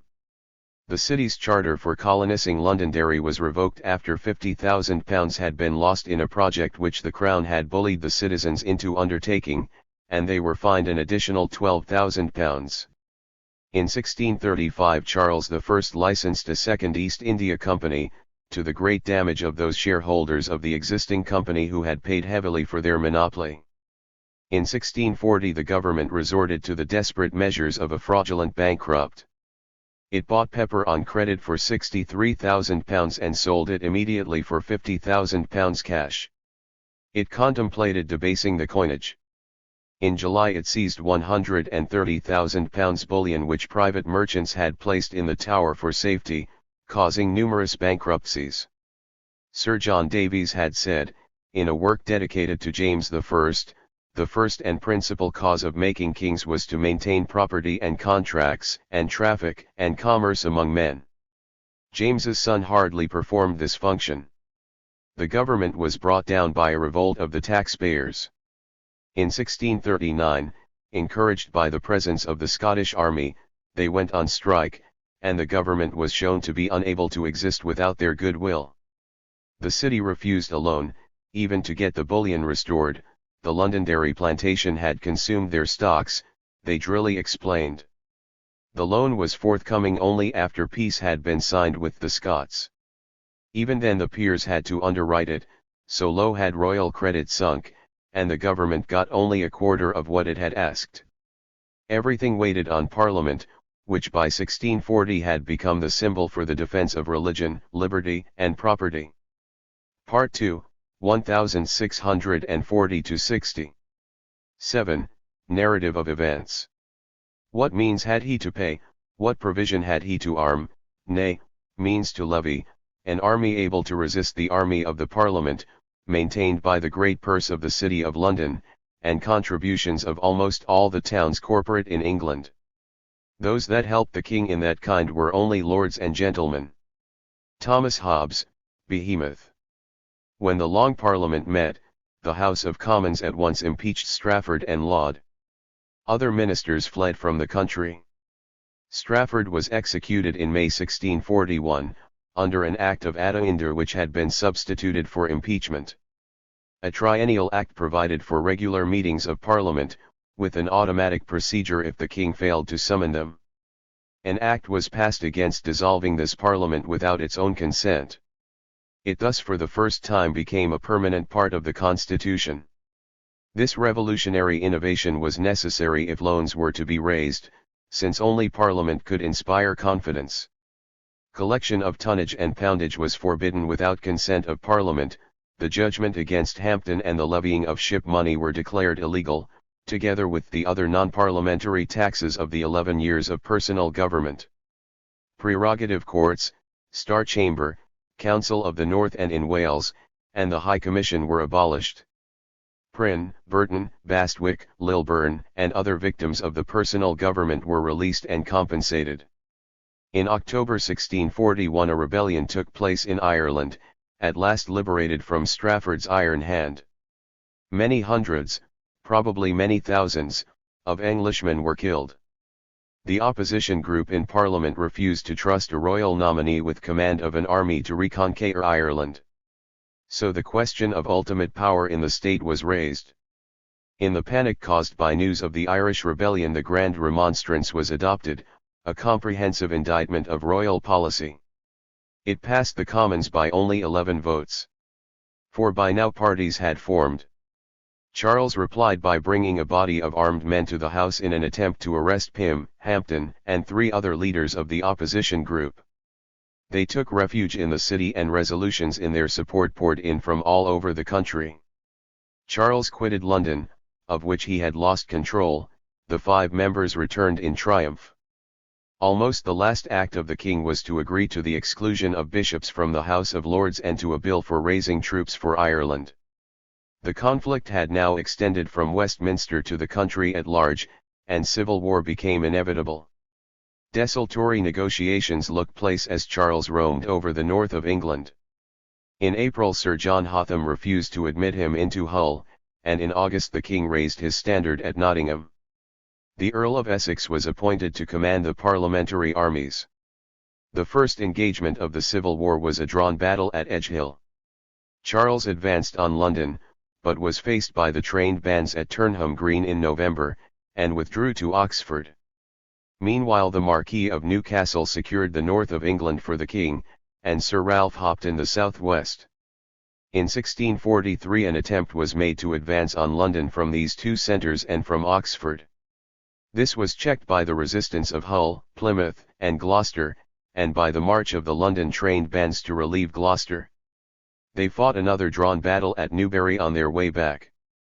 In September, in the hope of breaking the military deadlock, Parliament signed the Solemn League and Covenant with the Scots, and in January 1644 a Scottish army crossed the border again. In July the Battle of Marston Moor was won by the combined armies of Scotland, Yorkshire, and the Eastern Association. Control of the North passed to Parliament. But Parliament, with no united command, did not follow up its victory. The Earl of Essex was cut off in the southwest, and his army surrendered at Lostwithiel in September. This and the indecisive Second Battle of Newbury strengthened the hands of those who had been calling for the elimination of half-hearted officers and for a unified command. The new model army was formed with Fairfax as general, and the self-denying ordinance deprived all peers and members of Parliament of their commissions. The immediate result was the decisive rout of the Royalists at Naseby. The rest of the war was a series of mopping up operations, culminating in the surrender of Oxford in June 1646 after Charles had given himself up to the Scots. The latter handed him over to the English Parliament on January 30, 1647. Meanwhile Archbishop Laud had been executed in January 1645 and episcopacy abolished in October 1646. The same ordinance offered bishops' lands for sale. The controversies over the new model army and the self-denying ordinance had seen the formation of two parties among the parliamentarians. These we usually call Presbyterians and Independents, the Conservatives and the Radicals. Once the fighting had ended, the Presbyterian majority in Parliament, which had long disliked and feared the new model army, proposed to disband it, with its wages unpaid, offering the rank and file the chance of volunteering for service in Ireland. This led to a mutiny, and to the election of agitators by the regiments. After some hesitation, Cromwell and most of the officers threw in their lot with the men. Those who did not were deprived of their commissions. Cornet Joyce was sent to take the royal prisoner out of Parliament's control into that of the army. A general council of the army was set up, composed of the generals and representatives of other officers and of the rank and file. The newly united army issued a manifesto declaring that it would not disband or separate until its grievances had been met. It called for a purge of Parliament, an early dissolution, and new elections. Impeaching 11 Presbyterian leaders, the army occupied London and forced their withdrawal from the Commons. But now divisions arose among the independents. Negotiations took place between Charles and the generals for the establishment of limited monarchy. These roused the suspicions of radicals in London and in the army, who produced a rival, more democratic constitution, the Agreement of the People. The two constitutions were discussed in the Army Council at Putney in October, between spokesmen of the generals and of the agitators. Deadlock resulted, and finally Cromwell forcibly terminated the discussions. The agitators were ordered back to their regiments. One of the agitators was shot and the recalcitrant regiments subdued. Cromwell was able to do this because on November 11 the king had escaped from the army's custody and fled to the Isle of Wight. The army had to reunite in face of imminent renewal of civil war. In December Charles signed an agreement with the Scottish commissioners in London, as a result of which a Scottish army entered England in July 1648. But it was an army led by Hamilton and the nobility, not the disciplined army of the Covenant. It was easily defeated at Preston by Cromwell, who had previously disposed of a Presbyterian, Royalist revolt in South Wales, whilst Fairfax reduced a Royalist force in Colchester. The Presbyterians in Parliament had meanwhile entered into negotiations with the king. But by now the generals felt that the king could not be trusted, and were determined to settle accounts with him. They revived their alliance with the Levellers. London was occupied once more, some 100 MPs were excluded by Colonel Pride, and a court was set up to try the king. On January 30, 1649 he was executed as a traitor to the good people of England. Monarchy and the House of Lords were abolished. But there were no democratic reforms, and the Republican government soon forfeited Leveller support. There were demonstrations against it, and in March the Leveller leaders were imprisoned. There were also mutinies in the army, the most serious of which was put down at Burford in May. Henceforth the government had to face opposition from left as well as right. Nevertheless, its achievements were considerable.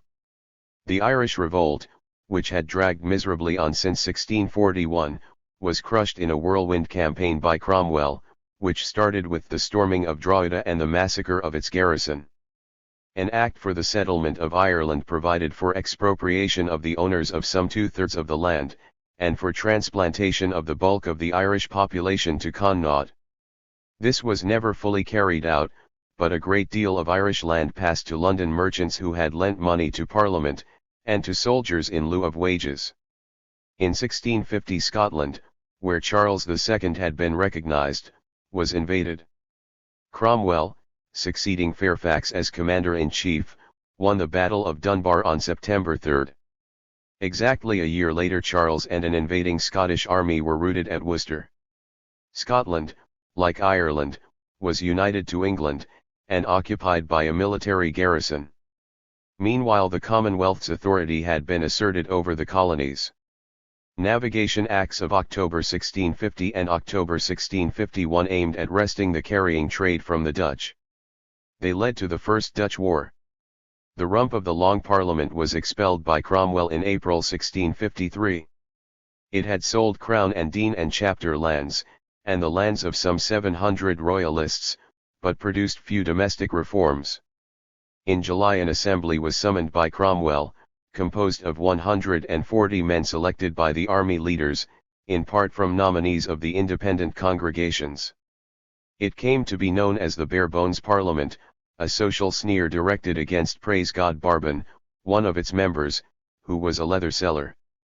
Proposals for radical reform frightened the Conservatives in this assembly, and in December they engineered its dissolution. Power was handed back to the Lord General, i.e. to the army. The officers produced a new constitution, the instrument of government, probably drafted by Major General Lambert, under which Cromwell was given the position of Lord Protector. The franchise was redistributed.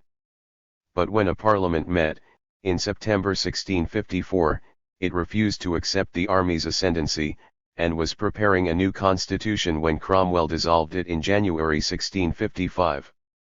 A minor royalist rising followed in March, and the opportunity was seized to extend the machinery of military rule. England was divided into 11 regions and a major general was set over each, with wide powers, including command of the militia. A decimation tax on royalists was introduced, which it was hoped would finance the new system, but it came nowhere near doing so. In November 1654 a merchant called Coney had challenged the Protector's right to collect taxation under the instrument of government. Cromwell managed to obtain a favourable verdict only after dismissing a judge and prosecuting Coney's counsel, in a way reminiscent of Charles I. Money was badly needed, and another parliament was summoned for September 1656. One reason for calling a parliament was the foreign situation. In 1654 Cromwell had made peace with the Netherlands on favourable terms. He had signed an agreement which opened the Portuguese Empire to English trade, and had established friendly relations with Sweden. He had equipped an expedition to attack the Spanish West Indies. This failed to capture its main objective, Hispaniola, but occupied Jamaica. In 1655 a Spanish treasure fleet was intercepted and in 1657 another destroyed. In 1655 England came to an agreement with France, by which the exiled court of Charles Stuart was expelled from France. This broadened into a treaty in March 1657, the Protector agreed to help France to defeat Spain in Europe. Dunkirk was captured at the Battle of the Dunes and handed over to England. The government had hoped to use war against the traditional Spanish enemy to rally support in the Parliament of 1656. Money was indeed voted for the war, but, even after many members of Parliament had been excluded, the House rejected a bill to continue the militia under the Major Generals. The members showed their hostility to the government's policy of toleration by savage persecution of the Quaker James Naylor. Cromwell failed to intervene to save him, but after Naylor had been flogged, branded, and bored through the tongue, the Protector at once asked the House on what authority they had acted. This, together with the discussions which had no doubt been going on behind the scenes since the rejection of the Militia Bill in January 1657, led to a constitutional debate and to the framing of the Humble Petition and Advice. This was a revised version of the Parliamentary Constitution of 1654-5. Cromwell was offered the crown, and control of the executive was transferred to Parliament, which was to consist of 2 houses. The new franchise instituted under the instrument of government was dropped. The petition was fiercely opposed by the army leaders, and after long hesitations Cromwell finally refused the crown but accepted the rest of the constitution with modifications. Lambert, who had been losing influence for some time, was dismissed from all his offices. But when Parliament met again in January 1658, the hitherto excluded members were admitted on taking an oath to be faithful to the Protector. In consequence, opponents of the Constitution captured control of the Commons, and in February Cromwell dissolved Parliament. 7 months later he died. The petition and advice had authorized him to nominate his successor, and his eldest son Richard succeeded him. Richard had none of his father's prestige with the army. A parliament met in January 1659 and recognized the new Protector. The Commons also accepted the other house, though reserving the right of peers who had been faithful to Parliament to sit in it. But the Republican malcontents revived their alliance with army malcontents, and the latter now included many higher officers. In April 1659 Parliament tried to assert control over the army. The generals retorted by forcing the Protector to dissolve it. Power reverted to the army. On May 5 the generals restored the remnant of the rump, and Richard retired into oblivion.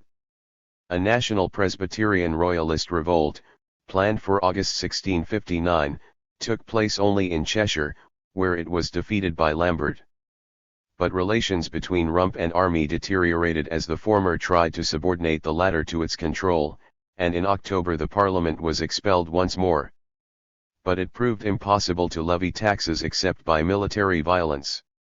The City of London refused to cooperate with the military government, and General Monk, commanding the army in Scotland, was authorized by some of the deposed Council of State to take military action on their behalf. He advanced towards the border. An army under Lambert was sent to oppose him. As long as this was paid, there were more rank-and-file desertions from Monk to Lambert than from Lambert to Monk. But Monk had more money and Lambert's army gradually melted away. The generals in London capitulated and recalled the rump in December, but Monk crossed into England. He was greeted on the way south with organized petitions for a free parliament, but kept his own counsel until he arrived in the capital. The first task Parliament gave him was to arrest leading members of London's government and to destroy its defensive gates and chains. Monk complied, but immediately thereafter retreated into the city and sent Parliament an ultimatum calling for a dissolution. Monk's surrender to the city ensured the downfall of the rump. He opened the doors of Parliament to the members excluded in 1648, and they carried out a pledge to Monk by dissolving themselves on March 16, after providing for elections to a new Parliament. This met on April 25. It was Presbyterian, Royalist in composition. The House of Lords was restored, and Parliament accepted the declaration which Charles II had issued from Breda on April 4. By this he offered an indemnity, settlement of disputes about land sales, payment of arrears to the army, and liberty of conscience, all subject to confirmation by Parliament. On May 25 Charles II returned to England. 8. Politics and the Constitution. None more fond of a king than the English, yet they departed from him to ease their purses and consciences. Peter Chamberlain, the poor man's advocate. The war was begun in our streets before the king or Parliament had any armies. Richard Baxter, the Holy Commonwealth. Taking sides. In the period before 1640 we looked at economics before politics. But in the revolutionary decades we must give first place to politics. The House of Commons of the Long Parliament represented, as usual, a cross-section of the ruling class. It was composed of gentry, merchants, and lawyers. But the circumstances in which it was elected gave rise to some novel features. To an unprecedented extent elections were contested on political issues. Many members were elected not merely because of their social standing but because they were known to adopt a definite political attitude. At Great Marlow all the contestants were gentlemen, but one of them was a great local landowner who stood for the court interest, his father-in-law being Attorney General. The two opposition candidates stood for the liberty of the commons in the election, with the support of shopkeepers and laborers. Their victory was not only a defeat for the court but also a demonstration that the ordinary sort of townsmen felt free for once to vote against their powerful landlord, despite his threats of economic reprisals. At Leicester the contest looks like just one more example of that rivalry of two great local families, the Greys and the Hastings, which had characterized its politics since the 15th century. But we know that the townsmen were becoming restive under the dominance of the great families, whose privileges the Privy Council maintained. In the election of 1640 support for Lord Grey of Groby came from rank-and-file citizens.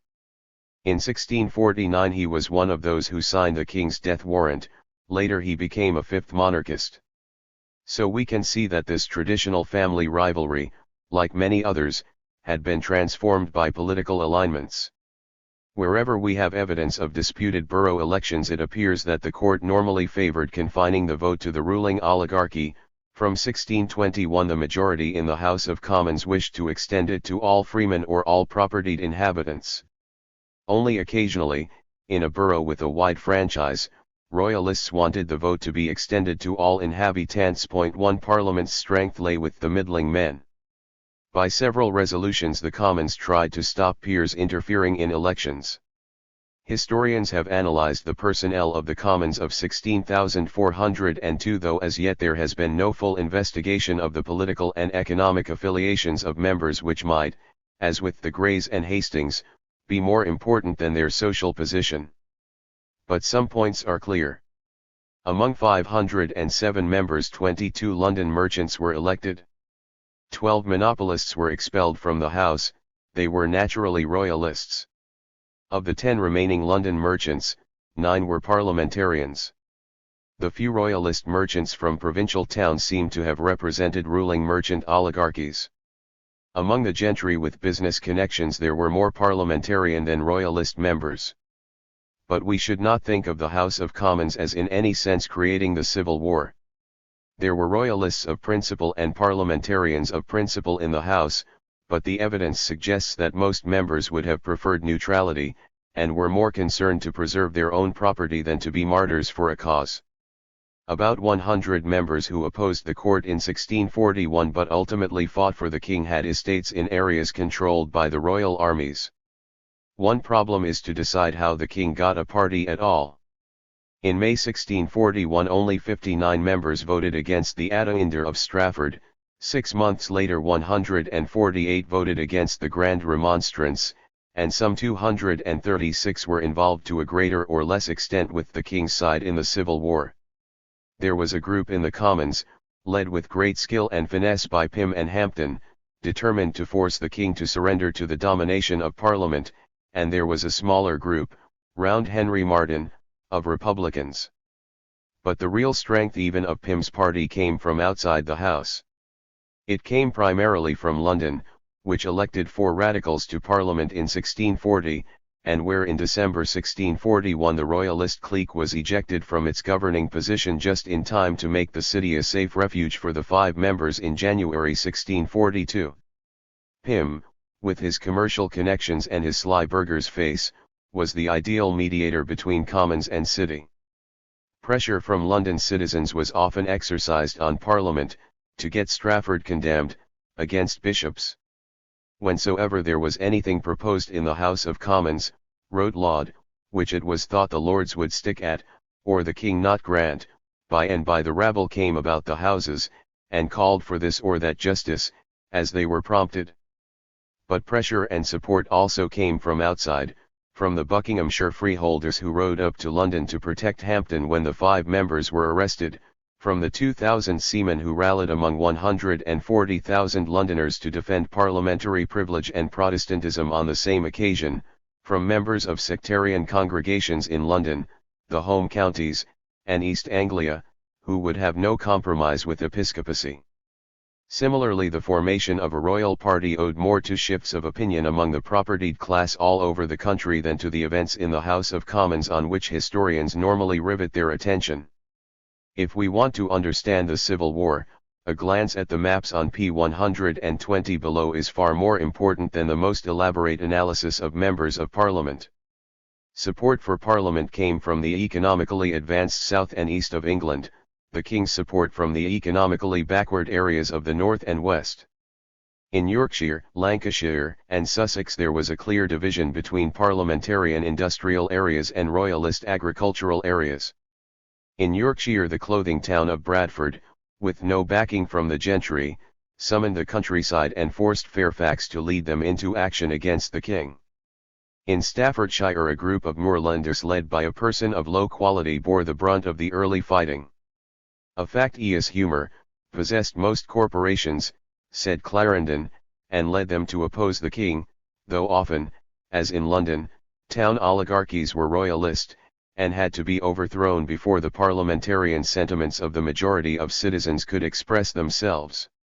Many towns in the area controlled by the king long held out for parliament. In 1642 to 320,000 London volunteers, including many women and children, labored desperately to construct a defensive rampart 9 feet thick, 18 feet high and 18 miles long, to the amazement of foreign observers. 3 The defence of Gloucester, Hull, and Plymouth frustrated the royal advance on London in 1643. But only cathedral cities like Oxford and Chester were royalist. Royalist strongholds were aristocratic houses like the Marquis of Winchester's Basing House, the Earl of Derby's Latham House. The Earl of Worcester's Raglan Castle was the last royal fortress to surrender. The ports were mostly for Parliament. So was the navy. A few gentlemen captains opted for the king when war broke out, but they were easily replaced by professional tarpaulins. The defection of the fleet and of the ports meant that the king could neither end the war by blockading London nor obtain the foreign help he tried so hard for. The very names Cavalier and Roundhead imply a social sneer. The upper classes wore their hair long. The London trained bands or militia, whom Charles I had wanted to disarm in September 1640, were the most reliable parliamentary troops in the early stages of the war. Their stand at Turnham Green in 1642 decided Charles not to attempt to storm London. In 1643 they marched across England to relieve Gloucester. At the Battle of Newbury, on their way back, the trained bands were the preservation of that army, for they stood as a bulwark and rampart to defend the rest, and frustrated even the dashing Prince Rupert after he had scattered their cavalry. Later the voluntary yeoman cavalry trooper came to be as typical on the parliamentary side as were the Marquis of Newcastle's whitecoats, his tenants and retainers, on the other, or the Catholic dependants of the royalist Earl of Worcester, who even before the war started was said to possess arms for 2,000 men. These social distinctions were very clear to contemporaries. The Duchess of Newcastle, writing of the West Riding, referred to those parts of the kingdom which were populous, rich and rebellious. 4 Clarendon said that Leeds, Halifax, and Bradford, 3 very populous and rich towns, depending wholly upon clothiers naturally maligned the gentry, and were wholly at Parliament's disposal. In Wiltshire gentlemen of ancient families and estates were for the most part well affected to the king, whilst a people of inferior degree who, by good husbandry, clothing, and other thriving arts, had gotten very great fortunes, were fast friends to the Parliament. It is what such passages assume, as well as what they actually say, that is revealing. Chamberlain, writing after the Restoration, named as parliamentarians some of the gentry, divers of the inferior clergy, most of the tradesmen and very many of the peasantry. The wealth, insolence, and pride of the lower sort of common people made them lose that humble respect and awful reverence which, in other kingdoms, is usually given to nobility, gentry, and clergy. Baxter's careful analysis was similar. A very great part of the knights and gentlemen adhered to the king. Most of the tenants of these gentlemen, and also most of the poorest of the people, whom the other called the rabble, did follow the gentry and were for the king. On the Parliament's side were, the smaller part of the gentry in most of the counties, and the greatest part of the tradesmen and freeholders and the middle sort of men, especially in those corporations and counties which depend on clothing and such manufactures. If you ask the reason of this difference, ask also why in France it is not commonly the nobility nor the beggars, but the merchants and middle sort of men, that were Protestants.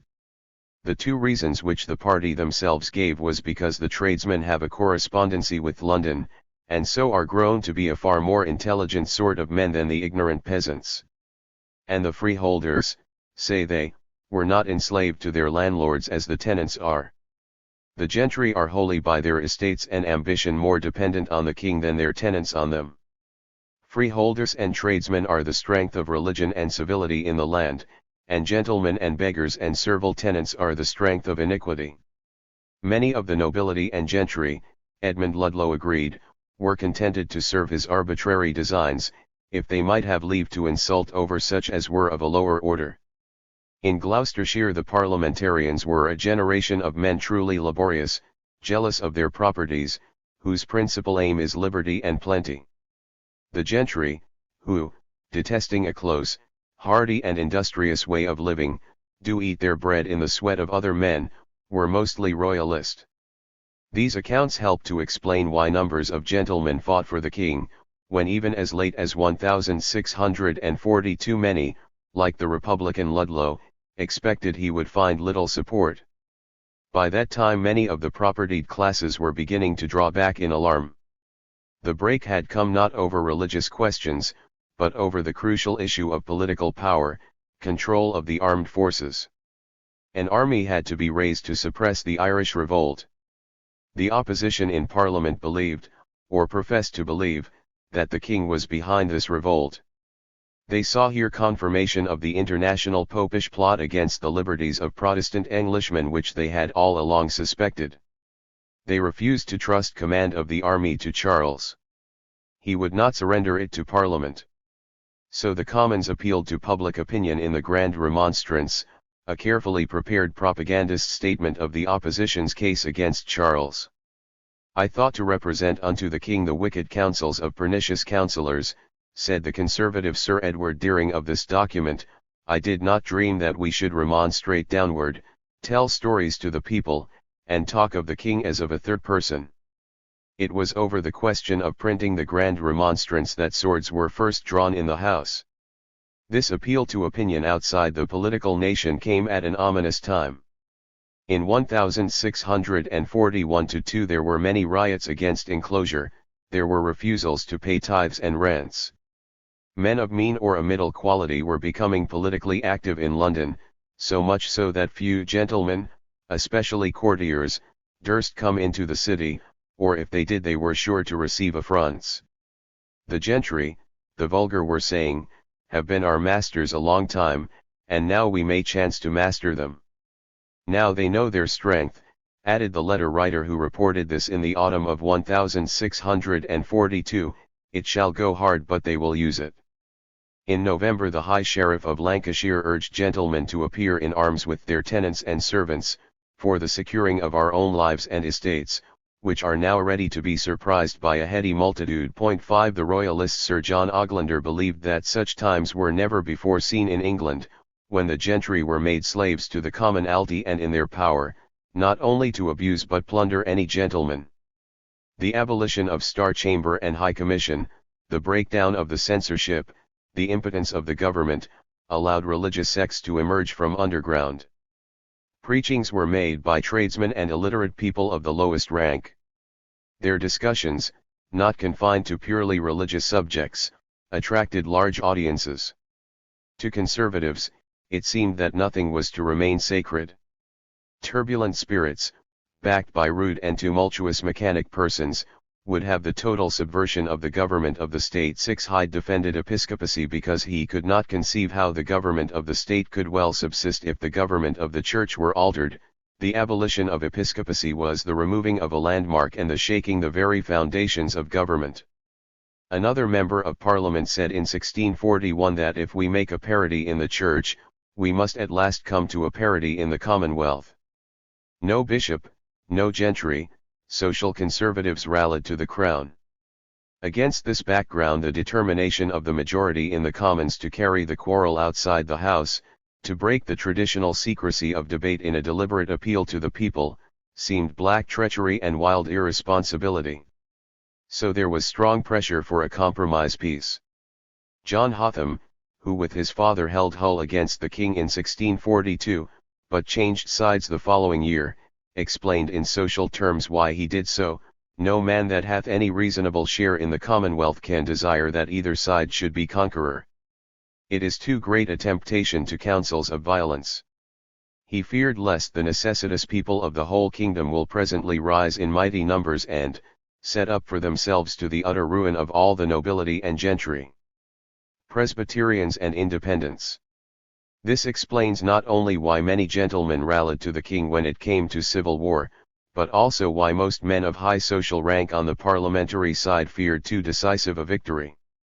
At the beginning of the war, Parliament established county committees in all areas under its control, on which it naturally put the leading gentry of the shires. Command of the county militias likewise went by social rank in the traditional way. But gradually, in the course of the fighting, two parties appeared in the committees of all counties so far investigated. A conservative group, of higher rank, favored a defensive war and a negotiated peace, whereas the Win the War party found that its main support came from lower social groups. It had been well that men of honor and birth had entered into these military employments, wrote Oliver Cromwell in September 1643. But seeing it was necessary the work must go on, better plain men than none. I had rather have a plain russet-coated captain that knows what he fights for and loves what he knows than that which you call a gentleman and is nothing else. Sir William Brereton found he had to replace the governor of Stafford, even though he came from one of the best county families, by a rich merchant who happened to be more efficient and enthusiastic.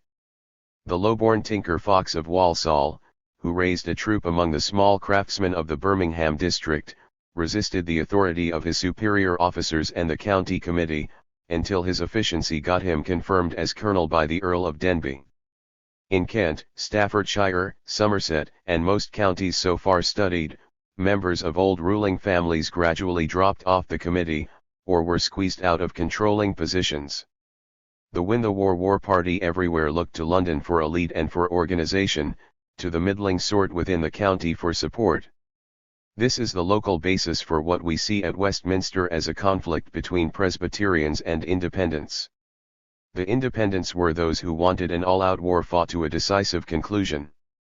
They saw that this meant abandoning the county unit for recruiting and paying the armed forces, and getting rid of officers who were unwilling to lead their troops out of areas in which their property was situated. They wanted appointment by merit, irrespective of social rank, and the full mobilization of Parliament's vastly superior resources in men and money. The two positions were stated in an exchange between Cromwell and his general, the Earl of Manchester, in November 1644. "If we beat the king 99 times, the Earl said, yet he is king still, but if the king beat us once we shall all be hanged, and our posterity be made slaves." "My lord," Cromwell replied, "if this be so, why did we take up arms at first? This is against fighting ever hereafter." So the self-denying ordinance and the new model army were inextricably connected. The main point of the former was to relieve peers of their commissions, so that an army of the career open to the talents could be created. It was no accident that Manchester accused Cromwell of saying that he hoped to live to see never a nobleman in England. Levellers later boasted of the new model, wherein there is not one lord. It was in this respect an army of a new type. Promotion by merit went together with religious toleration. If an appeal was to be made to people who hitherto had existed only to be ruled, they must be allowed freedom of discussion and organization, and must be appointed for efficiency irrespective of their views. The state in choosing men to serve them takes no notice of their opinions, Cromwell wrote to a major general in March 1644. If they be willing faithfully to serve them, that satisfies. He was discussing the promotion of a man alleged to be an Anabaptist, someone who held religious and social views which respectable men of property had been taught to regard with horror. Cromwell selected his own officers and men from those who made some conscience of what they did, regardless of labels. It was one reason for his early military success, and for his reputation as a dangerous man. On the other hand, the ruling men in the city of London were Presbyterians. They despised the thrift, sordidness, and affected ill-breeding of the Independents, Clarendon tells us, and had no wish to see social revolution go too far. The Earl of Essex asked in 1644, is this the liberty which we claim to vindicate by shedding our blood? Posterity will say that to deliver them from the yoke of the king we have subjugated them to that of the common people. The commander-in-chief of the parliamentary armies was making the same point as John Hotham, soon to be executed for deserting to the other side. The major general to whom Cromwell wrote was a Scot, and here was another distinction between Presbyterians and Independents. Both had agreed in asking for the assistance of a Scottish army. The Scots demanded as the price of their alliance the introduction into England of a religious system like their own, together with persecution of sectaries. Conservative parliamentarians were happy to accept a Presbyterian national church, though of a more Erastian type than the Scottish model. The Independents, for religious, political, and military reasons, supported religious toleration. In 1640 a Scottish army had enabled the opposition to impose terms on the king. The Presbyterians hoped in 1644 to use the Scottish army to impose their views on king, parliament, and army independence. The correspondence of Robert Bailey, Scots Commissioner in London, shows that we had no hope of any progress here in imposing a Presbyterian establishment, till God gave victories. The triumph of the independent national army meant that the Presbyterian national church was stillborn. The Levellers. But just as the Presbyterian opposition to the Royalists had been a coalition, so was the independent opposition to the Presbyterians, and it too disintegrated after victory. Already in 1646 a group of Democrats in London were saying that Parliament's resistance to the king, and the sovereignty of Parliament, could only be justified theoretically if that sovereignty derived from the people. But if the people were sovereign, then Parliament must be made representative of the people.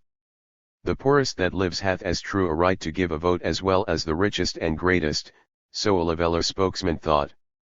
This democratic theory was combined with demands for a whole series of reforms: redistribution of the franchise, abolition of monarchy and House of Lords, election of sheriffs and justices of the peace, law reform, security of tenure for copy holders, throwing open of enclosures, abolition of tithes and therewith of a state church, abolition of conscription, excise, and of the privileges of peers, corporations, and trading companies. Their design, said a hostile pamphleteer, was to raise the servant against the master, the tenant against the landlord, the buyer against the seller, the borrower against the lender, the poor against the rich. The Levellers enjoyed a good deal of support among apprentices and small masters in London. In 1647 they associated themselves with the demands of the army rank and file for arrears of pay and indemnity. They rapidly won much influence among the agitators. The thing contrived by the agitators, Baxter wrote, was an heretical democracy. The words accurately portray the confusion between religion and politics at the time. The seizure of the king by Cornet Joyce in June 1647 forced the generals to cooperate with the rank and file. The agitators told Cromwell that if he did not forthwith come and head them, they would go their own way without him. Cromwell came. The day after the seizure of the king the generals agreed to the setting up of an army council in which all ranks were represented. The declaration of June 14, 1647 was an acceptance by the generals of Leveller attitudes. We were not a mere mercenary army, hired to serve any arbitrary power of a state, but called forth and conjured by the several declarations of Parliament, to the defence of our own and the people's just rights and liberties. And so we took up arms in judgment and conscience, and are resolved, to assert and vindicate the just power and rights of this kingdom in Parliament, for those common ends premised, against all arbitrary power, violence, and oppression. So the army justified its intervention in politics against the Presbyterian majority in the Commons. The soldiers were citizens in uniform, who had regained the rights of freeborn Englishmen. At Putney in October 1647 the Leveller draft constitution, the agreement of the people, was debated in the Army Council. Civil war, the Levellers held, meant that the constitution had broken down. They offered the agreement as a social contract refounding the state. The franchise was to be granted to every free man who accepted the agreement. It demanded the dissolution of the existing parliament, redistribution of the franchise, biennial parliaments, and the absolute sovereignty of the House of Commons, limited only by the reservation of religious toleration and freedom from conscription as absolute rights. There was to be complete equality before the law reform, and an indemnity for all who had taken part in the Civil War. The Putney debates turned very largely on the extent of the franchise. Some levelers spoke as though they were in favor of manhood suffrage. Colonel Rainborough said, in words that have become famous, "The poorest he that is in England hath a life to live as the greatest he, and therefore, every man that is to live under a government ought first by his own consent to put himself under that government." But, rhetorical flourishes apart, most of the Leveller leaders wanted the vote to be given only to freeborn Englishmen. Unless they had fought for Parliament, servants and those in receipt of alms, that is, wage labourers and paupers, were excluded from the franchise, because these two groups were not economically independent. Thinking in terms of small household industrial and agricultural units, these levellers held that servants, apprentices and labourers as well as domestic servants, were represented by the head of the household no less than were his womenfolk and children. Free Englishmen were those who could freely dispose of their labour, of their property in their own persons. 7. The Leveller conception of free Englishmen was thus still restricted, even if much wider than that embodied in the existing franchise. Their proposals would perhaps have doubled the number of men entitled to vote. But manhood suffrage would have quadrupled it. The generals, genuinely horrified, pretended at Putney that the Levellers were more democratic than their leading spokesmen were. Defending the existing franchise, Cromwell's son-in-law Ireton rejected the doctrine that by a man's being born here he shall have a share in that power that shall dispose of the lands here, and of all things here. The vote was rightly restricted to those who have a permanent fixed interest in this kingdom, namely the persons in whom all land lies, and those in corporations in whom all trading lies. The present House of Commons represented them. Ireton further asked by what right the vote was demanded for all free Englishmen. If by natural right, taking up the Levellers' point that all should be free who could freely dispose of their own labour, then Ireton could see no reason why men had not as much natural right to property as to the vote. The liberty of all those that have the permanent interest, that is provided for. And liberty cannot be provided for in a general sense if property be preserved. A doctrine of natural rights would lead to communism. This argument confused the Levellers at Putney, for they were far from being communists. On the contrary, they expressed the outlook of men of small property, the artisan, yeoman, and husbandman majority of the population. They sharply differentiated themselves from the diggers who advocated a communist program and began communal cultivation of land at St. George's Hill near London in 1649. Gerard Winstanley, the digger leader, extended the Leveller conception of liberty by saying, "True freedom lies where a man receives his nourishment and preservation, and that is in the use of the earth." The diggers agreed with the Levellers that wage labourers were unfree, but they drew the conclusion that wage labour should be abolished. The generals may have believed that logically there was nothing to prevent so wide an extension of the franchise as the Levellers advocated, leading on to manhood suffrage and even to communism. As Colonel Rich put it, "You have 5 to 1 in this kingdom that have no permanent interest. If the master and servant shall be equal electors, then clearly those that have no interest in the kingdom will make it their interest to choose those that have no interest. There may be a law enacted, that there shall be an equality of goods and estate." The generals feared that the Levellers might capture the army, then the many-headed monster would acquire a single head. Hence their forcible dissolution of the Army Council. In November 1648 Cromwell warned a correspondent against the danger of stampeding towards the king and the Presbyterians through the empty fear that the Levellers would overthrow nobility and gentry, yet 4 months later he told the Council of State, "You have no other way to deal with these men but to break them in pieces. If you do not break them they will break you." Fear of popular revolt in 1642 had disintegrated the United Parliamentarian Party. Fear of the social consequences of religious toleration had set Presbyterians against independence and the army in 1645, and now the Levellers were beginning to extend their propaganda activities outside London and the army. there was much in their program to appeal to the men of small property. Unless normal military discipline could be introduced, the army which had been called into existence to establish the supremacy of the men of property might threaten that supremacy even more fundamentally than Star Chamber and ship money had done. So Cromwell proceeded to break the London Levellers and Leveller-led mutinies in the army. After defeating the most dangerous of these revolts at Burford in May 1649, Fairfax and Cromwell received honorary degrees from the traditionally royalist University of Oxford. On their return to London they were feted by the Presbyterian city fathers. It was indeed the parting of the ways. Henceforth the revolution had turned conservative.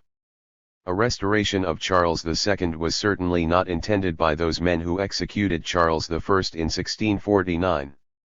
But the Rump made overtures to the Presbyterians 2 days after the execution of the king. Once the propertied independents had decided that tenants must not be equal with their landlords, it was only a matter of time before the ranks of the gentry would be reunited. Social conservatism led to conservative politics. The Commonwealth and the Protectorate. Nevertheless, there are some interesting halting places on the road from Burford to Breda. The immediate effect of Pride's purge and the execution of the king was that many persons of condition withdrew from local government, and were succeeded by a more inferior sort of the common people. Clarendon exaggerated when he wrote that they who were not above the condition of ordinary inferior constables 6 or 7 years before were now the justices of peace, sequestrators, and commissioners. The royalist physician, George Bate, exaggerated when he said that in London the most sordid men and of the vilest condition replaced the most wealthy and grave citizens. But that was the way it struck royalists. From 1649 to 1653 the Republican government enjoyed an apparent affluence unique in 17th-century England.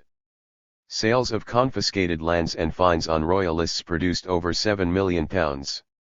Much of this went to Civil War creditors, but it also helped to finance the conquest of Ireland and Scotland, the building of Blake's fleet, and the fighting of the Anglo-Dutch War. Furthermore, by paying men more regularly, by shipping disaffected regiments off to Ireland and Scotland, later to Jamaica, and by judicious purges and promotions of radical leaders, the citizens in arms were reduced to something more like a professional army. The Leveller movement had perhaps always seemed stronger in the army than it really was. The astonishing political sophistication of the leaders cannot have been widely reflected among the rank and file, for whom no doubt the demand for arrears of wages was the most popular plank in the Leveller platform. Living on capital is a short-term solution. As the land fund was exhausted, so divergences began to appear between parliamentary independents and military leaders. Those members who sat in the Rump after Pride's purge were a curious mixture. Some were men of high principle, either devotees of religious toleration, or convinced republicans, or advocates of the constitutional supremacy of the Commons. Others had leapt onto the bandwagon in order to share the spoils of office. They were united only in opposing a dissolution of Parliament, the second group for obvious reasons, the first because they knew that the electorate would never return a majority in favor of either religious toleration or a republic. So they wished either to prolong the rule of the Rump indefinitely, or, if there had to be a dissolution, to rig elections to ensure their own return in the next Parliament. The position of the army leaders was different. Less theoretically attached to a republic, they wanted a more representative assembly which would vote regular taxes so as to give the army a stable place in the constitution. Unlike the civilian members of the Rump, they did not fear a dissolution, for so long as the army existed, its generals could not be ignored. Yet they too were divided. The more conservative, headed by Lambert, wanted to come to terms with the natural rulers of the country, to have a parliamentary settlement even if there had to be something of monarchical in it. Another group, led by Major General Harrison, was prepared to use military dictatorship to put through a more radical policy, including law reform and the disestablishment of the state church. After the dissolution of the Rump, the bare-bones assembly was a stopgap compromise between these two points of view. It was apparently originally intended as an advisory body, a party congress, some of whose members were nominated by the local party cells, the independent churches. But it took to itself the title of Parliament, and the radicals pushed forward with their program. This was not, as is often said, irresponsible. Much of it was taken over from bills which the Rump had been preparing. But it was too radical for the men of property. Votes were passed for law reform, for the abolition of chancery and of lay patronage, to establish civil marriage with no religious ceremony, and for further sales of delinquents' and recusants' lands. Tithes were called in question. Vested interests, what Ludlow called the corrupt interests of the lawyers and the clergy, as well as the gentry, felt themselves threatened. They were directly challenged by the Leveller leader, Lilburne. He had been exiled by the Rump, on pain of death if he returned to England, but he argued from its dissolution that the sentence was invalid, and returned. He was put on trial while the bare-bones Parliament was sitting, but no London jury could be found to convict him. He was declared not guilty of any crime worthy of death, to the accompaniment of demonstrations of joy in London, in which the troops guarding Lilburne participated. The radicals in Parliament made no gesture towards Lilburne, and so sealed their fate. Their program had no hope of realization without popular support. The bare-bones Parliament was dissolved without incident. The instrument of government was the attempt of the more conservative generals to find a modus vivendi between army and electorate. The franchise was modified in two respects. First, it was redistributed, so as to increase the number of county seats and disfranchise a large number of smaller boroughs, whose representation was monopolized by a single family. The House of Commons was made more representative of new centres of wealth and population. Leeds and Manchester were enfranchised for the first time.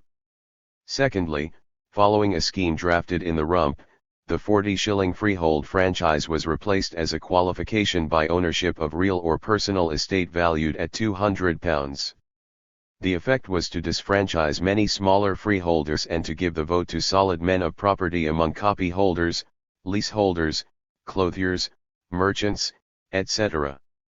It was not the democratic reform the Levellers had wished to see, for it restricted rather than enlarged the number of voters. It was an attempt to create an independent middle-class electorate, rather like that of 1832. In this it was relatively successful. The major generals succeeded in influencing some boroughs in the elections of 1656. But boroughs were not enough to create a parliamentary majority, as they would have been under the old franchise. Yet the Constitution looked after the interests of the generals too. First, a great deal of power was concentrated in the hands of the executive, and to this the instrument nominated a decisive majority of the generals and their friends. There was no procedure for removal except by death, so, though Parliament was to meet every 3 years, it was effectively deprived of control over the executive. Cromwell was appointed protector for life. Secondly, the Commons' financial control was greatly limited by writing an army of 30,000 men into the Constitution, as a first charge which must be met. Thirdly, a considerable degree of religious toleration was expressly guaranteed.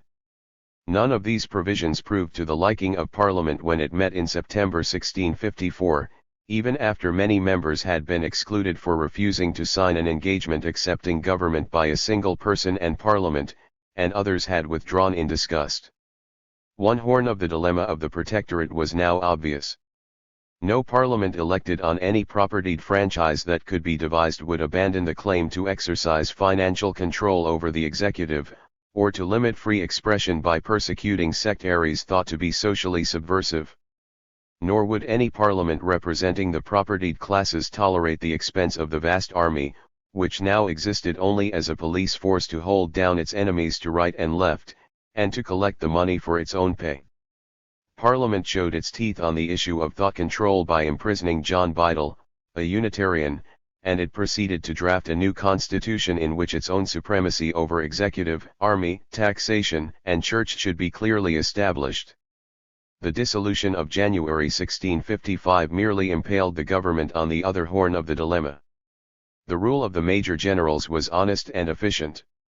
They filled a gap left after the abolition of prerogative and church courts. the breakdown of the Presbyterian system, and the refusal of the leading gentry to act as justices of the peace. They began to drive the administrative machine, which had been running down for a long time.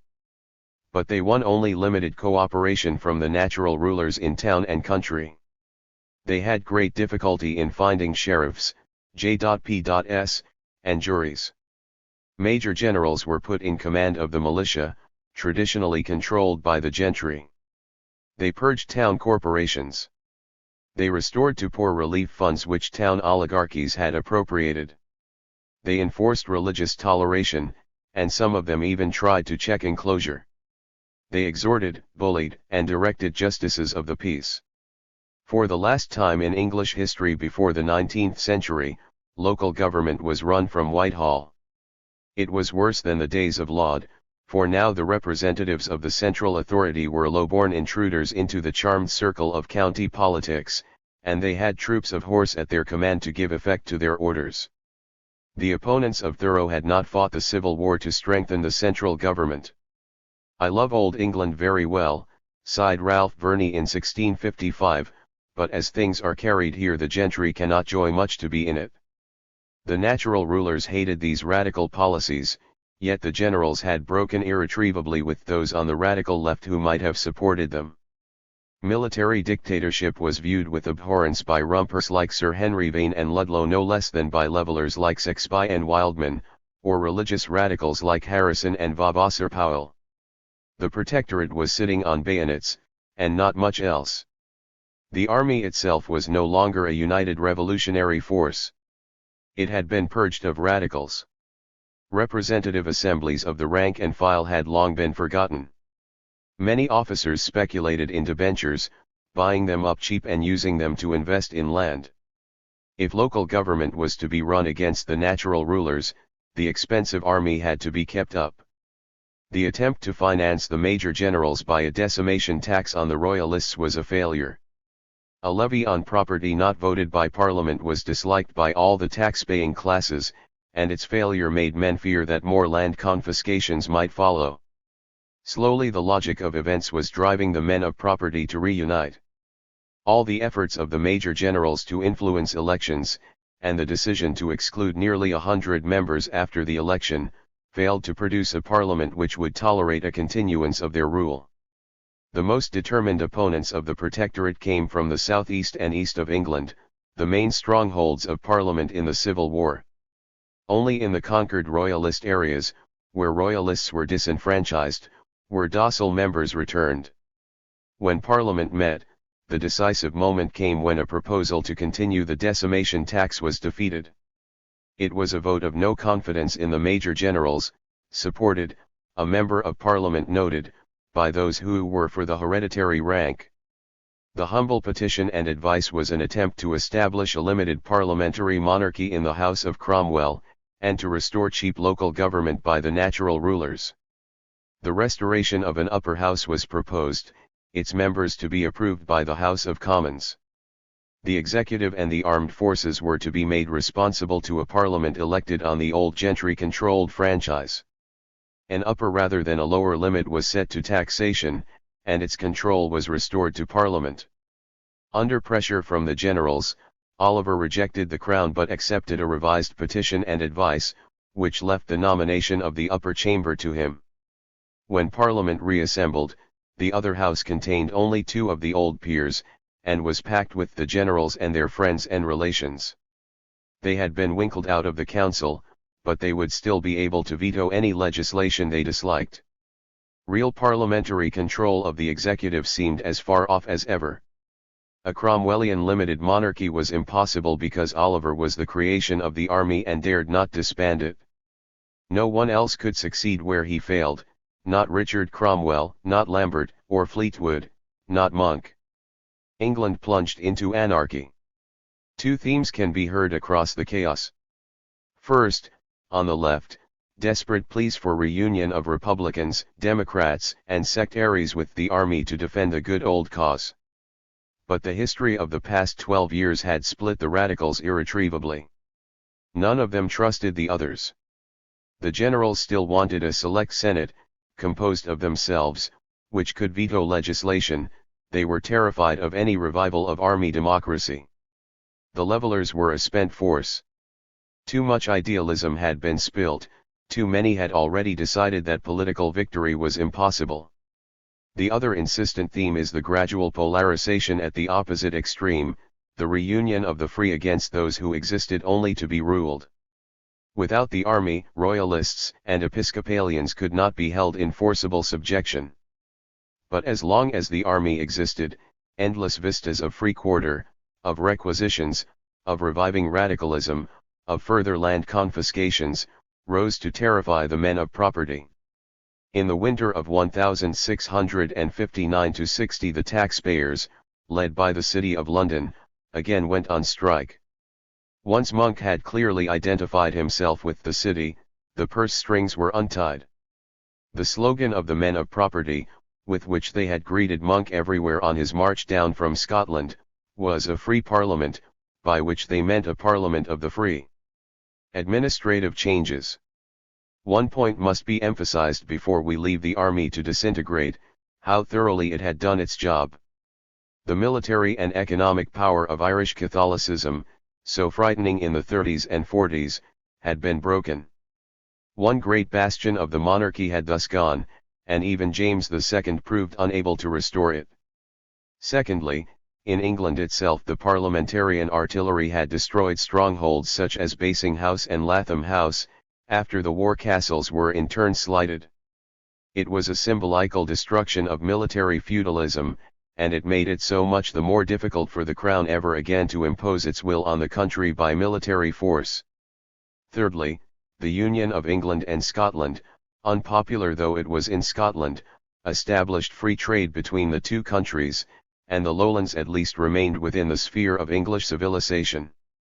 The conquest of Royalist Wales, Cornwall, and the North, the activities of the committees for the propagation of the gospel in Wales and the North parts, followed by the Quaker movement which evangelized England and Wales from the north, and the establishment of links between other churches, all this helped to make Britain more conscious of its unity. This unity focused on London. The Highlands of Scotland and the Catholic areas of Ireland were excluded from it. These, the only areas in which the later Stuart cause enjoyed any mass support, had been isolated and defeated in advance. Before 1640 the heart of government had been the court, the royal household. Officers of state stood in a personal relation to the king, their subordinates were their personal dependents. In 1642 the court left London. Most of the great lords followed. Customs farmers and monopolists lost their privileges. Parliament, now the permanent focus of government, had to build up a new administrative apparatus side by side with what remained of the old. Government was perforce depersonalized. New financial departments were formed, located significantly in the halls of city companies. Committees were set up for trade, for sale of confiscated lands, to administer customs and excise. The committee for plundered ministers ran the church. The committee of both kingdoms became the supreme executive, dependent on Parliament, foreshadowing the cabinet. A habit of rule through Parliament was established. Semi-professional civil servants, who did not owe their position to clientage or purchase, began to establish a new tradition of public service. Ludlow says that Sir Henry Vane, as Treasurer of the Navy, brought men to understand that they were not placed in employment to serve themselves, but to serve the public. This new ethic had difficulty in surviving the Restoration, but an ex-Cromwellian civil servant like Pepys took some of it into the world of Charles II. The rise of new groups to rule the counties also helped to destroy the assumption that command must inevitably devolve upon social rank. Promotion went by merit in the Navy as well as in the Army. The astonishing efficiency of both forces in these years owed much to the new attitudes of those who ran them with a sense of public duty. Sailors were more regularly paid, sick and wounded better looked after, than under Charles I or Charles II. Judges obtained legal security of tenure, which made them less subject to government pressure. In 1652 they were given a salary of £1,000, and forbidden to take fees or rewards. Similar attempts were made to substitute salaries for fees in the excise, customs, and navy. In other departments fees were limited and controlled. Nevertheless, in the long run the vested interests of lawyers and office holders proved too strong for parliamentary reformers no less than for Wentworth. With growing conservatism under the Protectorate the Exchequer was restored, and with it the traditional fees. But sale of offices was forbidden, and does not seem to have been reinstated until 1660. The abolition of the councils of the North and in Wales, together with the Privy Council, led to changes in local government and to greater independence for justices of the peace. Close cooperation in the 40s between members of Parliament and county committees gave the former a new importance. Parliament was no longer a court, it was recognized as the central representative of the interests of the country. This status was not lost after 1660.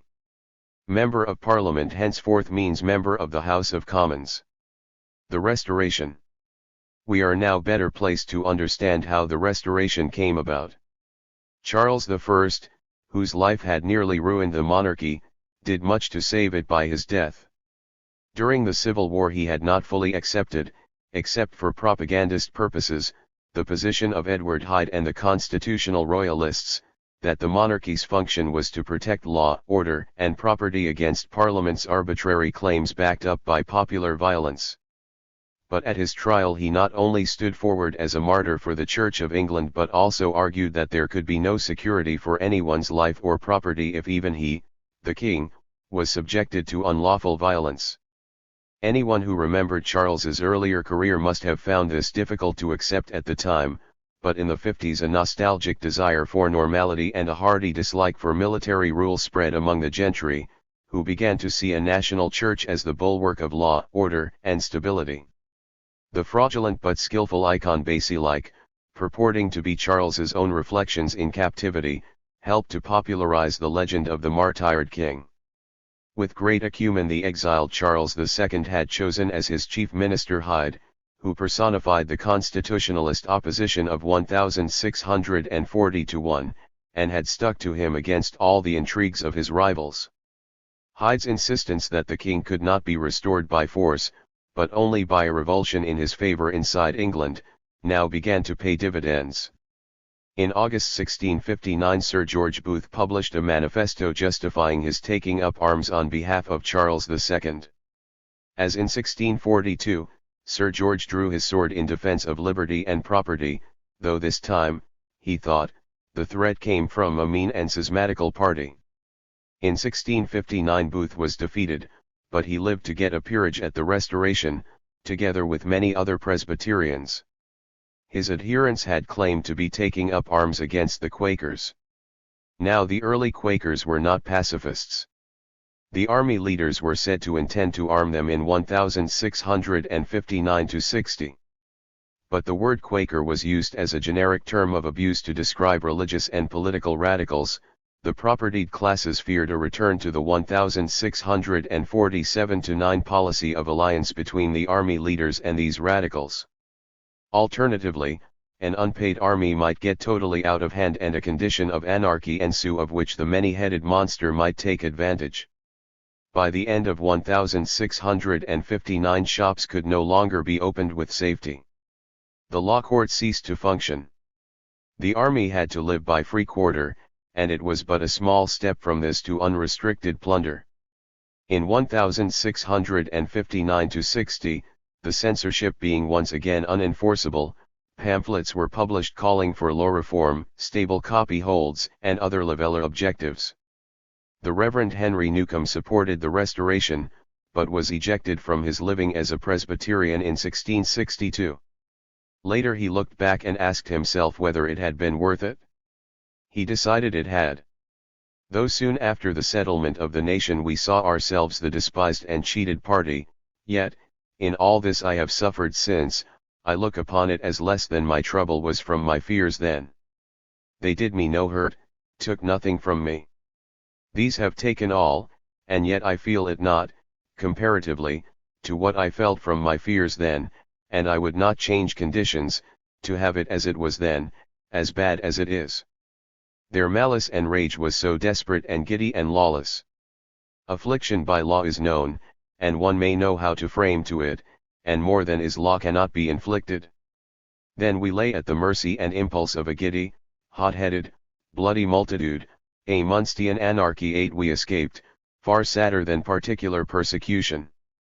If it then should have been said to us, well, you shall be eased of this power, and rid of the bloody Anabaptists, but you must have bishops and ceremonies again, we should have then said, with all our hearts. So the Presbyterians sacrificed religion to social order. In April 1660 Milton had warned of the danger that religion and liberty would be prostituted to the vain and groundless apprehension that nothing but kingship can restore trade. Can you at once suppress the sectaries and keep out the king? A royalist pamphleteer asked. His answer was no. The county election in Buckinghamshire in 1659 was described as being between the gentlemen and the Anabaptist party. The gentlemen won. The decisive moment was the day in February 1660 when the militia was taken from the command of persons of no degree or quality and restored to the government of the nobility and principal gentry. 9 Pepys stated the alternatives precisely in his diary for April 18, 1660, either the fanatics must now be undone or the gentry and citizens throughout England, and clergy, must fall, in spite of their militia and army. The gentry and citizens, the free, were opposed by the fanatics, the republicans, the many-headed monster. Fear of the latter led the free to look to Charles Stuart, out of love to themselves, not him. Ralph Jocelyn noted in his diary.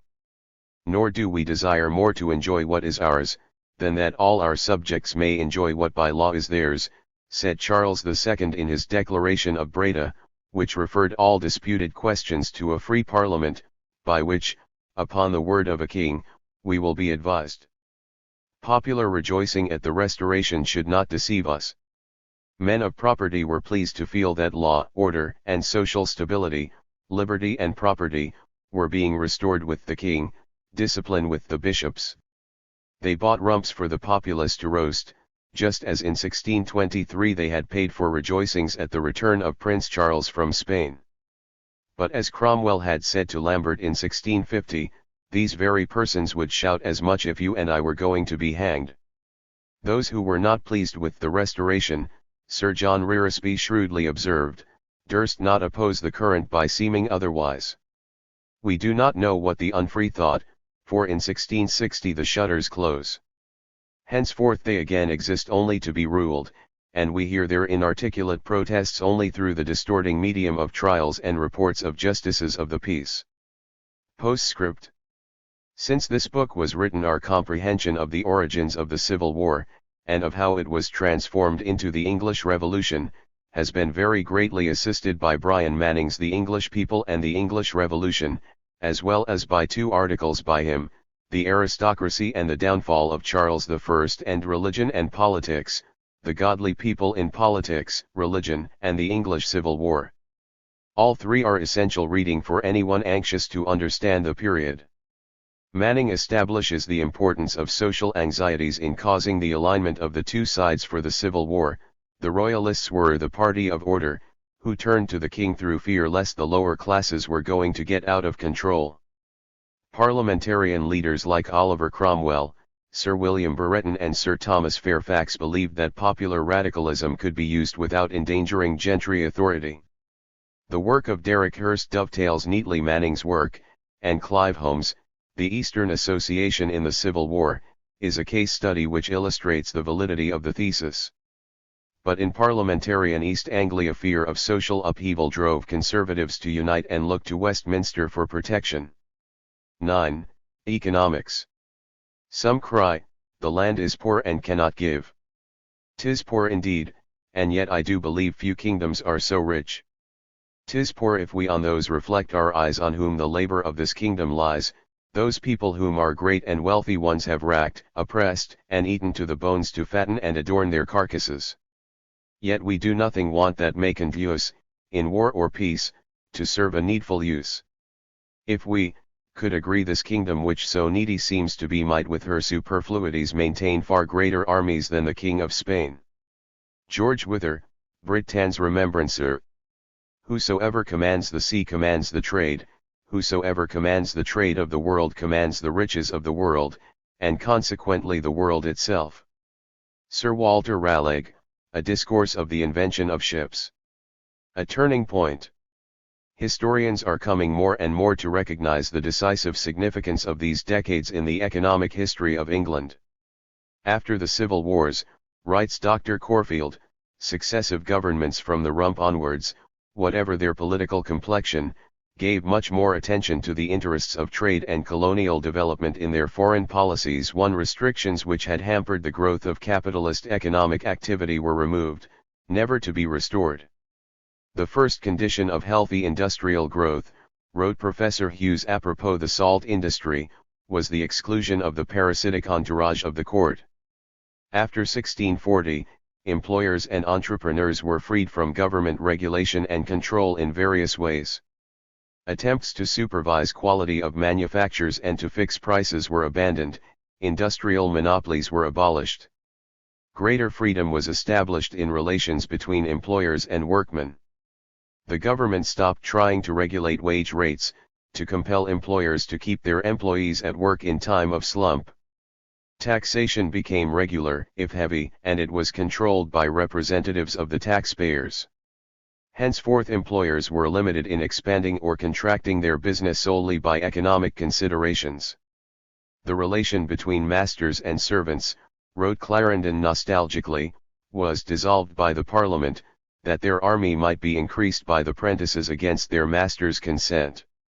The Act of 1563, insisting on a 7-year period of apprenticeship, and excluding all but freeholder sons from apprenticeship, was not enforced. The common law, so favorable to absolute property rights, triumphed over the prerogative courts. The land. During these decades crown lands and rents were sold to the value of nearly £2 million. The capital value of church lands sold is estimated at nearly £2 million.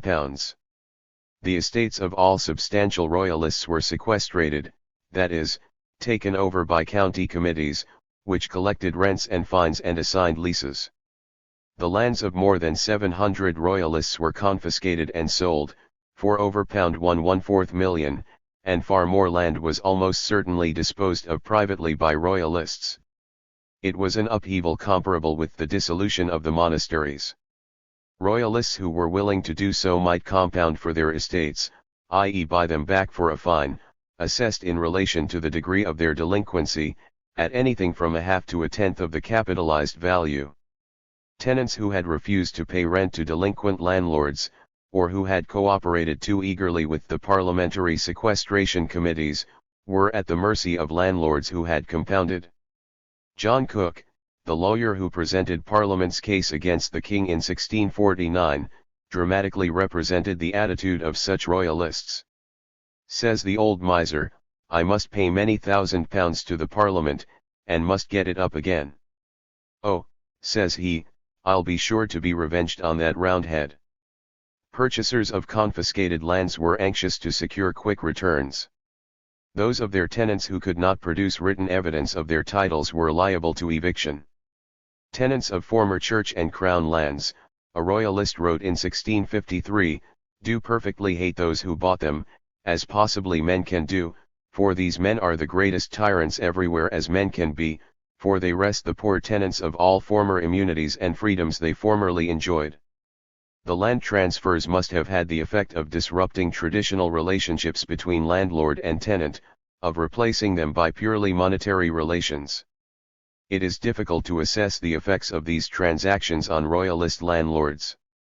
Great men like the Duke of Newcastle and the Earl of Worcester each claimed to have lost little short of £1 million in the royal cause. These were inflated estimates, including expenses in raising troops for the king and loss of rents for nearly 20 years, yet neither of these noblemen was in poverty after the Restoration. Other royalists, who did not go into exile but compounded and got their estates back, could devote themselves to estate management during their 15 years of exclusion from politics, with no court to force extravagant expenditure on them. Many royalists, through agents or relations, bought their estates back before 1660, though some of them ran into debt in doing so. But many lesser royalists must have got into grave financial difficulties.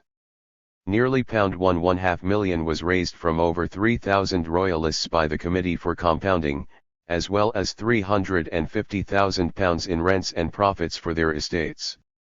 Delinquents submitting to Parliament also had to pay a levy of 1/20th of their real and 1/5 of their personal estates. On top of this came heavy taxation, culminating in the decimation tax of 1,655. In order to pay composition fines after a long period in which no rents had been received, royalists were authorized to sell part of their lands. We have no idea how much was sold, but the amount must have been considerable. These lands were not restored in 1660. Declining gentlemen whose financial position was desperate seem to have formed the backbone of the Royalist Action Party in the 1650s, fomenting military conspiracy which the greater landlords of their party frowned upon. Unless such men were very fortunate in securing court favor after the Restoration, their families had a stiff fight to keep their heads above water.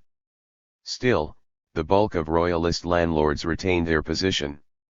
There was no social revolution in the countryside comparable with that which occurred during the French Revolution, though changes that had long been taking place may have been accelerated too. It was estimated that half the land of Staffordshire came into the hands of new owners between 1609 and 1669. In 1609 there had been only 3 citizen owners in the county. In 1669 there were 3 peers, 4 baronets, and 20 esquires who had purchased land with wealth made in trade. Wardship and the Court of Wards were abolished by order of the two houses in 1646, and by Act of Parliament in 1656. All lands formerly held from the king by feudal tenure were converted into freehold.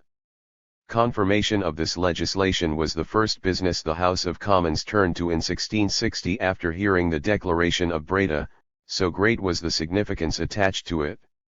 Professor Perkins said this was the decisive change in English history, which made it different from the continent. From it every other difference in English society stemmed. 3 Its effect was to deprive the Crown of a vital means of maintaining its leading subjects in proper subordination, to relieve the landed class of the irritating and erratic death duties which wardship had imposed, and to give landowners, whose rights in their estates had hitherto been limited, an absolute power to do what they would with their own, including the right to settle the inheritance of all their lands by will. Unconditional ownership and transmission of landed property was one essential for planned long-term capital investment in agricultural improvements. The other was that copyholders, mostly smaller tenants with no security of tenure, should not win absolute rights in their holdings, particularly not an absolute right of inheritance, but could be evicted by landlords who wished to enclose or consolidate.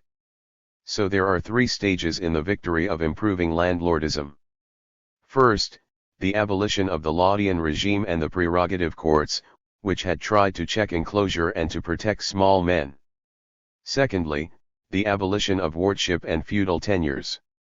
Thirdly, the defeat of the movement to win economic independence for copyholders, to protect common rights against enclosure and to reform the law on behalf of small proprietors.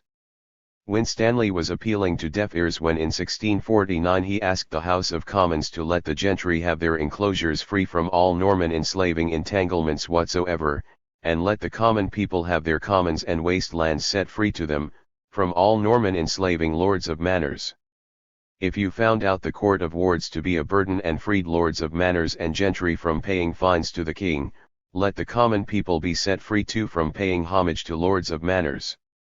The Parliament of 1656, which abolished feudal tenures, rejected a bill to set an upper limit to the entry fines which could be imposed on copyholders. The same Parliament rejected another bill, introduced, significantly, by a Major General, which for the last time attempted to check enclosures.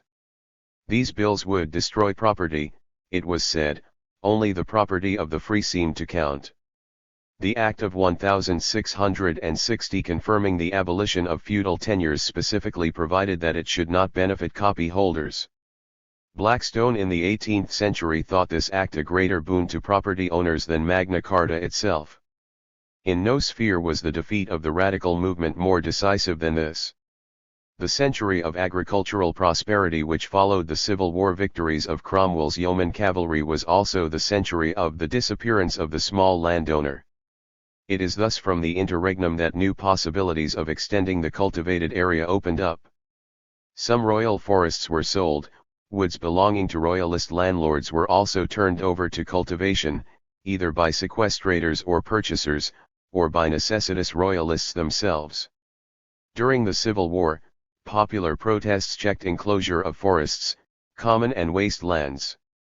But the restoration of central authority, and the defeat of the radical movements, together with the fact that confiscated lands were sold by Parliament in large blocks, ensured that the great new areas now available for cultivation came into the hands of men with sufficient capital to be able to improve them. When lands were surveyed for sale by Parliament, squatters on commons were always marked for eviction. Henceforth, encouragement of agricultural improvements was a major object of government policy. Attempts to prevent enclosure were abandoned. Agricultural prosperity came in a way which favored richer landlords and depressed their tenants. In 1649, Peter Chamberlain, protesting against this, advocated the nationalization of confiscated lands, commons, and marshes, and Gerard Winstanley and the diggers started to take over waste land for communal cultivation. Such schemes were inevitably defeated. Parliament passed an act for draining the fens in the same month as the levellers were put down at Burford. Lower rates of interest also helped land reclamation and cultivation of the commons to go ahead, but not for the benefit of the poor, who had hitherto used fens and commons for fishing, hunting, grazing, and for their fuel supply. Clover seed was on sale in London by 1650. Its use, recommended by agricultural writers, revolutionized the cultivation of barren land. Charles Davenant thought clover was introduced especially on crown lands during the interregnum. Improved rotation of crops enabled animals to be kept alive through the winter. This in its turn increased the supply of fertilizers. Meanwhile, purchasing power was increasing, thanks to government expenditure and rising wage rates. Greater purchasing power meant that men could eat more, which in turn was a great stimulus to agriculture. Agricultural production leapt forward. England ceased to import corn and soon began to export it. Cheaper corn and meat meant relatively lower labor costs, especially in the hitherto less developed frontier areas of the North and West, in which both agricultural and industrial production expanded most rapidly. The victory of South and East in the Civil War, paradoxically, brought prosperity to Liverpool, and economic revival to Bristol and Exeter. Public opinion altered too. Levellers protested against enclosure, but agricultural writers invariably favored it, and after the restoration of the censorship in the 50s, the note of moral disapprobation is more rarely met. The traditional rhyme might circulate verbally. The law locks up the man or woman that steals the goose from off the common, but leaves the greater villain loose, who steals the common from the goose. But the Reverend Joseph Lee argued that the free play of the market would succeed where government regulation had failed. If corn was ever again in short supply, men will plow up their enclosed land for their own profit. It's an undeniable maxim that everyone will do that which makes for his greatest advantage. Agricultural improvement was increasingly becoming a matter of capital investment, which only rich landowners or lessees could afford. Any land, wrote Blythe in 1652, by cost and charge may be made rich, and as rich as land can be. By cost and charge, that was the point. In Parliament in 1657, Colonel Sydenham said of rank and file soldiers, "They are poor, and if you assign lands to them they must sell again." The rich inherited the earth, industry and the poor. The interregnum saw an advance in communications which made it easier for agricultural and industrial production to be specialized in different regions. Before 1640, opposition of vested interests to improvements in river navigation could be met only by an overriding power obtained by letters patent. This was subject to all the costs and hazards of negotiation at court. After 1640, the initiative passed to Parliament, more liberal in such matters. Coastal shipping trebled between 1628 and 1683. In 1654 surveyors were empowered by Act of Parliament to assess the inhabitants of a parish and to hire labour and carts for mending the highways. It was the beginning of a recognition of the state's duty in this sphere, anticipating the first Turnpike Act of 1663. Military and administrative necessity led to a great acceleration of postal communications. In 1656 letters from London were delivered in Winchester next day. Under Secretary Thurlow, the post office developed as a national institution serving private as well as public customers. The first regular coach services date from the interregnum. In trade and industry, the revolutionary decades were no less decisive. Purveyance was abolished, the authority of the clerk of the market, whose supervisory control over weights and measures had often been used for the purpose of extortion, was transferred to the local magistracy. Local monopoly privileges and the system of apprenticeship were severely shaken. Down to 1640, England and France had moved along parallel lines of industrial regulation. After that date they are poles apart. The rise in prices, which had created boom conditions for so long, had come to an end. The havoc of the 30 Years' War led to drastic reductions in European demand. Political crises in 1648-9 and 1659-60 caused industrial and trading depressions, and the burden of taxation and free quarter was heavy throughout the period. But internal free trade was the essential prerequisite for industrial advance. Wages, left to supply and demand, rose steadily. Army rates of pay helped to force them up. The trend continued to the end of our period. In the Cornish tin mines, complete laissez-faire created conditions of abounding prosperity. Miners who had left the industry in the depression caused by Stuart monopoly flocked back, new mines were opened, production expanded, and wages rose. They fell again when monopoly was re-established in 1660.4 in the clothing industry. John Aubrey wrote about 1685, "The art of spinning is so much improved within these last 40 years, that 1 pound of wool makes twice as much cloth as to extent as it did before the civil wars." Government expenditure, financed by confiscation, taxation, and customs dues on this increased trade, mounted enormously. It is difficult to estimate the effect of bulk purchases, novel on such a scale, in stimulating the armaments, shipbuilding, clothing, and leather industries, to mention only a few. Most important of all was a change in the intellectual and moral climate. As late as 1641, when the Commons discussed interest, it had to be called damages. Medieval ideas about money lending still prevailed, and interest was a rude word. By 1660 such prejudices were extinct. The rate of interest was lowered to 6% in 1651, giving an additional fillip to industry. Before 1640 many wage laborers could not legally depart from their place of work without a testimonial. But between the breakdown of conciliar government and the establishment of new and more drastic restrictions by the Act of Settlement in 1662, there was a period of greater mobility. Impressment for the forces snatched men away from their crafts and husbandry. At the army's insistence, apprentice regulations were waived on behalf of disbanded soldiers. Military operations and the beleading of troops in private houses helped to mix up the population, to bring the ideas of the South and East into isolated areas of the North and West. Scots and Irishmen fought in England, Englishmen in Scotland, Ireland, the West Indies, and Flanders. The period was in general one of great mobility. The marches of armies were succeeded by those of demobilist soldiers seeking work and of itinerant Quakers seeking the salvation of souls. The self-contained units of English society broke down at all levels. The Statute of Apprentices, which excluded 3/4 of the rural population from the clothing industry, was no longer enforced. After 1660 unemployment declined. Men ceased to think England was overpopulated.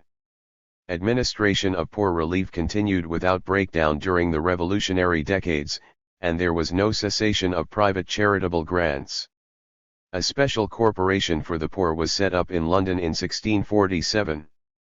In fact, the poor seem to have been better off in the 1650s than in any preceding decade. 5 The crisis years 1649 and 1659 produced a number of pamphlets making generous and imaginative proposals for abolishing poverty, but the defeat of the radicals meant that such schemes were not put into practice.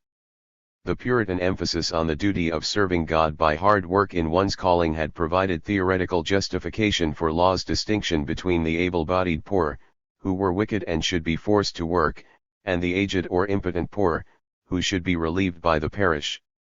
So long as there were large numbers of unemployed unable to find work, this doctrine had proved unconvincing, nor were early Stuart attempts to browbeat parishes into setting the poor on work successful.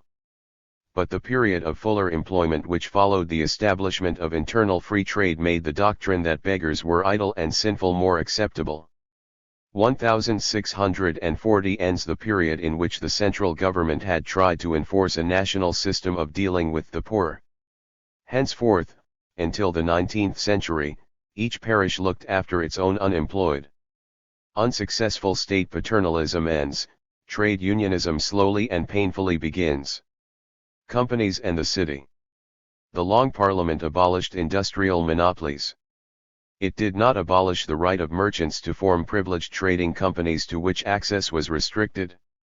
The great London companies lent money to Parliament, and there was, in Mr. Scott's words, a tendency to strengthen the position of the companies far beyond what can be accounted for exclusively by pure political motives.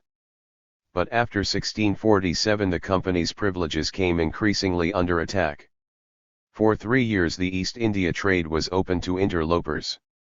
The Levant Company also suffered badly from unauthorized trading rivals. 6 The Levellers made themselves the spearhead of this attack, demanding freedom from all restrictions on competitive production and sale, and the right of the small producer to dispense with the middleman, who took much of the profit. This was in effect a call for state intervention on behalf of small master craftsmen against the great merchant capitalists as well as against local and monopoly privileges.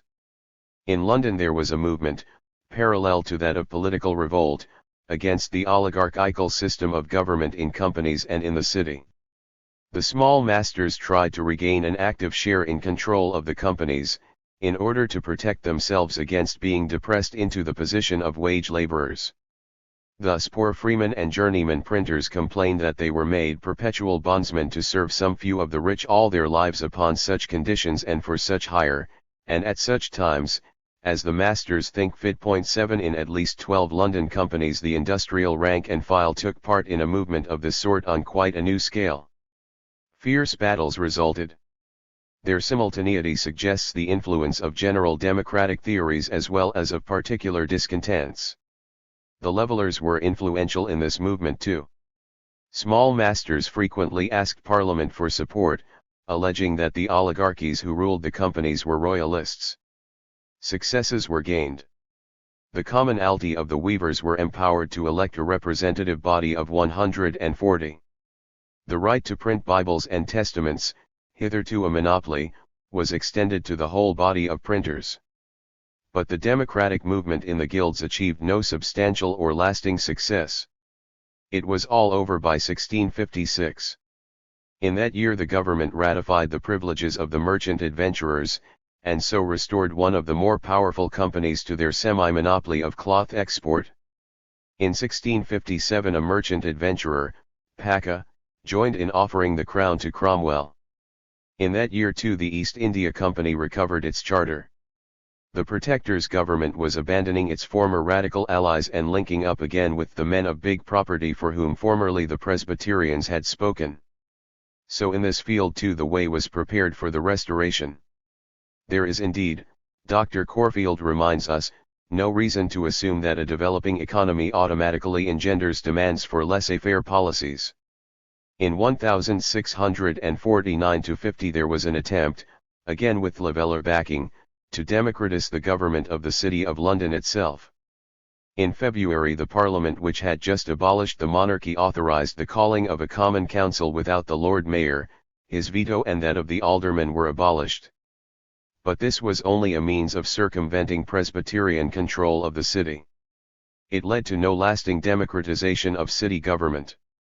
There were similar democratic movements in other towns, though few have as yet been properly studied. Trade and foreign policy. The end of the price revolution boom saw Europe entering into a protectionist phase and an epoch of trade wars. It was fortunate for English merchants that power passed, just in time, to men more responsive to the interests of trade. There were two possible lines of foreign expansion. Some, for example those merchants engaged in trade with the West Indies, saw the main enemy as the Habsburg power monopolizing the American market and trying to establish political and economic control over the Baltic. Against Habsburg Spain and Austria the Protestant Dutch Republic was a potential ally. The merchant adventurers favored friendly relations with the Netherlands, the recipients of their cloth exports.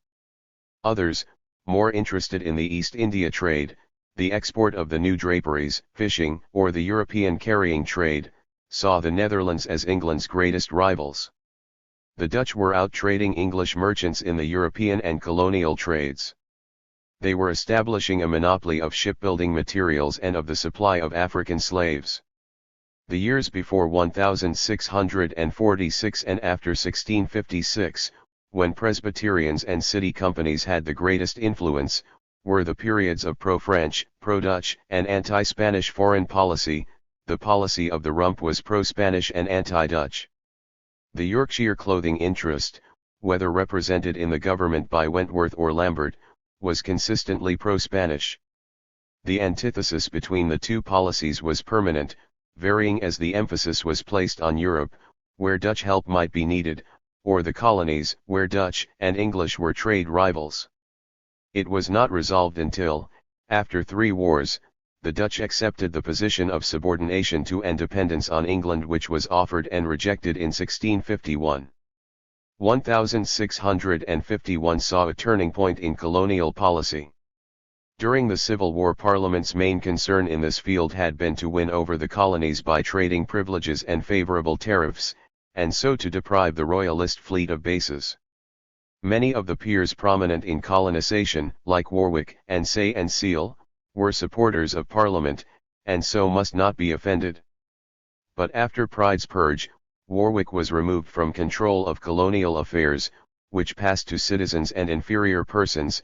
Blake drove Prince Rupert's fleet from the seas, and a new policy was adopted.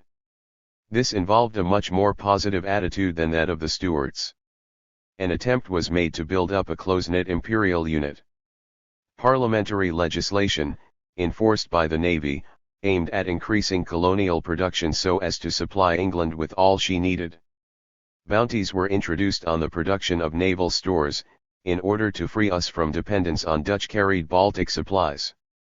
Trade with foreigners, and that meant principally the Dutch, was forbidden to the colonists.